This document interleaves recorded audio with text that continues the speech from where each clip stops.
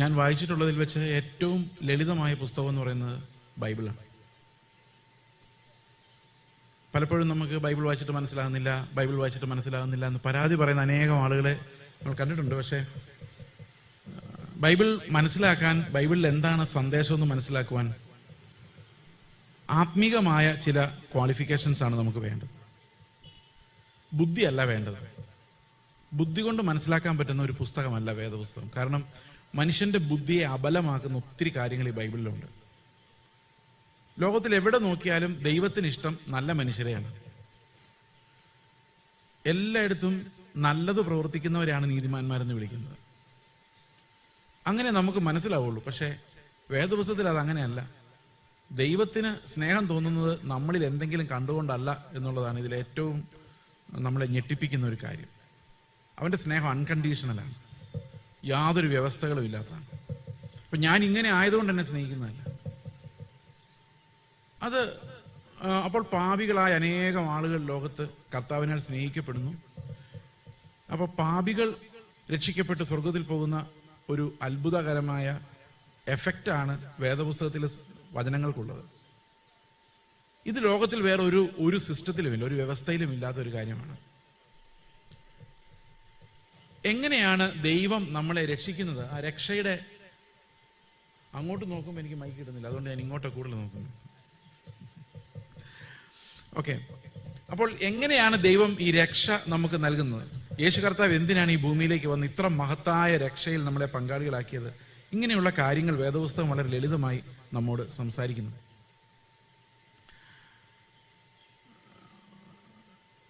Bible നമ്മളെ പഠിപ്പിക്കുന്ന ഏറ്റവും പ്രധാനപ്പെട്ട ചില അടിസ്ഥാന സത്യങ്ങളിലൂടെ ആയിരിക്കും നമ്മൾ ഈ ഏതാനും മണിക്കൂറുകൾ കടന്നു പോകുന്നത്. അതിൽ പ്രധാനപ്പെട്ട കാര്യം, ഒന്നാമത് നമ്മൾ മനസ്സിലാക്കേണ്ട കാര്യം നമ്മുടെ പാപാവസ്ഥയെക്കുറിച്ചാണ്.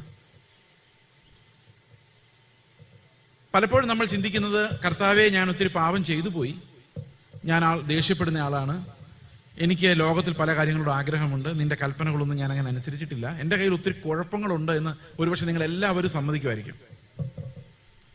അത് ശരിക്കും നമ്മളെ തന്നെ അനലൈസ് ചെയ്ത് കഴിഞ്ഞാൽ നമ്മുടെ കുഴപ്പങ്ങളെല്ലാം മനസ്സിലാവും. നിങ്ങൾക്ക് മനസ്സിലാവുന്നില്ലെങ്കിലും മറ്റുള്ളവർക്കൊക്കെ മനസ്സിലാവുന്നുണ്ട്. പക്ഷെ നമ്മൾ തന്നെ ഒന്ന് നോക്കുവാണെങ്കിൽ നമുക്ക് തന്നെ അത് മനസ്സിലാക്കി എടുക്കാം. നമ്മുടെ കയ്യിൽ ഒത്തിരി പ്രശ്നങ്ങളുണ്ട്, തെറ്റുകളുണ്ട് എന്ന് മനസ്സിലാക്കാം.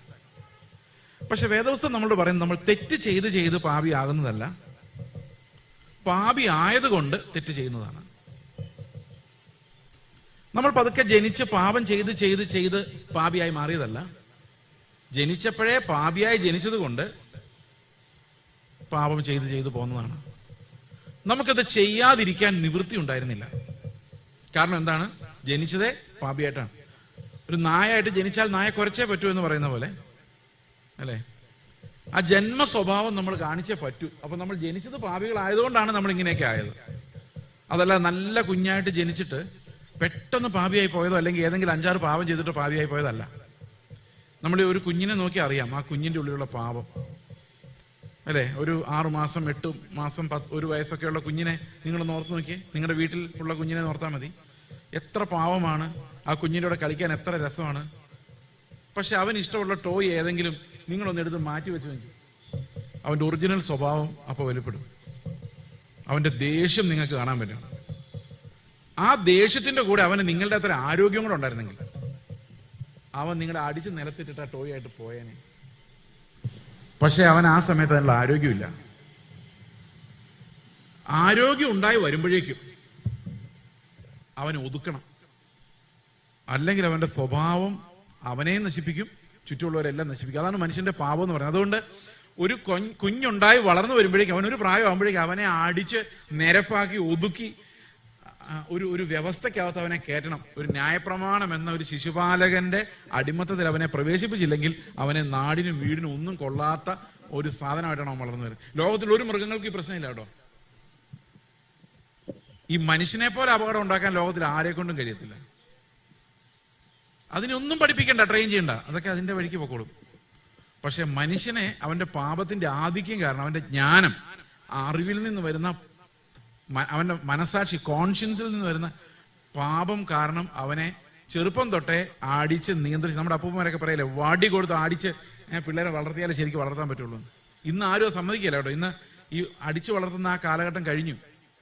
ഇനി പിള്ളേരെ അപ്പൻ തല്ലാൻ വടിയെടുത്താൽ തന്നെ പോലീസിനെ വിളിക്കാം എന്നൊരു അവസ്ഥയിലോട്ടാണ് കാര്യങ്ങൾ പോയിക്കൊണ്ടിരിക്കുന്നത്. അയൽവക്കക്കാർക്ക് വിളിക്കാം, അതെ അവിടെ ഒരു കൊച്ചിനായിട്ട് തല്ലെന്ന് പറഞ്ഞാൽ പോലീസുകാരൊന്ന് പിടിച്ചോണ്ട് പോക്കോളൂ.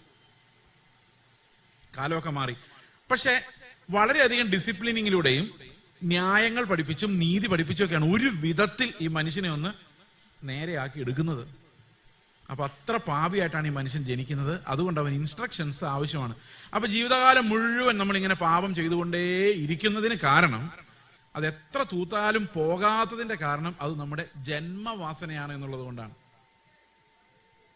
അപ്പൊ പലപ്പോഴും പ്രസംഗമൊക്കെ കേൾക്കുമ്പോൾ നമുക്ക് ആഗ്രഹം തോന്നും, ഇന്നു മുതൽ ഞാൻ കള്ളം പറയൂല, ഇന്നു മുതൽ ഞാൻ എല്ലാവരോടും ക്ഷമിക്കാൻ പോവാണ്, ഇന്നു മുതൽ സ്നേഹിക്കാൻ പോവാണ്. പക്ഷെ പ്രസംഗം കഴിഞ്ഞ് നമ്മൾ ഉച്ചയ്ക്ക് ആഹാരമൊക്കെ കഴിച്ച് ഒന്ന് ഉറങ്ങി എഴുന്നേറ്റ് കഴിയുമ്പോൾ ഈ പ്രസംഗത്തിന്റെ എഫക്റ്റ് ഒക്കെ പോകും. നമ്മൾ പിന്നെ ആ പഴയ ലോകത്തിലേക്ക് വരുമ്പം ഇതേ സാധനങ്ങളൊക്കെ അവിടെ തന്നെ കാണും. ഒരിക്കലും ഒരു തീരുമാനമെടുത്ത് നമുക്ക് നമ്മുടെ ജലദോഷം പോലും മാറ്റാൻ നിവൃത്തിയില്ല. കോവിഡ് വന്നപ്പോൾ നമ്മൾ കണ്ടതാണ്. തീരുമാനമെടുത്ത് ഇതൊക്കെ മാറ്റാൻ പറ്റുമായിരുന്നു, നമ്മൾ ഇതിനെയൊക്കെ പണ്ടേ ഓടിച്ചേനെ. ഒന്നും ചെയ്യാൻ പറ്റത്തില്ല. ഒരു ജലദോഷം പോലും പ്രാർത്ഥിച്ച് മാറ്റാൻ പറ്റാതെ, തീരുമാനമെടുത്ത് മാറ്റാൻ പറ്റാത്ത നമ്മളാണ് ഈ വലിയ പാപം എന്ന രോഗത്തെ തീരുമാനമെടുത്ത് ഇന്നൊരു തീരുമാനമെടുക്ക് എന്ന് പറയുമ്പോഴേക്കും ഒന്നും സംഭവിക്കുന്നില്ല. നിങ്ങൾ ഇത്രയും വർഷം എടുത്ത തീരുമാനങ്ങൾ വെച്ച് നിങ്ങൾ നന്നാവുമായിരുന്നെങ്കിൽ കർത്താവ് പണ്ടേ വന്നേനെ. പക്ഷെ നമുക്കും അറിയാം, കർത്താവിനും അറിയാം, അങ്ങനെ ഒന്നും സംഭവിക്കുകയില്ല. അപ്പം ദൈവം എന്തെങ്കിലും ചെയ്താലല്ലാതെ നമുക്ക് ഈ കുഴിയിൽ നിന്ന്, ഈ പാപപ്രകൃതത്തിൽ നിന്ന് രക്ഷപ്പെടാൻ സാധിക്കില്ല എന്നുള്ളതാണ് നമ്മൾ ആദ്യം മനസ്സിലാക്കേണ്ട പാഠം. കാരണം ഞാൻ നന്നാകാൻ തീരുമാനിക്കുന്നത് തന്നെ എൻ്റെ ജഡത്തിലാണ്. ഇപ്പൊ കള്ളു കുടിച്ചുകൊണ്ട് നടക്കുന്ന ഒരാൾ കള്ളുകുടി നിർത്തി കഴിഞ്ഞാൽ അയാൾക്ക് കള്ളു കുടിച്ചതിന്റെ ഗമയിൽ നിന്ന് അയാളെ രക്ഷിക്കാൻ വേറൊരു സുവിശേഷം പറയേണ്ടി വരും. കാരണം ജീവിതകാലം മുഴുവൻ പറയുന്നത് ഞാൻ ഇത്ര വർഷം മുമ്പ് കള്ളുകൂടി നിർത്തി തന്ന. അപ്പൊ ആ കള്ളുകൂടി നിർത്തി എന്നുള്ളൊരു ഗമയാണ് പുള്ളിയുടെ അടുത്ത പാപം. ഞാൻ ദേഷ്യപ്പെട്ടിട്ട് എത്ര വർഷങ്ങളായെന്ന് അറിയാമെന്ന് ചോദിച്ചു കഴിഞ്ഞാൽ ആ പിടിച്ചു നിൽക്കുന്ന അയാളെ നമുക്കൊരു അവാർഡ് കൊടുത്ത് ആദരിക്കേണ്ടതാണ്. കാരണം ആ സ്വയം നീതി എന്ന് പറയുന്നത് അയാളെ മാനസാന്തരപ്പെടാൻ പറ്റാത്ത ഒരാളാക്കി മാറ്റിയിട്ടുണ്ട്. എന്തിനു പറയുന്നു? നമ്മൾ ചെയ്യുന്ന ഒരു നീതി പ്രവൃത്തി, നന്നാകാൻ ചെയ്യുന്ന ഓരോ നീതി പ്രവൃത്തിയും നമ്മൾ ഒട്ടും മാനസാന്തരപ്പെടാൻ പറ്റാത്തവരാക്കി മാറ്റുക ചെയ്യുന്നത്. നിങ്ങൾ വഴക്കുണ്ടാക്കി, ഭാര്യ ഭർത്താവായിട്ട് വഴക്കുണ്ടാക്കി കഴിഞ്ഞിട്ട് ഭർത്താവ് ഒന്നിരുന്ന് ആലോചിച്ച്, അല്ലെ ഭാര്യ ഇരുന്ന് ആലോചിച്ച് നോക്കി, ഞാൻ എത്ര നീതിമാനും പാവവുമായിട്ടും എൻ്റെ ഭർത്താവ് അല്ലെ ഭാര്യ ഇങ്ങനെ ചെയ്യുന്നല്ലേ തോന്നുന്നേ? അതങ്ങനെ നിങ്ങൾക്ക് തോന്നുള്ളൂ. അങ്ങനെ എല്ലാവർക്കും തോന്നുന്നത്, അങ്ങനെയാണ് മറ്റാൾക്കും തോന്നുന്നത്. അതിന്റെ കാരണം ഈ ഒരു കാരണവശാലും നമ്മുടെ പാപത്തെ തിരിച്ചറിയാൻ പോലും നമുക്ക് കഴിയില്ല എന്നുള്ളതാണ്. ഈ വേദപുസ്തകത്തിൽ പാപത്തെക്കുറിച്ച് പറഞ്ഞിരിക്കുന്നത് മനസ്സിലാക്കാൻ എനിക്ക് പണ്ടുകാലത്ത് നമ്മുടെ നാട്ടിലെ അപ്പനമ്മമാരൊക്കെ പറയുന്ന ഒരു ഉപദേശം ഞാൻ പല സ്ഥലത്ത് അത് പറഞ്ഞിട്ടുണ്ട്. ഈ ഓറഞ്ചിന്റെ കുരു തിന്നു കഴിഞ്ഞാൽ അത് വയറ്റിൽ അത് വളർന്നു വരുമെന്ന് കേട്ടിട്ടുണ്ടോ നിങ്ങൾ? അതുകൊണ്ട് കുരു തുപ്പിക്കളയണമെന്ന് ചെറുപ്പത്തിലെ പിള്ളേരുടെ അപ്പനമ്മമാരൊക്കെ പറയില്ലേ? അല്ലേ? അതുപോലെ ഒരു പഴത്തിനകത്താണ് ഇതെല്ലാം തുടങ്ങിയത്. ഓറഞ്ച് അല്ലാന്നേ ഉള്ളൂ. അത് ഏത് പഴമാണ്? നമുക്ക് ഇന്ന് നമ്മുടെ കടയിലൊന്നും കിട്ടുന്ന പഴമല്ല. പക്ഷെ അതും ഹൗവ അന്ന് തിന്ന ജ്ഞാനപ്പഴം. ആ ജ്ഞാനപ്പഴം, നന്മതിന്മകളുടെ തിരിച്ചറിവിന്റെ ആ പഴം തിന്നതോടുകൂടിയാണ് അതിന്റെ വേര്, അതിന്റെ വിത്ത് അകത്തു പോയി അത് വളർന്നു മരമായി, അത് ജനിക്കുന്ന എല്ലാ ആദമിക സന്തതികളിലും അതൊരു മരമായി. അങ്ങനെ എല്ലാവരും ഈ പാപത്തിന്റെ അടിമത്തത്തിലായി മാറി. കാരണം ആ പഴമാണ് അതിന് കാരണമായത്. പലപ്പോഴും മനുഷ്യർ ചോദിക്കുന്നൊരു ചോദ്യമാണ്, ആ ഏദൻ തോട്ടത്തിൽ ഒരു മരം നട്ടിട്ട് അവിടെ നല്ല കാണാൻ സുന്ദരമായതും തിന്നാൻ രുചിയുള്ളതുമായ ഒരു മരം ഏദൻ തോട്ടത്തിന്റെ നടുക്ക് നട്ടിട്ട് ആദമിനെ ഹൗവനെ ആ തോട്ടത്തിൽ തന്നെ വിട്ടിട്ട് ഇതിൽ നിന്ന് കഴിക്കരുതെന്ന് പറയേണ്ട വല്ല കാര്യമുണ്ടോ? എന്നാൽ പിന്നെ അതവിടെ നടാതിരുന്നാൽ പോരെ എന്ന് ചോദിച്ചവരുണ്ട്. നിങ്ങളാരെങ്കിലും ചോദിച്ചിട്ടുണ്ടോ അങ്ങനെ? പിന്നെ ദൈവം നട്ട ഒരു മരം, അതാണെങ്കിൽ നല്ലൊരു പേരുള്ള മരം. എന്താ മരത്തിന്റെ പേര്? നന്മതിന്മകളുടെ തിരിച്ചറിവിന്റെ വൃക്ഷം. നന്മതിന്മകൾ തിരിച്ചറിയാതെ നമുക്ക് ജീവിക്കാൻ പറ്റുമോ? നമ്മുടെ കുഞ്ഞുങ്ങൾ വളർന്നു വരുമ്പോൾ അവർ നന്മതിന്മകളെ തിരിച്ചറിയണ്ടേ? നന്മതിന്മകളെ തിരിച്ചറിയാതെ അവരെങ്ങനെ ജീവിക്കും? ഇത് തീയാണ്, ഇത് വെള്ളമാണ്, തീയിൽ തൊടരുത്, വെള്ളത്തിൽ ചാടരുത് എന്നൊക്കെ ചെറുപ്പത്തിലെ പറഞ്ഞാലല്ലേ അവർക്ക് മനസ്സിലാകണ്ടേ? അപ്പൊ ചില പിള്ളേർക്ക് മാനസികമായിട്ട് വളർച്ചയില്ലാതെ വന്നു കഴിഞ്ഞാൽ അവർക്ക് നന്മതിന്മകളൊന്നും മനസ്സിലാവില്ല. അപ്പൊ അവരുടെ കൂടെ അപ്പനും അമ്മയും സ്ഥിരം ഇരിക്കേണ്ടി വരും. ഒരു കെയർ ടേക്കർ ഇരിക്കേണ്ടി വരും. അപ്പം ഈ അപ്പനും അമ്മയ്ക്ക് ആഗ്രഹം കാണും, എങ്ങനെയെങ്കിലും എൻ്റെ കൊച്ചിന് ഈ നന്മതിന്മകളൊന്ന് വിവേചിക്കാൻ കഴിയുമായിരുന്നെങ്കിൽ, ശരിതെറ്റുകളൊന്ന് മനസ്സിലാക്കി കിട്ടുവാണെങ്കിൽ പേരന്റിങ് അത്രയും എളുപ്പമായിരുന്നു. ഈ നന്മതിന്മകൾ തിരിച്ചറിയുന്നവരെ കൊച്ചെങ്ങോട്ട് പോകുന്നു നോക്കാതെ, നിങ്ങൾ കണ്ടിട്ടുണ്ടോ പഴയകാലത്തെ വീടിന്റെ ഡോറിൽ ഇങ്ങനെ കമ്പടിച്ച് വെച്ചേക്കുന്നത്? എന്തുകൊണ്ടാ? നന്മതിന്മകൾ പിള്ളേർക്ക് അറിയത്തില്ല. റോട്ടിൽ വണ്ടി വരുമെന്നും വെളിയിൽ ഓടിയാൽ പട്ടി കടിക്കുമെന്നൊന്നും ഈ കൊച്ചിന് ചിന്തിക്കാൻ കഴിവില്ലാത്തത് കൊണ്ട് അവനെ തടയാൻ വേണ്ടി എന്തോ ചെയ്തിരിക്കുന്നത്, കമ്പി അടിച്ചു വെച്ച്. നിങ്ങൾ കണ്ടിട്ടുണ്ടോ അത്? ഓക്കെ. അപ്പോൾ ഇങ്ങനെ മനുഷ്യരെ, ഈ പിള്ളേരെ തടഞ്ഞു നിർത്തിയേക്കാണ്.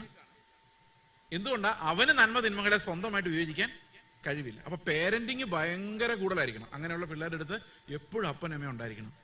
ശരിയല്ലേ? അപ്പൊ ആദവും ഹവ്വയും ഈ നന്മ തിന്മകളെ തിരിച്ചറിയുന്നതിന് മുമ്പ് എപ്പോഴും അവന്റെ അടുത്ത് ആരുണ്ടായിരുന്നായിരിക്കും? അപ്പൻ ഉണ്ടായിരുന്നായിരിക്കും അല്ലേ? അപ്പൊ അപ്പൻ എപ്പോഴും ആദവിനോട് ഹവ്വയോട് സംസാരിക്കുമായിരുന്നായിരിക്കും. അപ്പോ നന്മയും തിന്മയും അറിയത്തില്ലെങ്കിൽ ആദവും ഹവ്വയും എപ്പോഴും ആരെ ആശ്രയിക്കേണ്ടി വരും? അവന് സ്വയമേ അറിയത്തില്ല എന്താ ചെയ്യേണ്ടത്. അപ്പം അറിയാവുന്ന ആളോട് ചോദിക്കേണ്ടി വരും. അപ്പൊ എപ്പോഴും ദൈവത്തെ ആശ്രയിച്ചായിരിക്കണമല്ലേ ആദവും ഹവ്വയും ജീവിച്ചുകൊണ്ടിരിക്കുന്നത്. അപ്പൊ സാത്താൻ അവന്റെ അടുത്ത് വന്നിട്ട് പറയാണ്, നീ ഇങ്ങനെ ഈ ദൈവം എന്താ ആഗ്രഹം, ദൈവം എന്താ ഇഷ്ടം എന്ന് നോക്കിക്കൊണ്ടിരുന്നാൽ നീ എന്നും ഒരു അടിമയായിരിക്കും. അതുകൊണ്ട് നിനക്ക് തന്നെ ഈ നന്മ തിന്മകളെ ഒന്ന് വിവേചിച്ച് ഇത് നന്മ ഇത് തിന്മ എന്ന് കണ്ടുപിടിക്കാൻ പറ്റുമെങ്കിൽ നിനക്ക് എന്തിനാണ് ദൈവം? അപ്പൊ നിനക്ക് തന്നെ നിന്റെ ഉള്ളിൽ മനസ്സിലാവും ഇത് ശരിയല്ല, ഇത് ശരിയാണ്. അപ്പൊ നമുക്ക് തന്നെ ആ ബോധം കിട്ടുവാണെങ്കിൽ നമുക്ക് തന്നെ അങ്ങ് നന്നായിക്കൂടെ? അങ്ങനെ നന്നായി നന്നായി നിനക്ക് തീരുമാനങ്ങൾ എടുക്കാനുള്ള ഒരു കഴിവുണ്ടാവും. കാരണം തീരുമാനങ്ങൾ എടുക്കണമെങ്കിൽ നമ്മൾ എന്ത് വേണം? നമുക്ക് തീരുമാനങ്ങൾ എടുക്കണമെങ്കിൽ നമുക്ക് എന്ത് വേണം? നന്മ തിന്മകളെ തിരിച്ചറിയണം. അല്ലെ തീരുമാനം എടുക്കാൻ പറ്റുമോ? അപ്പൊ നന്മ തിന്മകളെ തിരിച്ചറിഞ്ഞാൽ നമുക്ക് തീരുമാനം എടുക്കാൻ ആരുടെ സഹായം വേണ്ട. അപ്പോൾ ദൈവത്തിന്റെ തന്നെ ആവശ്യം നമുക്കില്ല. എപ്പോ ആവശ്യമില്ല? ഓക്കെ. അപ്പൊ എന്റെ തീരുമാനങ്ങൾ എടുക്കുന്ന ആരാണ്? എന്റെ ബുദ്ധിയാണ്. അതായത് ഞാൻ നന്മ തിന്മകളെ കുറിച്ച് പഠിച്ച എന്റെ പാഠങ്ങളാണ് എന്റെ ജീവിതത്തിൽ മുഴുവൻ തീരുമാനങ്ങൾ എടുക്കുന്നത്. അപ്പം പിശാചിന് വലിയ സന്തോഷം എന്താണെന്ന് വെച്ച് കഴിഞ്ഞാൽ ഇവന്മാരെല്ലാം ഓരോരോ കുട്ടി ദൈവങ്ങൾ പോലായി. കാരണം അവരവർക്ക് ഒരു രാജ്യം ഉണ്ടായി, അവരവിടുത്തെ രാജാവായി, അവർക്ക് ബുദ്ധിയുണ്ട്, എന്താ ചെയ്യേണ്ടത് തീരുമാനിക്കാൻ ദൈവത്തിന്റെ പോലും ആവശ്യമില്ല. ഇതാണ് ശരിക്കും നമ്മുടെ ഉള്ളിലുള്ള പാപം എന്ന് പറയുന്ന സാധനം. അപ്പൊ ഇത് എന്തുകൊണ്ടാ പാപമാകുന്നതെന്ന് ചോദിച്ചു കഴിഞ്ഞാൽ ദൈവത്തെ അറിയുന്നത് ആത്മാവിലും ഈ നന്മ തിന്മകളെ കുറിച്ച് അറിയുന്നത് നമ്മുടെ പ്രാണനിലുമാണ്. അപ്പൊ ആത്മാവിൽ ദൈവത്തെ അറിഞ്ഞ് ജീവിക്കേണ്ട മനുഷ്യൻ പ്രാണനിൽ നന്മ തിന്മകളെ അറിഞ്ഞ് ജീവിക്കുമ്പോൾ ദൈവം അവനോട് സംസാരിക്കേണ്ട കാര്യമില്ല. ആത്മാവ് നിഷ്പ്രയോജനമാവുകയും ആത്മാവ് അവനിൽ ഫലമില്ലാത്തതാവുകയും അതിനെയാണ് നമ്മൾ സ്പിരിച്വൽ ഡെത്ത് എന്ന് പറയുന്നത്, ആത്മമരണം. അപ്പൊ ആത്മാവ് എന്താ പറയുന്നത് ഇനി ഇവന് കേൾക്കാൻ സാധിക്കില്ല, ദൈവത്തെ അറിയാൻ സാധിക്കില്ല. അവന്റെ നന്മ തിന്മ ബോധങ്ങൾ മാത്രമേ ഉള്ളൂ. നമ്മളെല്ലാം തീരുമാനിക്കുന്നതല്ല, ഓരോ കാര്യങ്ങളും തീരുമാനിക്കുന്നത് നല്ലതാണോ ചീത്തയാണോ എന്ന് ചിന്തിച്ചുകൊണ്ടാണ്. ഈ പ്രസംഗം കഴിഞ്ഞ് ഇറങ്ങി, പാട്ട് കഴിഞ്ഞ്, വർഷിപ്പ് കഴിഞ്ഞ്, ഇനി പ്രസംഗം കഴിഞ്ഞ് ഇറങ്ങുമ്പോൾ നിങ്ങൾ പറഞ്ഞാൽ അത് നല്ലതായിരുന്നു, ശരിയായില്ല, ഇങ്ങനെ പറയുള്ളൂ. ഉച്ചയ്ക്ക് നിങ്ങൾ ഏതെങ്കിലും ഹോട്ടലിൽ ആണോ അതോ ഇവിടെ ഉണ്ടോ? ഇവിടെ ഉണ്ട്. ഫുഡ് കഴിച്ചു കഴിയുമ്പം ഒരഭിപ്രായം പറച്ചിലുണ്ട്, നന്നായിരുന്നു ഫുഡ്, അല്ലേ മോശമായിരുന്നു. നല്ലതാണോ അല്ലയോ? നന്മ തിന്മകൾ എല്ലാം അങ്ങനെ. ഒരു വസ്ത്രം വാങ്ങിക്കാൻ ചെന്നാൽ, കല്യാണം ആലോചിക്കാൻ ചെന്നാൽ പെൺകുട്ടി എങ്ങനെ ഉണ്ടായിരുന്നു? ദൈവഹിതമാണോ നമുക്കറിയാമേ. ആത്മാവ് ഫങ്ഷൻ ചെയ്യുന്നില്ല. ദൈവത്തിന്റെ അഭിപ്രായം എന്താണെന്ന് അറിയത്തില്ല. നമുക്ക് ബുദ്ധി മതി ജീവിക്കാനല്ലേ. ഇന്ന് രാവിലെ ഇത്രയും നേരം ജീവിച്ചു, വണ്ടി വിളിച്ചു, ഇവിടെ നിങ്ങൾ വന്നു, ബുദ്ധി പോരായിരുന്നോ? ദൈവത്തിന്റെ എന്തെങ്കിലും ആവശ്യം നിങ്ങൾക്ക് തോന്നിയോ? ആവശ്യമില്ല. കാരണം എന്താ? അപ്പൊ നമ്മൾ പറയും നമ്മുടെ പിള്ളേര് വളർന്ന് മെച്യൂരിറ്റി പ്രാപിച്ച് സ്വന്തം കാലിൽ നിൽക്കുന്നതിനെയാണ് നമ്മൾ വളർച്ച എന്ന് പറയുന്നത്. അവരുടെ അപ്പനെ അമ്മയെ ആവശ്യമില്ല അവർക്ക്, അല്ല. ഇന്നത്തെ പിള്ളേർക്ക് അപ്പനെ അമ്മേനെ ആവശ്യമില്ല, അപ്പനമ്മമാർക്ക് പിള്ളേരെയാണ് ആവശ്യം. അപ്പൊ അങ്ങനെ വളർന്ന് മച്യൂരിറ്റി പ്രാപിച്ചു കഴിഞ്ഞാൽ പിന്നെ അപ്പനെ അമ്മയെ വേണ്ടാതെ വരുന്ന ഒരു അവസ്ഥേനെയാണ് നമ്മൾ എന്ത് വിളിക്കുന്നത്? വളർച്ച. ഒരു 35 വയസ്സായിട്ട് ഈ കൊച്ചു എന്നിട്ട് അപ്പനോട് അപ്പ ഒരു 5 രൂപയുടെ ചോക്ലേറ്റ് മേടിക്കാൻ പൈസ തരാമെന്ന് ചോദിച്ചു കഴിഞ്ഞാൽ അവൻ മച്യൂരിറ്റി പ്രാപിച്ചോ? ഇല്ല. സ്വന്തം കാലിൽ നിൽക്കണം. പക്ഷെ ആത്മീക തത്വം അങ്ങനെയല്ല. ദൈവം നോക്കുമ്പോൾ നമ്മൾ വളർന്നു എന്ന് ദൈവം പറയണമെങ്കിൽ ദൈവത്തെ കൂടാതെ ഒന്നും ചെയ്യാൻ പറ്റാത്ത അവസ്ഥയിലേക്ക് നമ്മൾ വരണം. ഇത് നേരെ തിരിഞ്ഞൊരു തത്വമാണ്. എനിക്ക് രാവിലെ എഴുന്നേറ്റ് കട്ടിലിരിക്കണമെങ്കിൽ കർത്താവെ നീ ഇല്ലാതെ പറ്റില്ല എന്നുള്ളൊരവസ്ഥയിലേക്ക് വരുമ്പോഴാണ്, അല്ല, ഇത്തിരി മുമ്പ് ഒരു ബ്രദർ പ്രാർത്ഥിച്ചപ്പോൾ പറഞ്ഞ പോലെ കനാൻ ദേശത്ത് പോയിട്ടും കർത്താവിന്റെ സാന്നിധ്യം ഇല്ലെങ്കിൽ പ്രയോജനമില്ല എന്ന് പറയുന്നത്. ഈ കർത്താവില്ലെങ്കിൽ ഒന്നും അറിയത്തില്ല, എന്താ ചെയ്യേണ്ടതെന്ന് അറിയത്തില്ല. ഇപ്പൊ ഞാൻ ഈ സ്റ്റേജിൽ വന്ന് നിൽക്കുമ്പോൾ എന്താ പറയേണ്ടതെന്ന് കർത്താവ് എൻ്റെ കൂടെ ഇല്ലെങ്കിൽ ഞാൻ അറിയരുത്. അപ്പൊ നമ്മുടെ ജീവിതത്തിൽ ഓരോ സമയത്തും കർത്താവിനെ ആശ്രയിക്കാതെ ഒന്നും എനിക്കറിയില്ല, അവന്റെ ആത്മാവ് എനിക്ക് പറഞ്ഞു തരുന്നത് മാത്രമേ എനിക്ക് അറിയുള്ളൂ എന്ന തലത്തിലേക്കാണ് നമ്മൾ വളർന്നു വരുന്നത്. അതിനെയാണ് ജീവൻ എന്ന് പറയുന്നത്. ആത്മാവാണ് നമുക്ക് എന്ത് തരുന്നത്?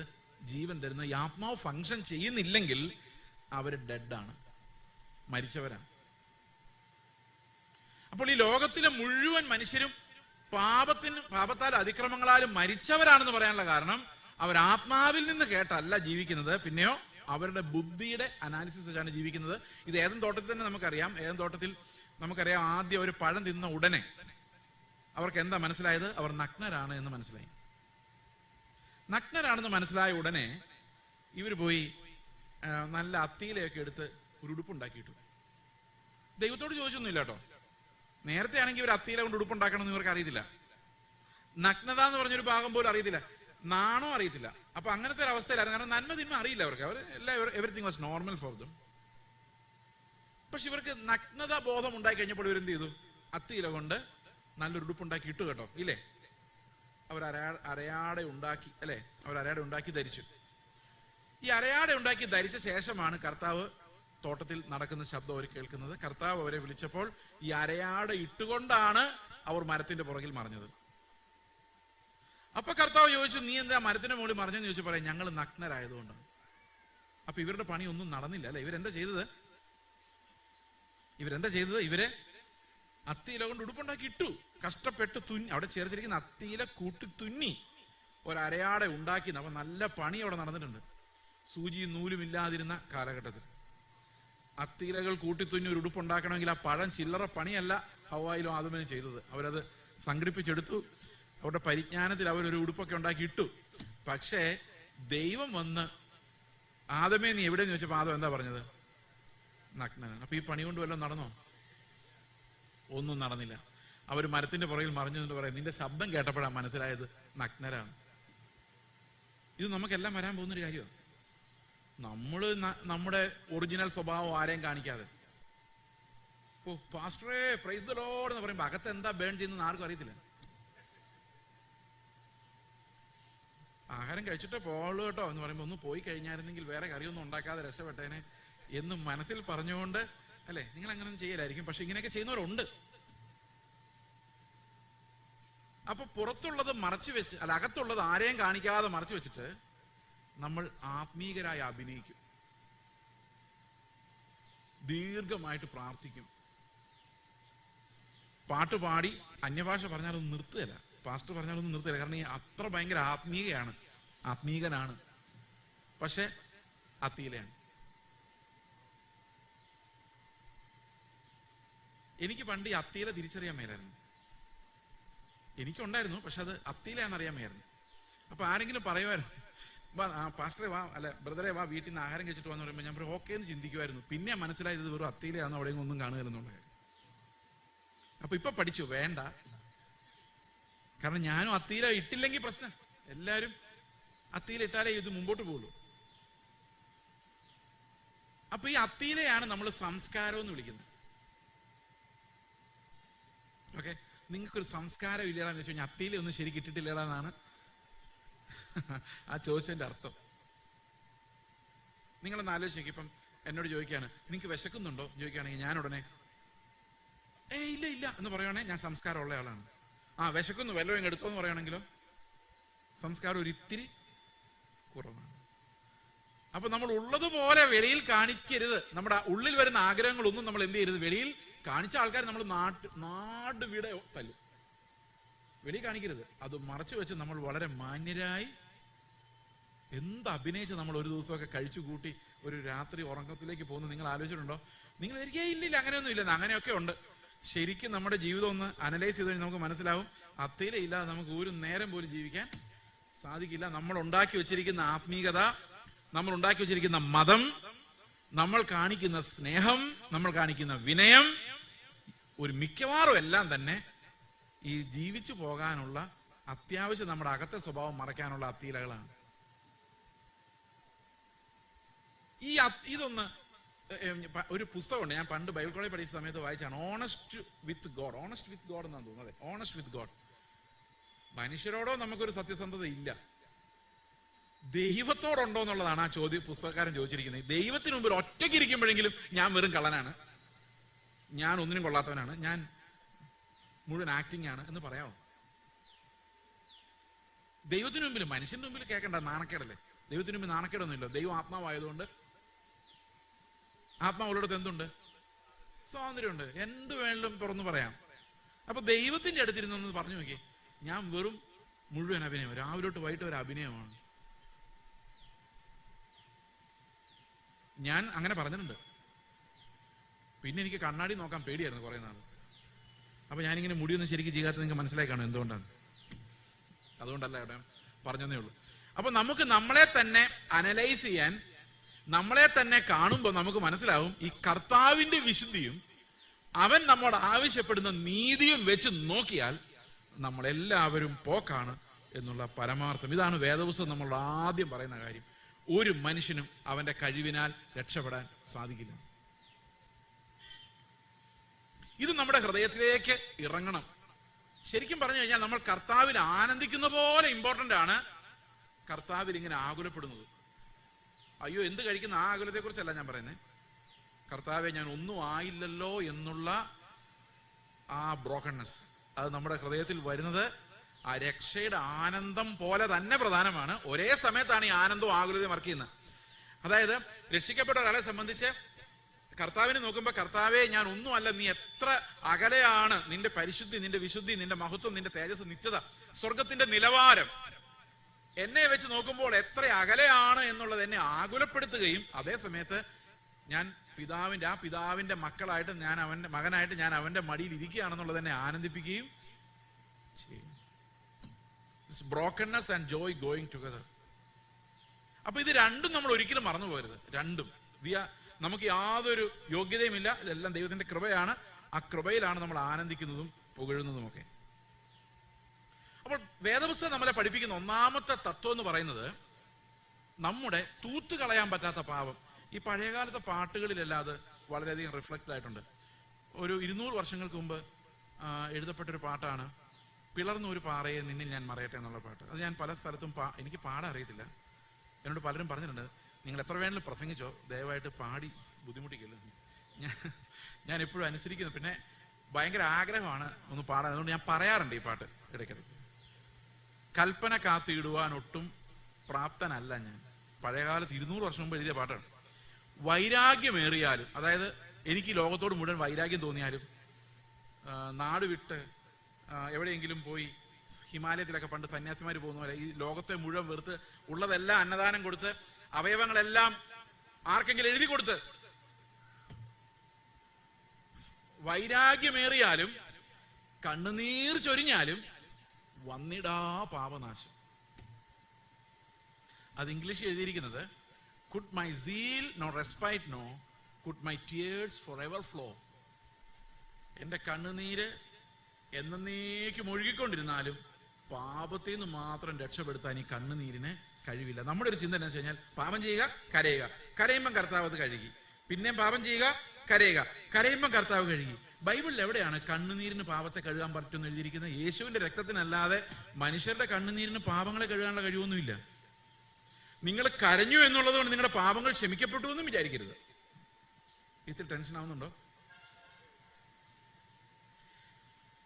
നിങ്ങൾ കരയുന്നതല്ല പാപത്തിന്റെ മോചനത്തിന് അടിസ്ഥാനം, കർത്താവിന്റെ രക്തമാണ് നമ്മുടെ പാപങ്ങളെ മോചിക്കുന്നത്. അപ്പോൾ ശരിക്കും നമ്മളെല്ലാം പാപികളാണെന്നതൊരു റെവലേഷൻ ആയിട്ട് എൻ്റെ ഉള്ളിൽ വരണം. ഞാനിപ്പോ പറഞ്ഞതുകൊണ്ട് കാര്യമില്ല. ഒരർത്ഥത്തിൽ പറഞ്ഞ ഈ ബൈബിൾ ക്ലാസ് എന്നൊക്കെ പറയാമെങ്കിലും ബൈബിൾ ക്ലാസ് കൊണ്ടൊന്നും ആരെയും പഠിപ്പിക്കാൻ പറ്റില്ല. നിങ്ങൾക്കറിയാമോ, എനിക്ക് നിങ്ങളെ ഒന്നും പഠിപ്പിക്കാൻ പറ്റത്തില്ല. നമുക്ക് ആകെ ഒരു ടീച്ചറുള്ള ദൈവത്തിന്റെ ആത്മാവാണ്. ഞാൻ ഈ പറയുന്ന കാര്യങ്ങൾ നിങ്ങളുടെ ആത്മാവോട് ദൈവത്തിന്റെ ആത്മാവ് സംസാരിച്ചെങ്കിൽ മാത്രമേ നിങ്ങൾക്ക് ഇത് ഓർമ്മയെ പോലും നിൽക്കുള്ളൂ. അല്ലെ നാളെ രാവിലെ നമ്മൾ കാണുമ്പോൾ, ഇന്നലെ പ്രസംഗിച്ച പാസ്റ്ററാണല്ലോ, അതെ, എന്താ പുള്ളി പറഞ്ഞത്, അങ്ങനെ ആയിപ്പോവും. അപ്പോൾ ശരിക്കും ദൈവത്തിന്റെ ആത്മാവ് നമ്മുടെ ഉള്ളിൽ അതൊരു വെളിപ്പാടായി തന്നില്ലെങ്കിൽ ഞാൻ പാപിയാണെന്നുള്ളൊരു ബോധം ചുമ്മാ ഏറ്റു പറയാനല്ലാതെ അത് നമുക്കൊരു ഗുണവും ചെയ്യില്ല. എന്റെ ജീവിതത്തിൽ ഞാൻ രക്ഷപ്പെടാൻ സാധ്യതയില്ലാത്ത പാപിയാണെന്ന് മനസ്സിലായത് ഞാൻ തോറ്റുപോയപ്പോഴാണ്. അതായത് ശരിക്കും പറഞ്ഞാൽ ഞാൻ എൻ്റെ കഥ പറയുന്നില്ല, കാരണം ഇത് മൈക്ക് വെളിയിലോട്ട് വെച്ചിരിക്കുന്നുണ്ട്. ഞാൻ പത്രോസിന്റെ കഥ പറയാം. പത്രോസിന്റെ കഥ മാത്രമല്ല, ശരിക്കും പറഞ്ഞു കഴിഞ്ഞാൽ ബൈബിളിൽ ഏത് വിശുദ്ധന്റെ കഥ എടുത്താലും അവരുടെ ഈ കർത്താവുമായുള്ള ബന്ധം ആരംഭിക്കുന്നത് അവര് പാപികളാണെന്നും രക്ഷപ്പെടാൻ സാധ്യതയില്ല എന്നുമുള്ള തിരിച്ചറിവിൽ നിന്നാണ്.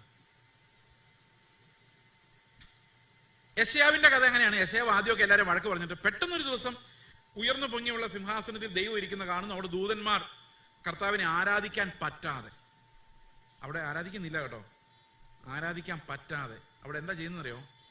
ഈ ദൂതന്മാർ രണ്ട് ചിറകുകൊണ്ട് പറന്ന്, രണ്ടുകൊണ്ട് പാദം മൂടി, രണ്ടുകൊണ്ട് മുഖം മൂടിയിട്ട് അവർ ദൈവത്തോടൊന്നും പറയുന്നില്ല, ദൈവത്തോടൊന്നും വാ തുറന്നൊന്നും മിണ്ടാൻ അവരെ കൊണ്ട് വരുന്നില്ല. അവർ ഒരുവൻ വേറൊരുത്തനോട് പറയുകയാണ്. അതാണ് അവരുടെ നിസ്സഹായത എന്ന് പറയുന്നത്.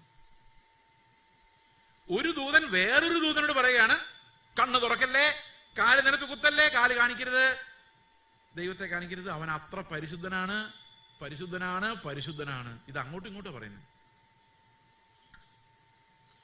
അതിന്റെ മുമ്പിലോട്ടാണ് ഈ യെശയ്യാവ് ചെന്ന് ചാടുന്നത്. യെശയ്യാവ് ചാടിയപ്പോൾ ഒരു ഊനവും ഇല്ലാത്ത ദൂതന്മാർ കിടന്ന് വെപ്രാളപ്പെടുന്നതാണ് യെശയ്യാവ് കാണുന്നത്. അവർക്ക് ആരാധിക്കാൻ പറ്റുന്നില്ല. കാരണം എന്താ?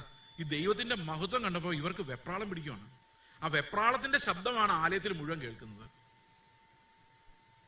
അപ്പൊ യെശയ്യാവ് അന്നേരമാണ് മനസ്സിലാക്കുന്നത്, അയ്യോ, ഞാൻ അവന്മാരെ ചീത്ത പറഞ്ഞുകൊണ്ടിരിക്കുവാണല്ലോ, ഞാനും അവരും തമ്മിൽ എന്ത് വ്യത്യാസം?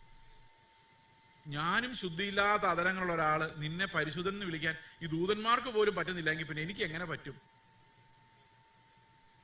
അപ്പൊ ഞാൻ ശുദ്ധിയില്ലാത്ത അതരങ്ങളുള്ള ഒരാളാണ്, ഈ ശുദ്ധിയില്ലാത്ത അതരങ്ങളുള്ള ആൾക്കാരുടെ ഇടയിൽ വസിക്കുന്നത്, ഞങ്ങളെല്ലാം പോക്കാണ് എന്നാണ് ഇതിന്റെ അർത്ഥം.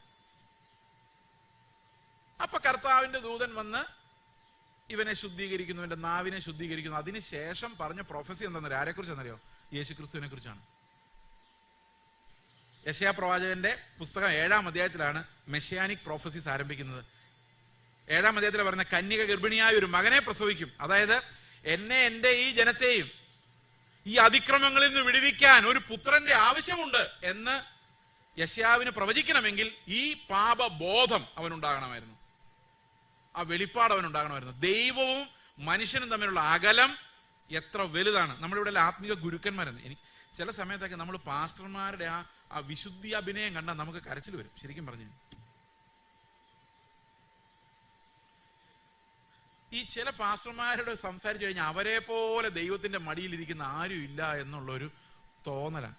ഞാനിത് ഒരു കാര്യം നിങ്ങളോട് പറയാം. ഈ പാസ്റ്റർമാർ മാത്രമല്ല, അച്ഛന്മാരായാലും ലോകത്തിലെല്ലാ മതത്തിന്റെയും അടിസ്ഥാനം എന്ന് പറയുന്നത് നിങ്ങളെക്കാളൊക്കെ മിടുക്കന്മാരായ കുറെ ആൾക്കാരുണ്ട്, അവരിലൂടെ വേണമെങ്കിൽ ദൈവത്തിന്റെ അടുത്ത് അനുഗ്രഹങ്ങൾ പെട്ടെന്ന് പ്രാപിക്കുക എന്നുള്ളതാണ്. ഓക്കെ, ഞാനൊരു എക്സാമ്പിൾ നിങ്ങളോട് പറയാം. എനിക്കൊരു പ്രാർത്ഥനാ വിഷയമുണ്ട്. ഞാൻ ചെന്ന് യേശുക്രിസ്തുവിനോട് ചെന്ന് പറയാണ്, കർത്താവേ, പിതാവിനോട് പറഞ്ഞിട്ട് ഈ കാര്യം ഒന്ന് സാധിച്ചു തരണം. അതല്ലേ യേശുക്രിസ്തുവിന്റെ നാമത്തിൽ നമ്മൾ പറയുന്നത്? രാവിലെ പറഞ്ഞു, ഉച്ചയ്ക്ക് പറഞ്ഞു, വൈകിട്ട് പറഞ്ഞു, ഒന്നും നടക്കുന്നില്ല, ഒന്നും നടക്കുന്നില്ല. യേശുവിന്റെ നാമത്തിൽ തന്നെ വിടുതലെടുക്കുന്നു, ഇന്ന് തന്നെ, ഇപ്പൊ തന്നെ എന്നൊക്കെ പറഞ്ഞിട്ടൊന്നും ഒരു രക്ഷയില്ല. അപ്പൊ ഒരു സഹോദരൻ വന്ന് പറയാണ്, നിങ്ങൾ ആ പാസ്റ്റർ എടുത്ത് പോയി ഒന്ന് പ്രാർത്ഥിച്ചാൽ നടക്കും. കേട്ടിട്ടുണ്ടോ ഈ പരിപാടി? അപ്പൊ ഇവര് നേരെ പാസ്റ്റർ എടുത്ത് പോവാണ്. പാസ്റ്ററെ, എനിക്ക് വേണ്ടി ഒന്ന് പ്രാർത്ഥിക്കണേ. അപ്പൊ പാസ്റ്റർ, പ്രാർത്ഥിക്കാം. എവിടെയൊക്കെ ഈ ശബ്ദം കേട്ട പോലെ തോന്നുന്നുണ്ടല്ലേ? ശബ്ദമല്ല കേട്ടത്, ആ ടോണാണ് നിങ്ങൾ കേട്ടിട്ടുള്ളത്. ഇതെന്റെ കയ്യിലിരിക്കുന്ന കാര്യമാണ്, ഇതെത്ര ഈസിയാണ്, അതാണ് ആ ഭാവം. അപ്പൊ ഈ പാസ്റ്റർ പ്രാർത്ഥിക്കുന്നു, കാര്യം അപ്പൊ തന്നെ നടക്കുന്നു. അപ്പൊ കുറച്ചും കൂടെ എഫക്റ്റീവ് ആയിട്ടുള്ള മധ്യസ്ഥൻ യേശുക്രിസ്തു ആണോ ഈ പാസ്റ്ററാണോ? ഏത് മധ്യസ്ഥനാ കുറച്ചുകൂടെ എഫക്റ്റീവ്?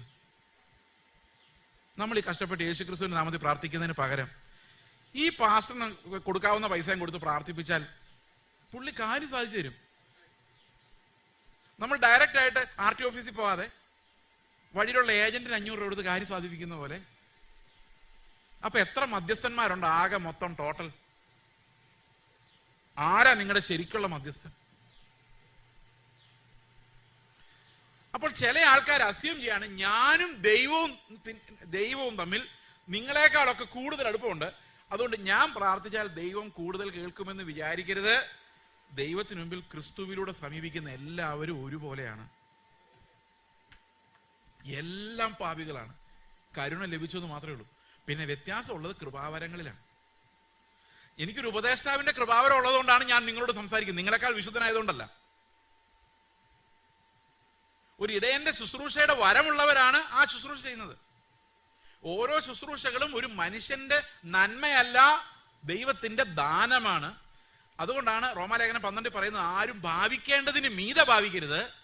പുൽപ്പിറ്റിൽ നിൽക്കുന്നവൻ മനസ്സുകൊണ്ട് മുട്ടുകുത്തി നിലവിളിച്ചുകൊണ്ട് വേണം സംസാരിക്കാൻ. കാരണം അവനും ഒന്നുമല്ല,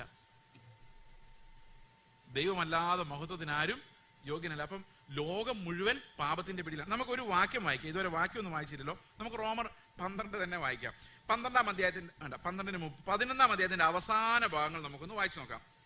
ദൈവം എങ്ങനെയാണ് മനുഷ്യർക്ക് പാപബോധം വരുത്തുന്നത് എന്ന് നമുക്ക് നോക്കാം. 30-ാം വാക്യത്തിന്റെ രണ്ടാമത്തെ ഭാഗം, 30-ാം വാക്യം ഞാൻ വായിക്കാം.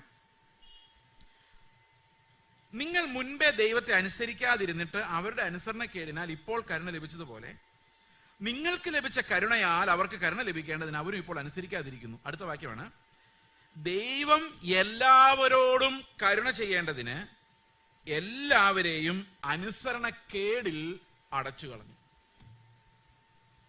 എന്നിട്ട് അടുത്ത വാക്യം എന്താണെന്നറിയോ? പൗലോസ് പറയണം. അപ്പൊ നിങ്ങൾക്ക് ആർക്കൊന്നും മനസ്സിലായില്ലല്ലോ? മനസ്സിലായോ? ഒന്നുകൂടെ വായിക്കാം, അപ്പൊ മനസ്സിലാവുമായിരിക്കും.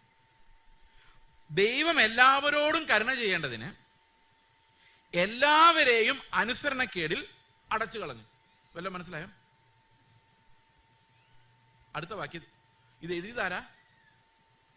പൗലോസിനും മനസ്സിലായി. അടുത്ത വാക്യത്തിൽ അതാ പറഞ്ഞേക്കുന്നത്. ഈ ദൈവത്തിന്റെ ഒരു പണി ഇത് ആർക്കെങ്കിലും മനസ്സിലാവുന്നു?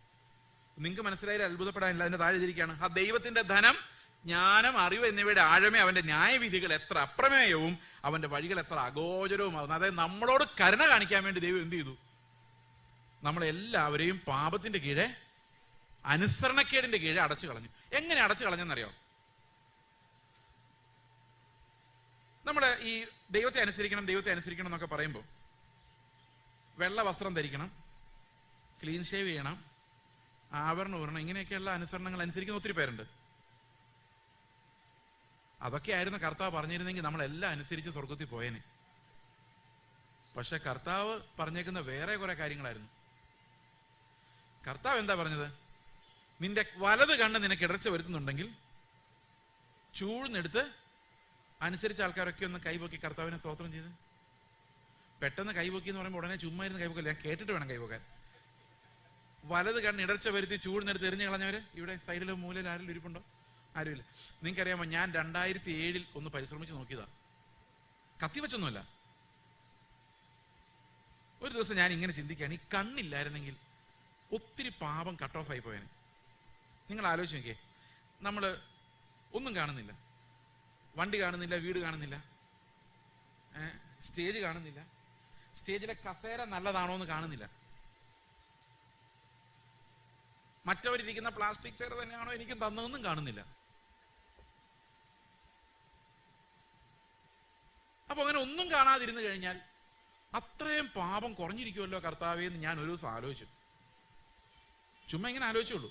പിറ്റേ ദിവസം രാവിലെ എഴുന്നേറ്റപ്പോൾ കണ്ണിന് ഭയങ്കര പെയിൻ, വേദന, കണ്ണിലൂടെ നീര് വരുന്നു, വെള്ളം വരുന്നു, കണ്ണടയ്ക്കാൻ വയ്യ. ഞാനത് കഴിഞ്ഞ് ഹോസ്പിറ്റലിൽ പോയി കഴിഞ്ഞപ്പം ഹോസ്പിറ്റലിൽ പറഞ്ഞ് കണ്ണിന്റെ വെള്ളം വരുന്ന പ്രശ്നമില്ല, പക്ഷെ നിങ്ങൾക്ക് ഗ്ലൂക്കോമ എന്ന് പറഞ്ഞൊരു പ്രശ്നമുണ്ട്, കണ്ണിന്റെ കാഴ്ച ക്രമാനുഗതമായി കുറഞ്ഞു പോയിക്കൊണ്ടിരിക്കുകയാണ്. അപ്പൊ ഇന്നലെ എന്താ ഞാൻ പ്രാർത്ഥിച്ചത്? ഈ കണ്ണില്ലായിരുന്നെങ്കിൽ. പക്ഷെ ഡോക്ടർ എന്ന് പറഞ്ഞപ്പോൾ ഞാൻ സമ്മതിച്ചില്ല. ഞാൻ പറഞ്ഞു, എന്റെ കർത്താവേ, എന്റെ കണ്ണ്. എനിക്ക് മനസ്സിലായി ഇതൊന്നും ചൂഴ്ന്നെടുത്ത് എറിഞ്ഞ് കളയാൻ ആരെ കൊണ്ടും പറ്റത്തില്ല. ഇപ്പൊ 10-15 വർഷം കഴിഞ്ഞ് കുഴപ്പമൊന്നുമില്ല, ഇപ്പോഴും കണ്ണ് നല്ലപോലെ കാണുന്നുണ്ട്. ഇപ്പൊ ഞാൻ കണ്ടില്ല, എനിക്ക് ഇത്തിരി വെള്ളെഴുത്തുണ്ടെങ്കിലും ഇത് ഇത്തിരി ദൂരെയൊക്കെ പിടിച്ചാൽ വായിക്കുന്നെങ്കിലും വായിക്കുന്നുണ്ട്. ഓക്കെ, ഇത് മനുഷ്യരെ കൊണ്ടാ സാധ്യമാണ്. ഇനി നിങ്ങൾക്കുള്ളതെല്ലാം വിറ്റ് ദരിദ്രർക്ക് കൊടുത്തിട്ട് എന്നെ അനുഗമിക്കുക.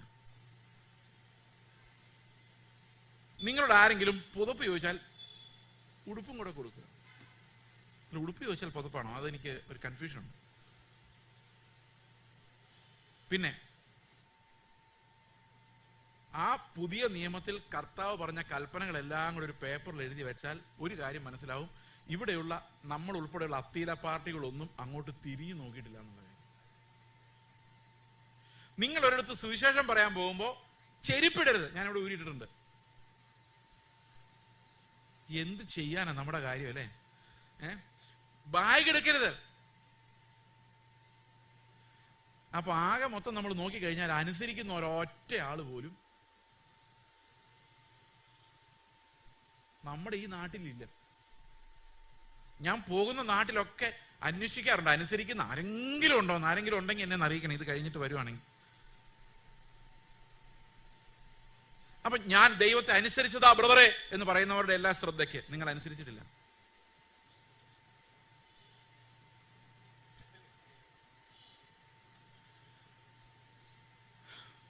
ആശുപത്രി പോകരുത് രോഗം വന്നാൽ എന്ന് പറയുന്ന ആൾക്കാരുണ്ട്. നല്ല കാര്യം. അത് വിശുദ്ധിയാണെന്ന് പറയുമ്പോഴാണ് പ്രശ്നം. അത് ബൈബിളിലില്ല. പക്ഷെ സ്വത്ത് വിറ്റ് ദരിദ്രർ കൊടുക്കാൻ ബൈബിളിലുണ്ട്. അതെന്താ ഇതാരും പറയാത്ത? എന്താ?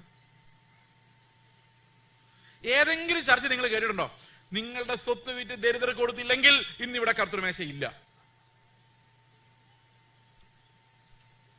കേട്ടിട്ടുണ്ടോ? അതെന്താ അങ്ങനെ കേൾക്കാത്തെ?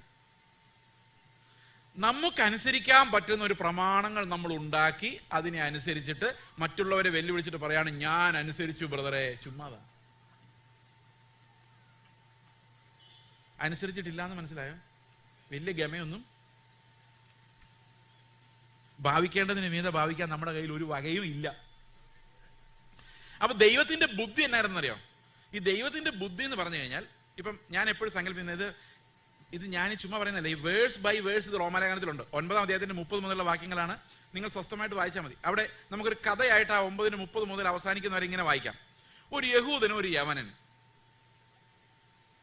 യഹൂദന്റെ കാര്യം അറിയാമല്ലോ, അവൻ കൽപ്പനകൾ കൃത്യമായി അനുസരിക്കുന്നവനാണ്. നമുക്ക് വേണമെങ്കിൽ പെന്തക്കോസുകാരനും ഒരു നാട്ടുകാരനെന്ന് വിളിക്കാം.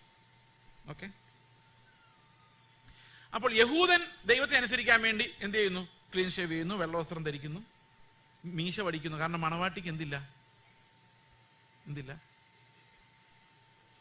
എന്നോട് ഒരാൾ പണ്ട്, ഞാൻ ആന്ധ്രാപ്രദേശിൽ ഞങ്ങൾ 10 വർഷം സുവിശേഷ വേലയായിരുന്നു. അപ്പൊ ആന്ധ്രയിൽ എല്ലാ പാസ്റ്റർമാർക്കും മീശയുണ്ട്. കേരളത്തിൽ ഒരു പാസ്റ്ററിന് മീശ മാത്രമായിട്ടില്ല. അപ്പൊ ഞാൻ ആന്ധ്രയിലെ പാസ്റ്ററായിട്ട് നാട്ടിൽ വന്നു കഴിഞ്ഞപ്പം നാട്ടിലൊരു അങ്കിൾ എന്നോട് പറഞ്ഞു, പാസ്റ്ററെ മണവാട്ടിക്ക് മീശയില്ല കേട്ടോ. ഞാൻ പറഞ്ഞു മണവാട്ടിക്ക് സാരി ഉണ്ട് കേട്ടോ, പുള്ളിക്കില്ല. അപ്പോ ഇങ്ങനെയുള്ള ചില വളരെ മനോഹരമായ മീശ മുറിച്ച് കഴിയുമ്പം ദൈവത്തിനു വേണ്ടിയാ ചെയ്യുന്നത് അല്ലേ, വിത്ത് വൈബ്രേഷൻ. അപ്പോൾ 2 കിലോ വെയിറ്റ് ഞാൻ നീതിയിലെടുത്തു. അപ്പൊ ഞാൻ വിചാരിക്കുകയാണ്, ഞാൻ കർത്താവിന് വേണ്ടി സൗമ്യത ധരിച്ചിരിക്കുക. മീശ എടുക്കുന്നവരുടെ വിചാരം അവർ സൗമ്യത ധരിച്ചു എന്ന്. ഇതൊക്കെ എവിടെ നിന്ന് കിട്ടിയെന്നറിയാൻ മേല. അതുപോലെ വെള്ള വസ്ത്രമാകട്ടെ, നമ്മുടെ ആചാരങ്ങളാകട്ടെ, ഇതെല്ലാം ചെയ്ത് കഴിയുമ്പോൾ നമുക്കൊരു 25 കിലോ വെയിറ്റ് എടുത്തുകൊണ്ട് നിൽക്കുക. നീതിയുടെ വെയിറ്റ് ആണ്. അപ്പൊ അപ്പുറത്ത് നിൽക്കുന്ന നാട്ടുകാരനെ ഞാൻ നോക്കുമ്പം അവൻ ഒരു പണിയും ചെയ്തിട്ടില്ല.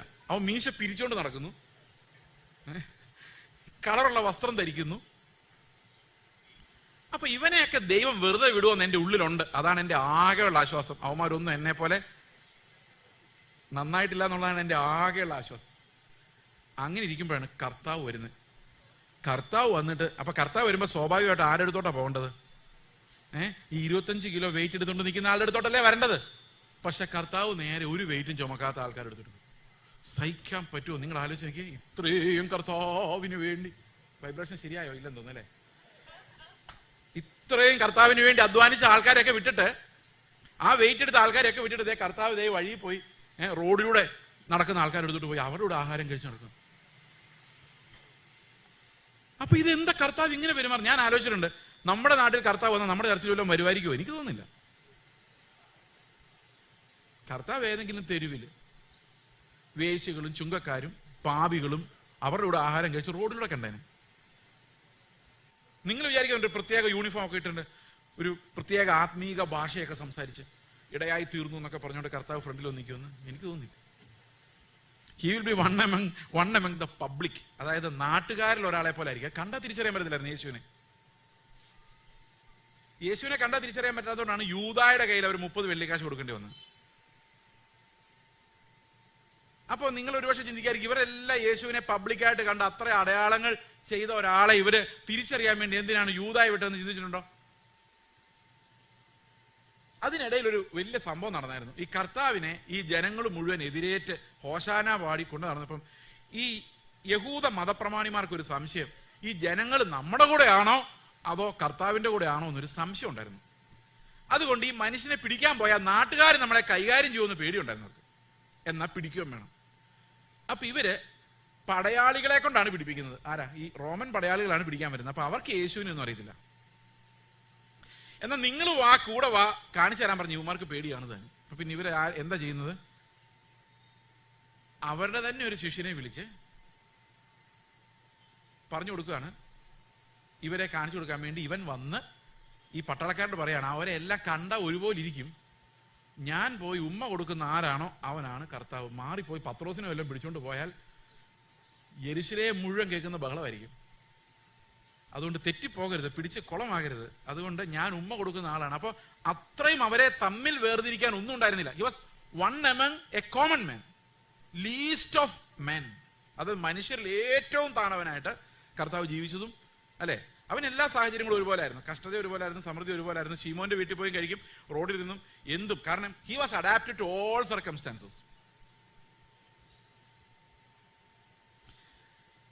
അപ്പോൾ ഈ പാപികള് നമ്മള് ഈ യഹൂദന്മാരെല്ലാം കൂടെ ന്യായം വിധിച്ച്, നീ 1 കിലോയെങ്കിലും എടുക്കടാ, ഒരു 1/2 കിലോയെങ്കിലും നീ എടുക്കുക. കേട്ടിട്ടില്ലേ വിശുദ്ധിയുടെ പ്രസംഗങ്ങൾ? ഒരു വിശുദ്ധിയുടെ സ്റ്റാൻഡേർഡ് പ്രസംഗം ഞാൻ നിങ്ങളോട് പറയാം. ഇതിനകത്ത് പ്രശ്നമുണ്ടോ നിങ്ങൾ പറയണേ. നിങ്ങൾ വിശുദ്ധ ജീവിതം നയിച്ചില്ലെങ്കിൽ നിങ്ങൾ എല്ലാവരും നരകത്തിൽ പോകും. എങ്ങനെയുണ്ട്? കറക്റ്റ് ആണെന്നുള്ളവര് ആരില്ലേ? നിങ്ങൾ എന്നോട് തിരിച്ചു ചോദിച്ചേ, പാസ്റ്റർ വിശുദ്ധ ജീവിതമാണോ നയിക്കുന്നതെന്ന്. അപ്പൊ ഞാൻ എന്തായിരിക്കും മറുപടി പറയുന്നത്? ആണ്. അപ്പൊ ഇനി സ്വർഗത്തിൽ പോകാൻ നിങ്ങൾക്ക് ആരെ പോലെ ആയാൽ മതി? ആരെ പോലെ ആയാൽ മതി?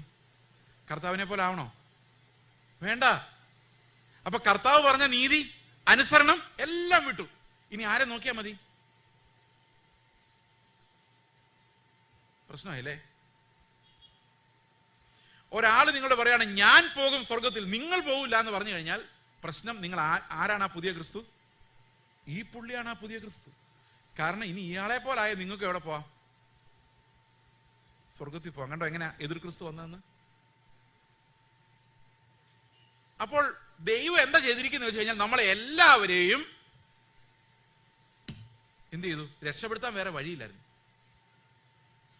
നമ്മൾ എന്തെങ്കിലും ചെയ്ത് സ്വയനീതിക്കാരായി മാനസാന്തരപ്പെടാൻ പോലും പറ്റാത്തവരായി നശിച്ചു പോകാതിരിക്കാൻ വേണ്ടി കർത്താവ് എന്ത് ചെയ്തു? എപ്പം നോക്കിയാലും പാപിയാണെന്ന് മനസ്സിലാകുന്ന രീതിയിൽ നമ്മളെ അനുസരണക്കേടിൽ ബന്ധിച്ചു ആദ്യം തന്നെ. അപ്പൊ അനുസരിച്ചവൻ എന്നുള്ള അഹങ്കാരമാണ് കർത്താവ് ആദ്യം എടുത്തു കളയുന്നത്. അഹങ്കാരം പോയി തുടങ്ങിയിട്ടുണ്ടോ? ഉണ്ടെങ്കിൽ നിങ്ങൾ രക്ഷപ്പെട്ടു. അപ്പൊ ഞാൻ അനുസരിക്കുന്നവൻ എന്നുള്ള അഹങ്കാരം എനിക്ക് പോയി കഴിഞ്ഞാൽ പിന്നെ ഞാൻ ആരെ വിധിക്കാൻ പോകുന്നില്ല. കാരണം എന്നെക്കാളും ഭേദമായിരിക്കും ആ ആള്. ഞാൻ കഴിഞ്ഞ സ്ഥലത്ത് പറഞ്ഞു, നിങ്ങൾ എന്നെ ബഹുമാനിക്കുന്നതിന്റെ കാരണം എനിക്ക് എന്നെ അറിയാവുന്ന പോലെ നിങ്ങൾക്ക് എന്നെ അറിയത്തില്ല എന്നുള്ളതാണ്. ഒന്നും കൂടെ ആലോചിച്ചോ, കേട്ടോ, മനസ്സിലായ? നിങ്ങൾ എന്നെ ബഹുമാനിക്കാനുള്ള കാരണം എനിക്ക് എന്നെ എന്തുമാത്രം അറിയാമോ അത്രയും നിങ്ങൾക്ക് എന്നെ അറിയത്തില്ല. അത് അറിഞ്ഞു കഴിഞ്ഞാൽ നിങ്ങളുടെ ബഹുമാനം. അപ്പൊ നിങ്ങൾ വിചാരിക്കും ഇയാൾ എന്തോ ഒപ്പിച്ചിട്ടുണ്ടോ? അങ്ങനെയല്ല, ഏത് മനുഷ്യനും അങ്ങനെ തന്നെയാണ്. ഓക്കെ, ഞാനൊരു എക്സാമ്പിൾ പറയാം. പത്രോസ് രാത്രി മുഴുവൻ മീൻ പിടിച്ച കഥ നമുക്കറിയാലേ. രാത്രി മുഴുവൻ മീൻ പിടിച്ചു എന്ന് പറഞ്ഞു കഴിഞ്ഞാൽ അത് വലിയൊരു സംഭവമാണ്. കാരണം ഇപ്പൊ ഞാനൊരു മീൻപിടുത്തക്കാരനായിരുന്നെങ്കിൽ രാത്രി 10 മണി വരെ മീൻ പിടിച്ച് ഉറക്കം വരും അല്ലേ. 11 മണി 12 മണി പോയി കിടന്ന് ഉറങ്ങൂല്ലേ. ഈ മനുഷ്യൻ രാവിലെ 2 മണിക്കും 3 മണിക്കും അവിടെ മീനുണ്ടോന്ന് പിന്നെയും തപ്പണമെങ്കിൽ അത്ര വലിയൊരു സാമ്പത്തിക ക്രൈസിസിലൂടെ ആയിരിക്കുമല്ലേ പത്രോസ് പോകുന്നത്. ആഹാരം ഇല്ലാത്തൊരവസ്ഥയിലൂടെ ദാരിദ്ര്യത്തിന്റെ നടുവിലൂടെ ആയിരിക്കും പോകുന്നത്. അല്ലെങ്കിൽ 4 മണിയാകുമ്പോഴെങ്കിലും പോയി കിടന്ന് ഉറങ്ങിയാന്. അവിടെ ഒന്നുമില്ലെന്ന് അറിയാം. അവൻ മുക്കുവനാണ്. ആ കടലിൽ ഒരു 3-4 പ്രാവശ്യം സെർച്ച് ചെയ്തപ്പോഴേ മനസ്സിലായി കാണും ഇവിടെ ഒന്നും ഒന്നുമില്ലെന്ന്. പക്ഷെ പിന്നെയും കിട്ടുമോ എന്ന് രാവിലെ വരെ അവൻ വല വീശിക്കൊണ്ടിരുന്നു എന്ന് പറഞ്ഞു കഴിഞ്ഞാൽ അത്ര ഡെസ്പറേറ്റ് ആയിരുന്നു. അപ്പൊ ഭയങ്കര നീഡി ആയിരുന്നു ആര്? പത്രോസ്. നമ്മളെല്ലാ കർത്താവിന്റെ അടുത്തേക്ക് വരുമ്പോൾ ഭയങ്കര നീഡൊക്കെ കാണും. ചിലപ്പോൾ ദാരിദ്ര്യമായിരിക്കും, ചിലപ്പോൾ രോഗമായിരിക്കും, ചിലപ്പോൾ പ്രയാസങ്ങളൊക്കെ കാണുമായിരിക്കും. ഡെസ്പറേറ്റ് ആയിരിക്കും. എങ്ങനെയെങ്കിലും ഒരു സൗഖ്യം മതി കർത്താവ്, എങ്ങനെയെങ്കിലും കുറച്ച് പൈസ കിട്ടിയാൽ മതി എന്നൊക്കെ പറഞ്ഞായിരിക്കും കർത്താവിന്റെ അടുത്ത് വരുന്നത്.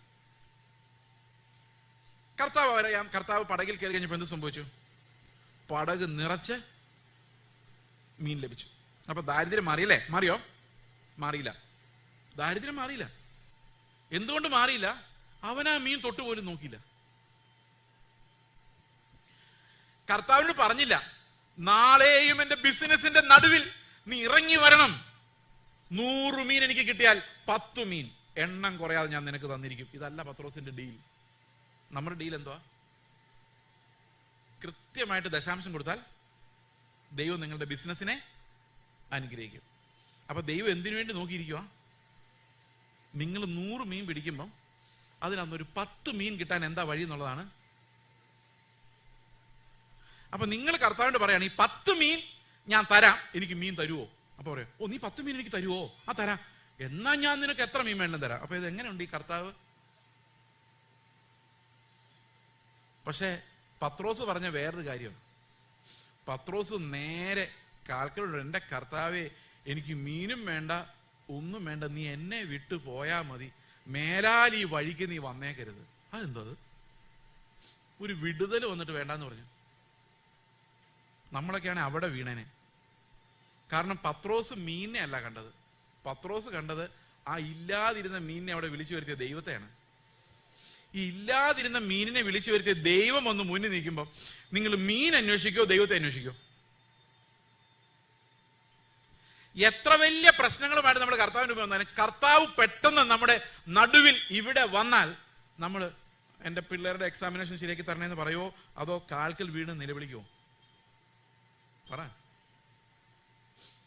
അപ്പൊ പത്രോസിന് അതാ സംഭവിച്ചത്. പത്രോസ് മീൻ കണ്ടില്ല, അതിന്റെ ദശാംശം എത്രയെന്ന് നോക്കിയില്ല. പത്രോസ് ആകെ കണ്ടത് അവിടെ ഇല്ലാത്തതിൽ നിന്ന് വിളിച്ചു വരുത്തുവാൻ കഴിവുള്ള ദൈവത്തെയാണ്. അപ്പൊ ദൈവവും മനുഷ്യനും തമ്മിൽ ആകെ ഒരൊറ്റ പ്രോബ്ലമേ ഉള്ളൂ, അത് അവന്റെ പാപമാണ്. ഓക്കെ.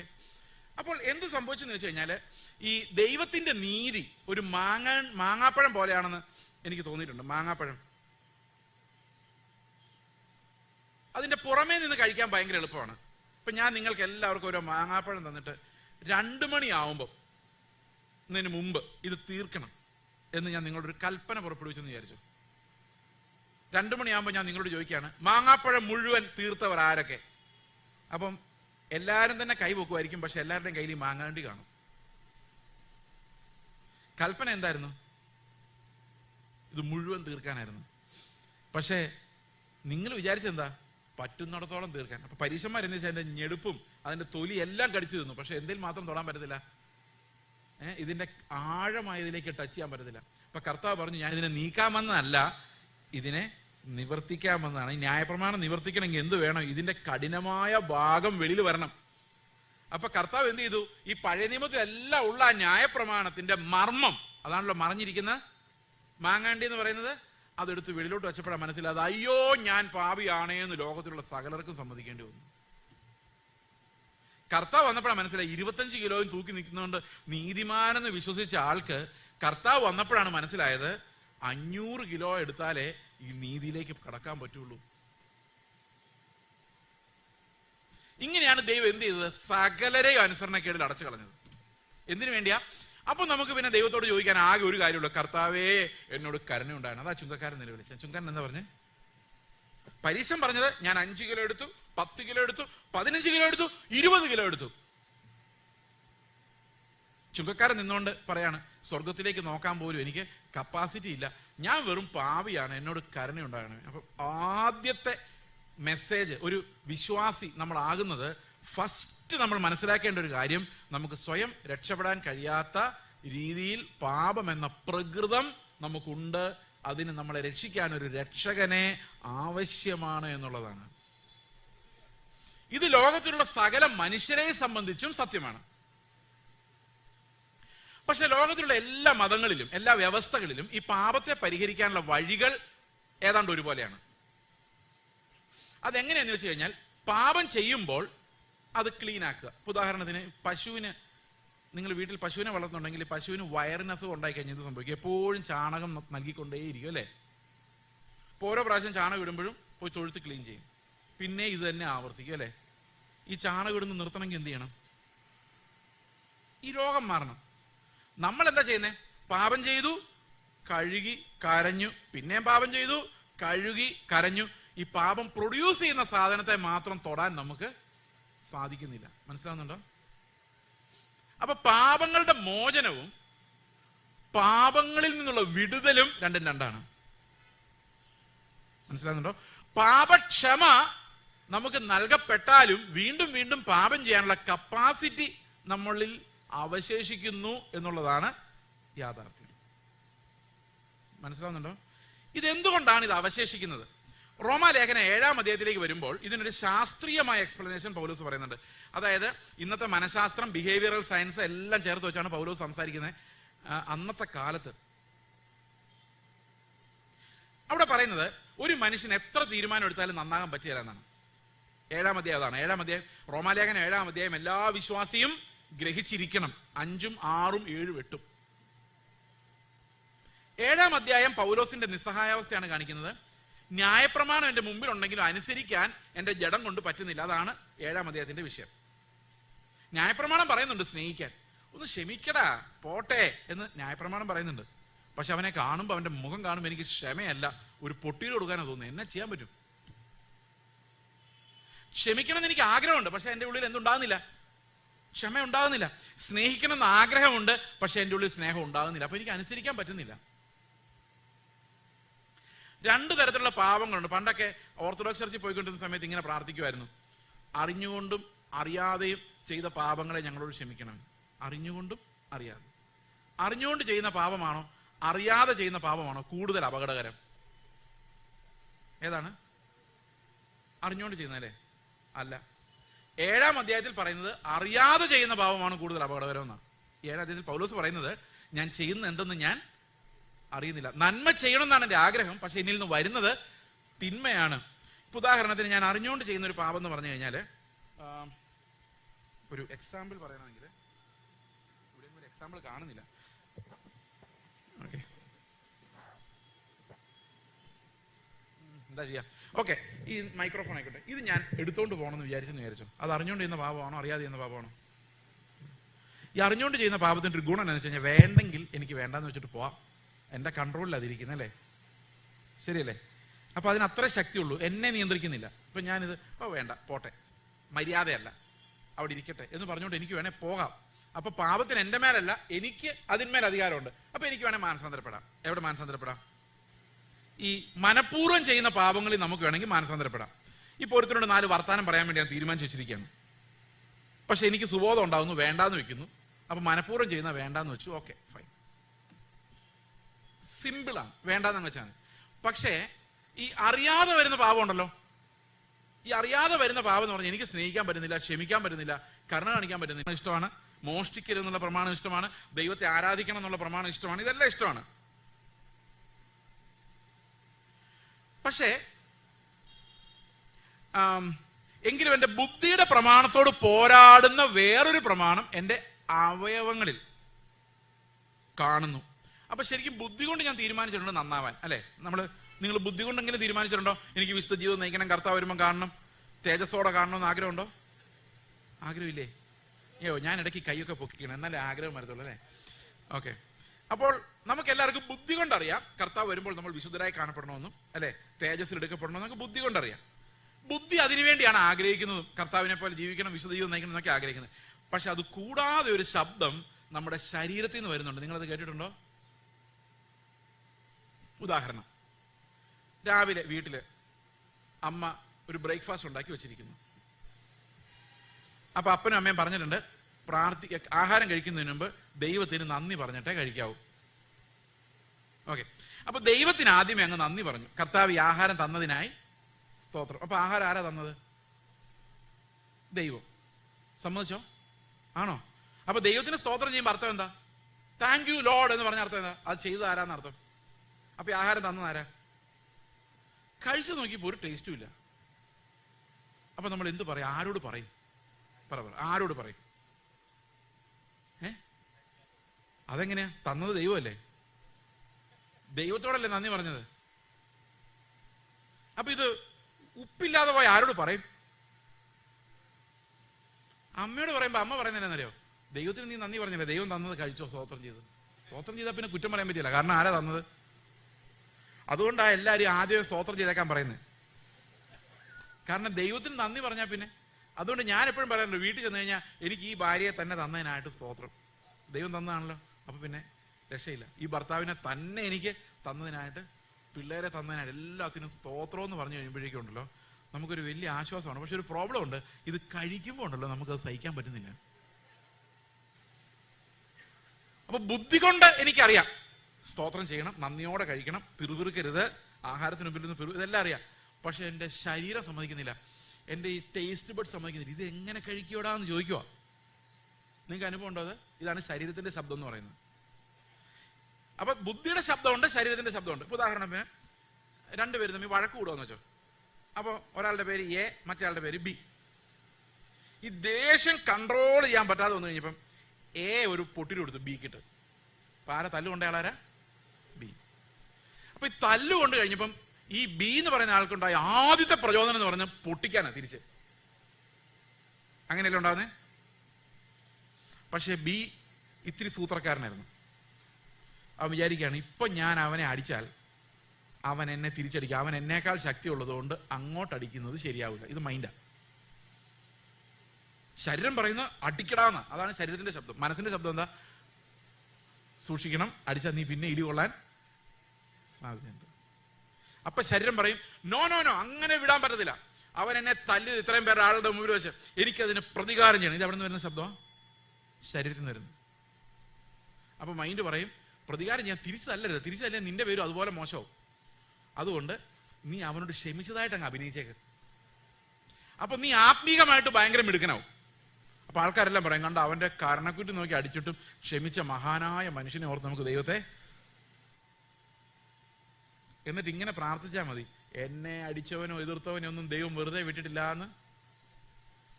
അപ്പൊ ഈ അടിക്കുന്ന പണി ആരെ ഏൽപ്പിച്ചാൽ മതി? അവൻ അടിക്കുന്ന പണി ദൈവത്തെ ഏൽപ്പിച്ചാൽ മതി. അപ്പം ആള് നന്നായിട്ടുണ്ടോ? ഇല്ല. അന്നേരമാണ് ഞാൻ ആ ചർച്ചിൽ പ്രസംഗിക്കാൻ പോകുന്നതെന്ന് വിചാരിച്ചോ. അപ്പൊ ഞാൻ പറയാണ്, നിങ്ങളെല്ലാവരും നിങ്ങളുടെ പാപത്തിൽ നിന്ന് രക്ഷപ്പെടണം എന്ന് പറയുമ്പം ഈ എ ആണോ മാനസാന്തരപ്പെടാൻ എളുപ്പം, ബി ആണോ മാനസാന്തരപ്പെടാൻ എളുപ്പം? എ. കാരണം എന്താ? അവൻ തല്ലിയവൻ പാപി ചുങ്കക്കാരൻ. മറ്റവനോ? അവൻ തല്ലുകൊണ്ടിട്ടും തിരിച്ചടിക്കാത്ത. അവൻ മാനസാന്തരപ്പെടുവോ? ഈ പാസ്റ്റർമാരെന്താ മാനസാന്തരപ്പെടാത്തത് ഇപ്പൊ മനസ്സിലായോ? ഈ പ്രസംഗിച്ച് വചനം എടുത്തുകൊണ്ട് നമ്മൾ 2 വർഷം നടന്നാൽ പിന്നെ മാനസാന്തരപ്പെടാൻ പറ്റില്ല. നമ്മൾ പിന്നെ മറ്റുള്ളവരെ മാനസാന്തരപ്പെടുത്തുന്ന ആളായിട്ട് മാറുകയല്ലാതെ ഒരിക്കലും സ്വയം കാണാൻ പറ്റുകയില്ല. കാരണം അത് മരണമാണ്. ഒരു പാസ്റ്റർ പറഞ്ഞു ഞാനൊരു പാപിയാന്ന് പറയുമ്പം അവിടെ ഇരിക്കുന്ന വിശ്വാസി ചിന്തിക്കുന്നതിനെ ഇവനൊക്കെ പ്രാർത്ഥിച്ച എങ്ങനെ ദൈവം കേൾക്കുന്ന. അപ്പൊ അതുകൊണ്ട് പാസ്റ്ററിനെ എപ്പോഴും നീതിമാനായി അഭിനയിച്ചേ പറ്റൂ, അത്തിയിലെ ഇട്ടേ പറ്റൂ. പക്ഷെ അവരുടെ ഗതികേട് അവർക്ക് മാത്രമേ അറിയത്തുള്ളൂ. ഇത് ശുശ്രൂഷകരുടെ ഒരു പ്രശ്നമാണ്. അതുകൊണ്ട് ഞാൻ എൻ്റെ സഭയെ പറഞ്ഞിട്ടുണ്ട്, എന്തെങ്കിലും ഉണ്ടെ അങ്ങോട്ടും ഇങ്ങോട്ടും തുറന്നു പറഞ്ഞു. ഞാനതേ വെള്ള ധരിക്കാതെ നടക്കുന്നത്. വേറൊന്നും കൊണ്ടല്ല, നമ്മളെല്ലാം കണക്കാണ്. അതാണ് ഈ ഒന്നാമത്തെ റെവലേഷൻ. ഈ ഒന്നാമത്തെ റെവലേഷനെ കുറിച്ചാണ് ഞാൻ ഈ പറഞ്ഞുകൊണ്ടിരിക്കുന്നത്. അപ്പോൾ ഏറ്റവും ആദ്യം നമ്മൾ മനസ്സിലാക്കേണ്ട കാര്യം, എല്ലാ മനുഷ്യരും ദൈവത്തിന്റെ സന്നിധിയിൽ നിന്ന് പ്രാപിച്ചിരിക്കുന്ന രക്ഷാകരമായ ദൈവകൃപയും വിശ്വാസവും ഒന്ന് തന്നെയാണ്. അതിലൊരു മാറ്റമില്ല. എനിക്ക് പിതാവിന്റെ അടുക്കൽ കടന്നു ചെല്ലാനുള്ള ആക്സസ്, പ്രവേശനം എന്ന് പറയുന്ന യേശു ക്രിസ്തുവിന്റെ മഹാപൗരോഹിത്യത്തിലൂടെ മാത്രമാണ്, എൻ്റെ പാസ്റ്ററിലൂടെ അല്ല. ഇന്ന് അതുകൊണ്ടാണ് ന്യൂ ജനറേഷൻ ചർച്ചുകളിൽ ആളുകളെ അനുഗമിക്കുന്നവരുണ്ടാകുന്നത്. അവർ വിശ്വസിക്കുന്ന അവരുടെ പാസ്റ്ററിന് പ്രത്യേകമായ എബിലിറ്റീസ് ഉണ്ടെന്നാണ്.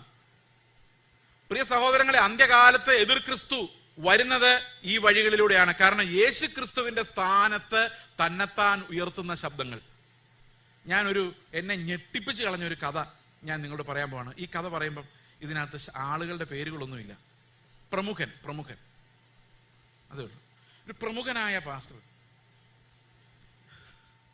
ഈ പ്രമുഖനായ പാസ്റ്ററുടെ വളരെ ക്ലോസ് ആയ ഒരു ശിഷ്യൻ, ഒരു യങ് മാൻ. അപ്പം ഈ പ്രമുഖനായ പാസ്റ്ററുടെ അഭിഷേകത്തിന്റെ കീഴിലാണ് ആരിയ്ക്കുന്നത്? അതാണ് അവരുടെ വിശ്വാസം. ഈ ശിഷ്യൻ ഇരിക്കുന്നത്. ഒരു ദിവസം ഈ ശിഷ്യൻ ആക്സിഡന്റിൽ പെട്ട് മരിച്ചുപോയി. യങ് ആയിരിക്കുമ്പം പാസ്റ്ററോട് പാസ്റ്ററോട് വഴക്കുണ്ടാക്കിയിട്ട് പോയി മരിച്ചാൽ നമുക്കറിയാം എന്തുകൊണ്ടാണ് മരിക്കുന്നതെന്ന്. അറിയാം. പാസ്റ്ററോട് ഇത്ര സ്നേഹമായിരുന്ന ആൾ മരിച്ചു പോയി കഴിഞ്ഞപ്പോൾ ആൾക്കാർ ചോദിക്കാൻ തുടങ്ങി, പാസ്റ്റർ ഇത്രയും സ്നേഹമായിട്ടിരുന്ന, ഇത്രയും കൃപയുള്ള ഒരു പാസ്റ്റർ കൂടെ നടന്ന ആ പയ്യൻ എന്ത് പറ്റിയെന്ന് ചോദിച്ചപ്പം ആ പാസ്റ്റർ പറഞ്ഞ മറുപടി എന്താണെന്നറിയോ? അതേ ബ്രദറെ, ഇന്നലെ പ്രാർത്ഥിച്ചുകൊണ്ടിരുന്നപ്പോൾ ഞാൻ ഇത്തിരി ഉറങ്ങിപ്പോയി, അതുകൊണ്ട് സംഭവിച്ചതാണ്. ഒന്ന് ശ്വാസം വിട്ടത്. അയാൾ എന്തിനെല്ലാമാണ് ഉറങ്ങാതെ താങ്ങി നിർത്തിയിരിക്കുന്നതെന്ന് ഞാൻ ആലോചിക്കുവാൻ. യേശുക്രിസ്തുവിന്റെ സ്ഥാനത്തേക്ക്, ആ മധ്യസ്ഥന്റെ സ്ഥാനത്തേക്ക് സ്വയം ഉയർത്തുന്ന ശുശ്രൂഷകർ, അവർ വലിയ, അവർക്ക് കിട്ടിയ കൃപാവരത്തെക്കാളും വലുതായി അവർ ഭാവിക്കുന്നു. അവിടെ എന്ത് സംഭവിക്കുന്നു വെച്ച് കഴിഞ്ഞാൽ ക്രിസ്തുവിലേക്ക് ആരും നോക്കാത്ത ഒരവസ്ഥ ഉണ്ടാകും. അപ്പൊ നമ്മൾ മനസ്സിലാക്കേണ്ട ഒന്നാമത്തെ പാഠം എന്ന് പറയുന്നത്, നമ്മൾ എല്ലാവരും ഒരുപോലെ ദൈവത്തിന്റെ സന്നിധിയിൽ കൃപ വേണ്ടവരാണ്. അതുകൊണ്ടാണ് റോമാലേഖനം 11 അവസാനം നമ്മൾ വായിച്ച വാക്യത്തിൽ ഇങ്ങനെ പറയുന്നത്, എല്ലാവരോടും അവൻ കരുണ കാണിക്കേണ്ടതിന്. എന്തിനാ അനുസരണക്കേടിൽ അടച്ചത്? എന്തിനാ അടച്ചത്? നമ്മളോട് എല്ലാവരോടും അവന് കരുണ കാണിക്കണമെങ്കിൽ നമ്മൾ കരുണ ചോദിക്കണമായിരുന്നു. ഈ കരുണ ചോദിക്കാതെ കൊടുക്കാൻ പറ്റത്തില്ല. അതിനൊരു കാരണമുണ്ട്. ഈ കരുണ ചോദിക്കണം. കരുണ ചോദിക്കുന്ന അവസ്ഥയിലെത്തണം. കരുണ ചോദിച്ചില്ലെങ്കിൽ പോലും, നമുക്ക് ചോദിക്കാനുള്ള ബോധമൊന്നുമില്ല കർത്താവ് നമ്മളോട് കരുണ കാണിക്കുന്നവരെ, എങ്കിൽ പോലും ആ ഒരു അവസ്ഥയിൽ നമ്മൾ ഉണ്ടെങ്കിൽ മാത്രമേ ഈ ദൈവത്തിന്റെ കരുണ നമുക്ക് ലഭിക്കുകയുള്ളൂ. അതിന് കാരണം എന്താണെന്ന് വെച്ച് കഴിഞ്ഞാൽ, നമുക്ക് വേണേൽ വഴിയെ പോകുന്നതിനെ വിളിച്ച് ബിരിയാണി വേണേൽ കൊടുക്കാൻ, ഇരിക്കട്ടെ വീട്ടിൽ കൊണ്ടേ പിള്ളേർക്ക് കൊടുത്തോളാൻ പറഞ്ഞു. പക്ഷേ വഴിയെ പോകുന്നതിനെ വിളിച്ചിട്ട് ഇത്തിരി പരിശുദ്ധാത്മാവിനെ കൊടുക്കാൻ പറ്റുമോ? പറ്റില്ല. അവിടെ ഒരു ദാഹം ഉണ്ടാകണം. അവിടെ ഒരു ഒന്നുമില്ലായ്മ ഫീൽ ചെയ്യണം. അയ്യോ, ഞാൻ അപര്യാപ്തനാണ്, ഞാൻ പോരാത്തവനാണ്, എനിക്ക് നിന്റെ മുമ്പിൽ നിൽക്കാൻ യോഗ്യതയില്ല എന്ന് തോന്നിയാൽ മാത്രമേ അവിടെ എന്തിനു ഓപ്പറേറ്റ് ചെയ്യുന്നുള്ളൂ. ഈ അർഹിക്കാത്ത സ്ഥലത്ത് ദൈവം കൊടുക്കുന്ന ദാനം അവിടെ മാത്രമാണ് വർക്ക് ചെയ്യുന്നത്. അപ്പൊ ദൈവം സകലരെയും അനുസരണക്കേടിൽ ബന്ധിക്കാനുള്ള കാരണം, ഇത് വേറെ പല വാക്യങ്ങളുണ്ട്. ഗലാത്യ ലേഖനം 3-ാം അധ്യായത്തിന്റെ 21-ാം വാക്യം ഇത് തന്നെയാണ് പറയുന്നത്. ഗലാത്യർ 3:21, റോമാലേഖനം 3:19, ഇതെല്ലാം ഒരേ കാര്യങ്ങൾ തന്നെ പറയുന്നത്. 3:21 ഗലാത്യ ലേഖനം ഞാൻ വായിക്കാം. എന്നാൽ ന്യായപ്രമാണം ദൈവ വാഗ്ദത്തങ്ങൾക്ക് വിരോധമോ ഒരു നാളുമല്ല. ജീവിപ്പിക്കാൻ കഴിയുന്ന ഒരു ന്യായപ്രമാണം നൽകിയിരുന്നുവെങ്കിൽ ന്യായപ്രമാണം വാസ്തവമായി നീതിക്ക് ആധാരമാകുമായിരുന്നു. എന്നാൽ വിശ്വസിക്കുന്നവർക്ക് വാഗ്ദത്തം യേശു ക്രിസ്തുവിലെ വിശ്വാസത്താൽ ലഭിക്കേണ്ടതിന് തിരുവെഴുത്ത് എല്ലാവരെയും പാപത്തിന് കീഴെ അടച്ചു. അപ്പൊ നമ്മളെല്ലാവരും ബന്ധനത്തിലായി. ഇനി നമുക്ക് രക്ഷപ്പെടണമെങ്കിൽ എങ്ങനെ രക്ഷപ്പെടണം? കൃപയാൽ വിശ്വാസത്താൽ രക്ഷപ്പെടാൻ വേണ്ടി, ഒരാളും സ്വന്തം നീതി കൊണ്ട് രക്ഷപ്പെടാതിരിക്കാൻ വേണ്ടി, സ്വന്തം നീതിയുടെ അഹങ്കാരം ഉണ്ടാകാതിരിക്കാൻ വേണ്ടി, ശരിയായ മാനസാന്തരം ഉളവാക്കപ്പെടാൻ വേണ്ടി ദൈവം എന്ത് ചെയ്തു? സകലരെയും അനുസരണം കെട്ടവരാക്കി മാറ്റി. പാപം ചെയ്യിപ്പിച്ചില്ല, പിന്നെ എന്ത് ചെയ്തു? പാപബോധം ഉണ്ടാക്കി. ഇതുമായിട്ട് അനുബന്ധിച്ച് ഒരു വാക്യം, ഈ ഹൈപ്പർ ഗ്രേസ് എന്ന് പറഞ്ഞൊരു ടീം വന്ന് 2-3 വർഷങ്ങൾക്ക് മുമ്പ് റോമാലേഖനം 5-ാം അധ്യായത്തിന്റെ അവസാന ഭാഗത്ത് ഇങ്ങനൊരു വാക്യമുണ്ട്. റോമാലേഖനം 5-ാം അധ്യായം അതിന്റെ 12-ാം വാക്യം, അല്ല 20-ാം വാക്യം ഇങ്ങനെയാണ്. എന്നാൽ ലംഘനം പെരുകേണ്ടതിന് ന്യായപ്രമാണം ഇടയിൽ ചേർന്ന് വന്നു. അടുത്ത വാക്യം, എങ്കിലും പാപം പെരുകിയെടുത്ത് കൃപ അത്യന്തം വർദ്ധിച്ചു. എങ്ങനെയുണ്ട്? അപ്പൊ അർത്ഥം എന്താ? അവര് പറഞ്ഞത് നിങ്ങൾ പാപം ചെയ്യുന്തോറും, അപ്പൊ കൃപ പെരുകാൻ എന്ത് ചെയ്താൽ മതി? ഈ മണ്ടന്മാർ ഇങ്ങനെ തന്നെ ചിന്തിക്കുന്നു. പൗലോസിന് അന്നേ അറിയാമായിരുന്നു. അതുകൊണ്ട് താഴെ എഴുതിയിട്ടുണ്ട്, അതുകൊണ്ട് നമ്മൾ എന്ത് പറയേണ്ടത്? കൃപ ചെയ്യേണ്ടതിന് പാപം ചെയ്തുകൊണ്ടിരിക്കുക എന്ന് ഒരു നാൾ വരുത്. അപ്പൊ പിന്നെ എവിടെ നിന്നാണ് ഈ ലംഘനം പെരുകുന്നതെന്നറിയോ? അതാണ് 20-ാം വാക്യത്തിൽ പറയുന്നത്. ലംഘനം പെരുകേണ്ടതിന് ന്യായപ്രമാണവും ഇടയിൽ ചേർന്ന് വന്നു. അങ്ങനെയാ ലംഘനം പെരുകിയത്. നമ്മൾ ചെയ്തു പെരുകിയതല്ല. പിന്നെ എങ്ങനെ പെരുകിയതാണ്? ഈ ന്യായപ്രമാണം നമുക്ക് മനസ്സിലായപ്പോൾ, അതിന്റെ പൊരുൾ നമുക്ക് മനസ്സിലായപ്പോൾ പെരുകിയതാണ്. അതിന് ഞാൻ തന്നെയാണ് ഉദാഹരണം. ഞാൻ എൻ്റെ കഥ പറയേണ്ടതെന്ന് വെച്ചാലും ചിലപ്പോൾ പറയേണ്ടി വരും, അതുകൊണ്ട് പറഞ്ഞതാണ്. ഞാൻ ഭയങ്കര നീതിമാനാന്ന് വിചാരിച്ചുകൊണ്ട് വന്ന ഒരാളായിരുന്നു. ഞാൻ രക്ഷിക്കപ്പെടുന്നവരെ 94-ലാണ് ഞാൻ രക്ഷിക്കപ്പെടുന്നത്. അതുവരെയും എൻ്റെ ചിന്ത എന്നെപ്പോലെ നീതിമാനായ ആരും ഇല്ലെന്നായിരുന്നു. സ്കൂളിൽ പെർഫെക്റ്റ് ടൈമിങ്, ടീച്ചേഴ്സ് പറയുന്ന എല്ലാം അനുസരിക്കും, മിണ്ടായിരിക്കാൻ പറഞ്ഞാൽ അവിടെ മിണ്ടാതെ എത്ര നേരം വേണ്ടിയിരുന്നുള്ളൂ. ദാറ്റ് എ പെർഫെക്റ്റ് ലോ കീപ്പറുമായിരുന്നു. അതായത് ഈ ക്ലാസ്സിൽ ഡിസിപ്ലിൻ എൻഫോഴ്സ് ചെയ്യാൻ വേണ്ടി ഞാൻ നടക്കുമായിരുന്നു. കാരണം എനിക്ക് അങ്ങനെ ഒരു സ്വഭാവമായിരുന്നു. അപ്പൊ ഞാൻ എത്ര നോക്കിയിട്ടും എൻ്റെ ഒരു പാപവും പിടികിട്ടുന്നില്ല. എന്നാൽ ലോകത്തുള്ള സകലരുടെയും പാപം എനിക്ക് മനസ്സിലാവുന്നുണ്ട് താനും, എൻ്റെ മാത്രം മനസ്സിലാവുന്നില്ല. അപ്പം ഞാൻ നോക്കിയപ്പോൾ ബാക്കിയുള്ളവരെല്ലാവരെക്കാളും ഞാൻ വളരെ മര്യാദക്കാരനും നല്ലവനുമായിട്ടിരിക്കുമ്പോഴാണ് ഞാൻ മാനസാന്തരപ്പെടുന്നത്. ഈ മാനസാന്തരപ്പെട്ടത് എങ്ങനെയാണെന്ന് വെച്ച് കഴിഞ്ഞാൽ, ഈ ദൈവത്തിന്റെ കോടതിയുടെ മുമ്പിൽ ഞാൻ അകപ്പെട്ടു പോയി. അതൊരാൾ എന്നോട് സുവിശേഷം പറഞ്ഞപ്പോൾ പറ്റിയതാ. ഈ കോടതിയുടെ മുമ്പിൽ അകപ്പെട്ടു പോയി കഴിഞ്ഞപ്പം ഈ കോടതിയുടെ സീൻ നിങ്ങളൊന്ന് ആലോചിച്ച് നോക്കി. ജഡ്ജി ഇരിക്കുന്നു, ഒരു ഡിഫൻസ് ലോയർ, പിന്നെ പ്രോസിക്യൂട്ടർ, അല്ലെ, പിന്നെ പ്രതികള്, സാക്ഷികൾ, ഇതൊക്കെയാണല്ലോ കോടതിയിലുള്ളത്. നിങ്ങൾ അഡ്വക്കേറ്റ് ഒക്കെ കാണുക. ഞാൻ കോടതി മുറി ഇന്നുവരെ കണ്ടിട്ടില്ല, ദൈവത്തിന്റെ കൃപയാൽ. ഇതൊക്കെയാണ് അവിടെ ഉള്ളത്. പക്ഷെ ഈ ദൈവത്തിന്റെ കോടതിയിൽ ജഡ്ജായിട്ട് ദൈവം ഇരിക്കുന്നു. ഞാൻ നീതിമാനാണല്ലോ, നീതിമാനായ എന്നെ കള്ളക്കേസിൽ കുരുക്കി പ്രതിക്കൂട്ടിൽ നിർത്തിയിരിക്കുന്നു. അപ്പൊ എനിക്കറിയാം ഈസി ആയിട്ട് കേസ് തള്ളിപ്പോകും, കാരണം ഞാൻ എന്തൊരു നീതിമാനാണെന്നറിയോ. അതുകൊണ്ട് ഇതൊന്നും എനിക്ക് വർക്ക് ചെയ്യില്ല എന്ന് എനിക്ക് നല്ല ബോധ്യമുണ്ട്. കള്ളുകുടിയില്ല, സിഗരറ്റ് വലിയില്ല, വഴക്കില്ല, ബഹളമില്ല, പൊളിറ്റിക്സ് ഇല്ല, രാഷ്ട്രീയമില്ല, പഠിക്കേണ്ടത് പഠിക്കുന്നു, എല്ലാം മര്യാദ, ഡീസന്റ്, ശത്രുക്കളില്ല, വഴക്കുണ്ടാക്കുന്നില്ല, ഒന്നുമില്ല, വളരെ ഡീസന്റ് ആൻഡ് സൈലന്റ്. അപ്പൊ ദൈവം തീർച്ചയായിട്ടും എൻ്റെ കൂടെ ആയിരിക്കുമല്ലോ. ഞാൻ നോക്കിയപ്പം ഈ സാത്താൻ എൻ്റെ കുറ്റങ്ങളുടെ ഫയലുമായിട്ട് വരികയാണ് ദൈവത്തിൻ്റെ അടുത്തേക്ക്. നോക്കിയപ്പോൾ അത് വലിയൊരു ഫയലാണ്. അപ്പൊ എനിക്കറിയാം ഇവൻ കള്ളം മാത്രമേ പറയുള്ളൂ, ദൈവം ഒന്നും മൈൻഡ് ചെയ്യാൻ പോകുന്നില്ല, എന്നെപ്പോലൊരു നീതിമാനായ ഒരാളെ ദൈവം എന്തായാലും ശിക്ഷിക്കാനൊന്നും പോകുന്നില്ലെന്ന് എനിക്ക് നല്ല ഉറപ്പാണ്. അപ്പൊ ഞാനിങ്ങനെ ധൈര്യമായിട്ട് നിൽക്കുമ്പോഴാണ് ഈ സാത്താൻ വന്ന് കുറ്റം വായിക്കുന്നത്. ഞാൻ ഇത്തിരി ഡ്രമാറ്റിക് ആയിട്ട് അവതരിപ്പിച്ചു കേട്ടോ, പക്ഷെ അന്ന് നടന്ന സംഭവങ്ങൾ ഞാൻ ഇത്തിരി ഡ്രാമ കലർത്തി അത് പറയുന്നത്. അപ്പോൾ സാത്താൻ കുറ്റം വായിക്കുകയാണ്. ഒന്ന്, ചേസ് ജോസഫ് എന്ന് പറയുന്ന ഇവൻ ഒരു കൊലപാതകനാണ്. ഞാൻ കർത്താവിനോട് പറഞ്ഞു, കർത്താവ്, എൻ്റെ ജീവിതത്തിൽ ഒരു കോഴിയെ പോലും ഞാൻ കൊന്നിട്ടില്ല. പണ്ട് ചെറുപ്പകാലത്ത് പഠിക്കുമ്പോൾ വൈക്കം മുഹമ്മദ് ബഷീറിന്റെ ഒരു കഥ ഞങ്ങൾ പഠിച്ചിട്ടുണ്ട്. 7ാം ക്ലാസ്സിലാണെന്ന് തോന്നുന്നു. ഭൂമിയുടെ അവകാശികൾ എന്ന് പറഞ്ഞു. നിങ്ങളാരെങ്കിലും പഠിച്ചിട്ടുണ്ടോ? അതായത് ഈ ഭൂമിയിൽ പഴുതാരയ്ക്കും പാറ്റയ്ക്കും പാമ്പിനും എല്ലാം ജീവിക്കാൻ ഞാൻ ഇതിനെ സ്നേഹിക്കുന്നത്. അപ്പോ നേരെ നോക്കുമ്പം കൊലപാതകം നമ്പർ 1, 2, 3, 4, 5 കൊലപാതകങ്ങളുടെ ലിസ്റ്റ്. അത് ചിലരെയൊക്കെ ഞാൻ നാട് കടത്തിയിട്ടുണ്ട്. നിങ്ങൾ നാട് കടത്തിയിട്ടുണ്ടോ ആരെങ്കിലും? ഇനി അവനുമായിട്ട് ഒരു ബന്ധമില്ല. അതിനാണ് ഈ നാട് കടത്തൽ എന്ന് പറയുന്നത്. നമ്മുടെ രാജ്യത്തിൽ നിന്ന് അവനെ പുറത്താക്കി. അപ്പൊ ഞാനൊരു ജഡ്ജായിട്ടിരിക്കുക, ദൈവമല്ല ജഡ്ജ് ചെയ്യുന്നത്. ആ പഴം തിന്ന് അന്ന് തൊട്ടേ ജഡ്ജാ നമ്മൾ ഒരു ന്യായവിധി നമ്മൾ തന്നെ ഇരിക്കുന്നത്. അപ്പൊ നമ്മൾ നീതിമാന്മാരാ. ആദമിനോട് കർത്താവ് ചോദിച്ചു, ഞാൻ തിന്നരുതെന്ന് പറഞ്ഞ പഴം തിന്നോ? അപ്പൊ ഓൾറെഡി ആദം ഒരു ജഡ്ജായിട്ടിരുന്ന് നോക്കിയായിരുന്നു ഈ മുഴുവൻ സംഭവം. അപ്പൊ കുറ്റം ആരുടെ മേലായിരുന്നു? ഹവ്വയുടെ മേലല്ല. ആദം ഹവ്വയല്ല കുറ്റപ്പെടുന്നത്, ആദം കുറ്റപ്പെടുന്നത് ദൈവത്തെയാണ്. ഞാൻ ഉറങ്ങിക്കിടന്നപ്പോഴല്ലേ നീ എനിക്കൊരു ഹവ്വയെ തന്നത്, ഒരു നല്ല ഹവ്വയെ തരിക എന്നുള്ള ആരുടെ ചുമതലയായിരുന്നു? അപ്പൊ അനുസരണം ഇല്ലാത്തൊരു ഹവ്വയെ തന്നിട്ട് ആ ഹവ്വ പറഞ്ഞത് നീ പറഞ്ഞ ആളാണല്ലോ പറഞ്ഞതെന്ന് വിചാരിച്ച് ഞാൻ ചെയ്തപ്പോൾ ഞാൻ പ്രതിയായി. അപ്പൊ ശരിക്കും കുറച്ചുകൂടെ അനുസരണയുള്ള ഒരു ഹവ്വയെ ദൈവം ആദമിന് കൊടുത്തായിരുന്നെങ്കിൽ പ്രശ്നം ഉണ്ടാവുമായിരുന്നോ? എന്റെ സഹോദരങ്ങൾ, അനുസരണമുള്ള ഹവ്വ എവിടെ കിട്ടും?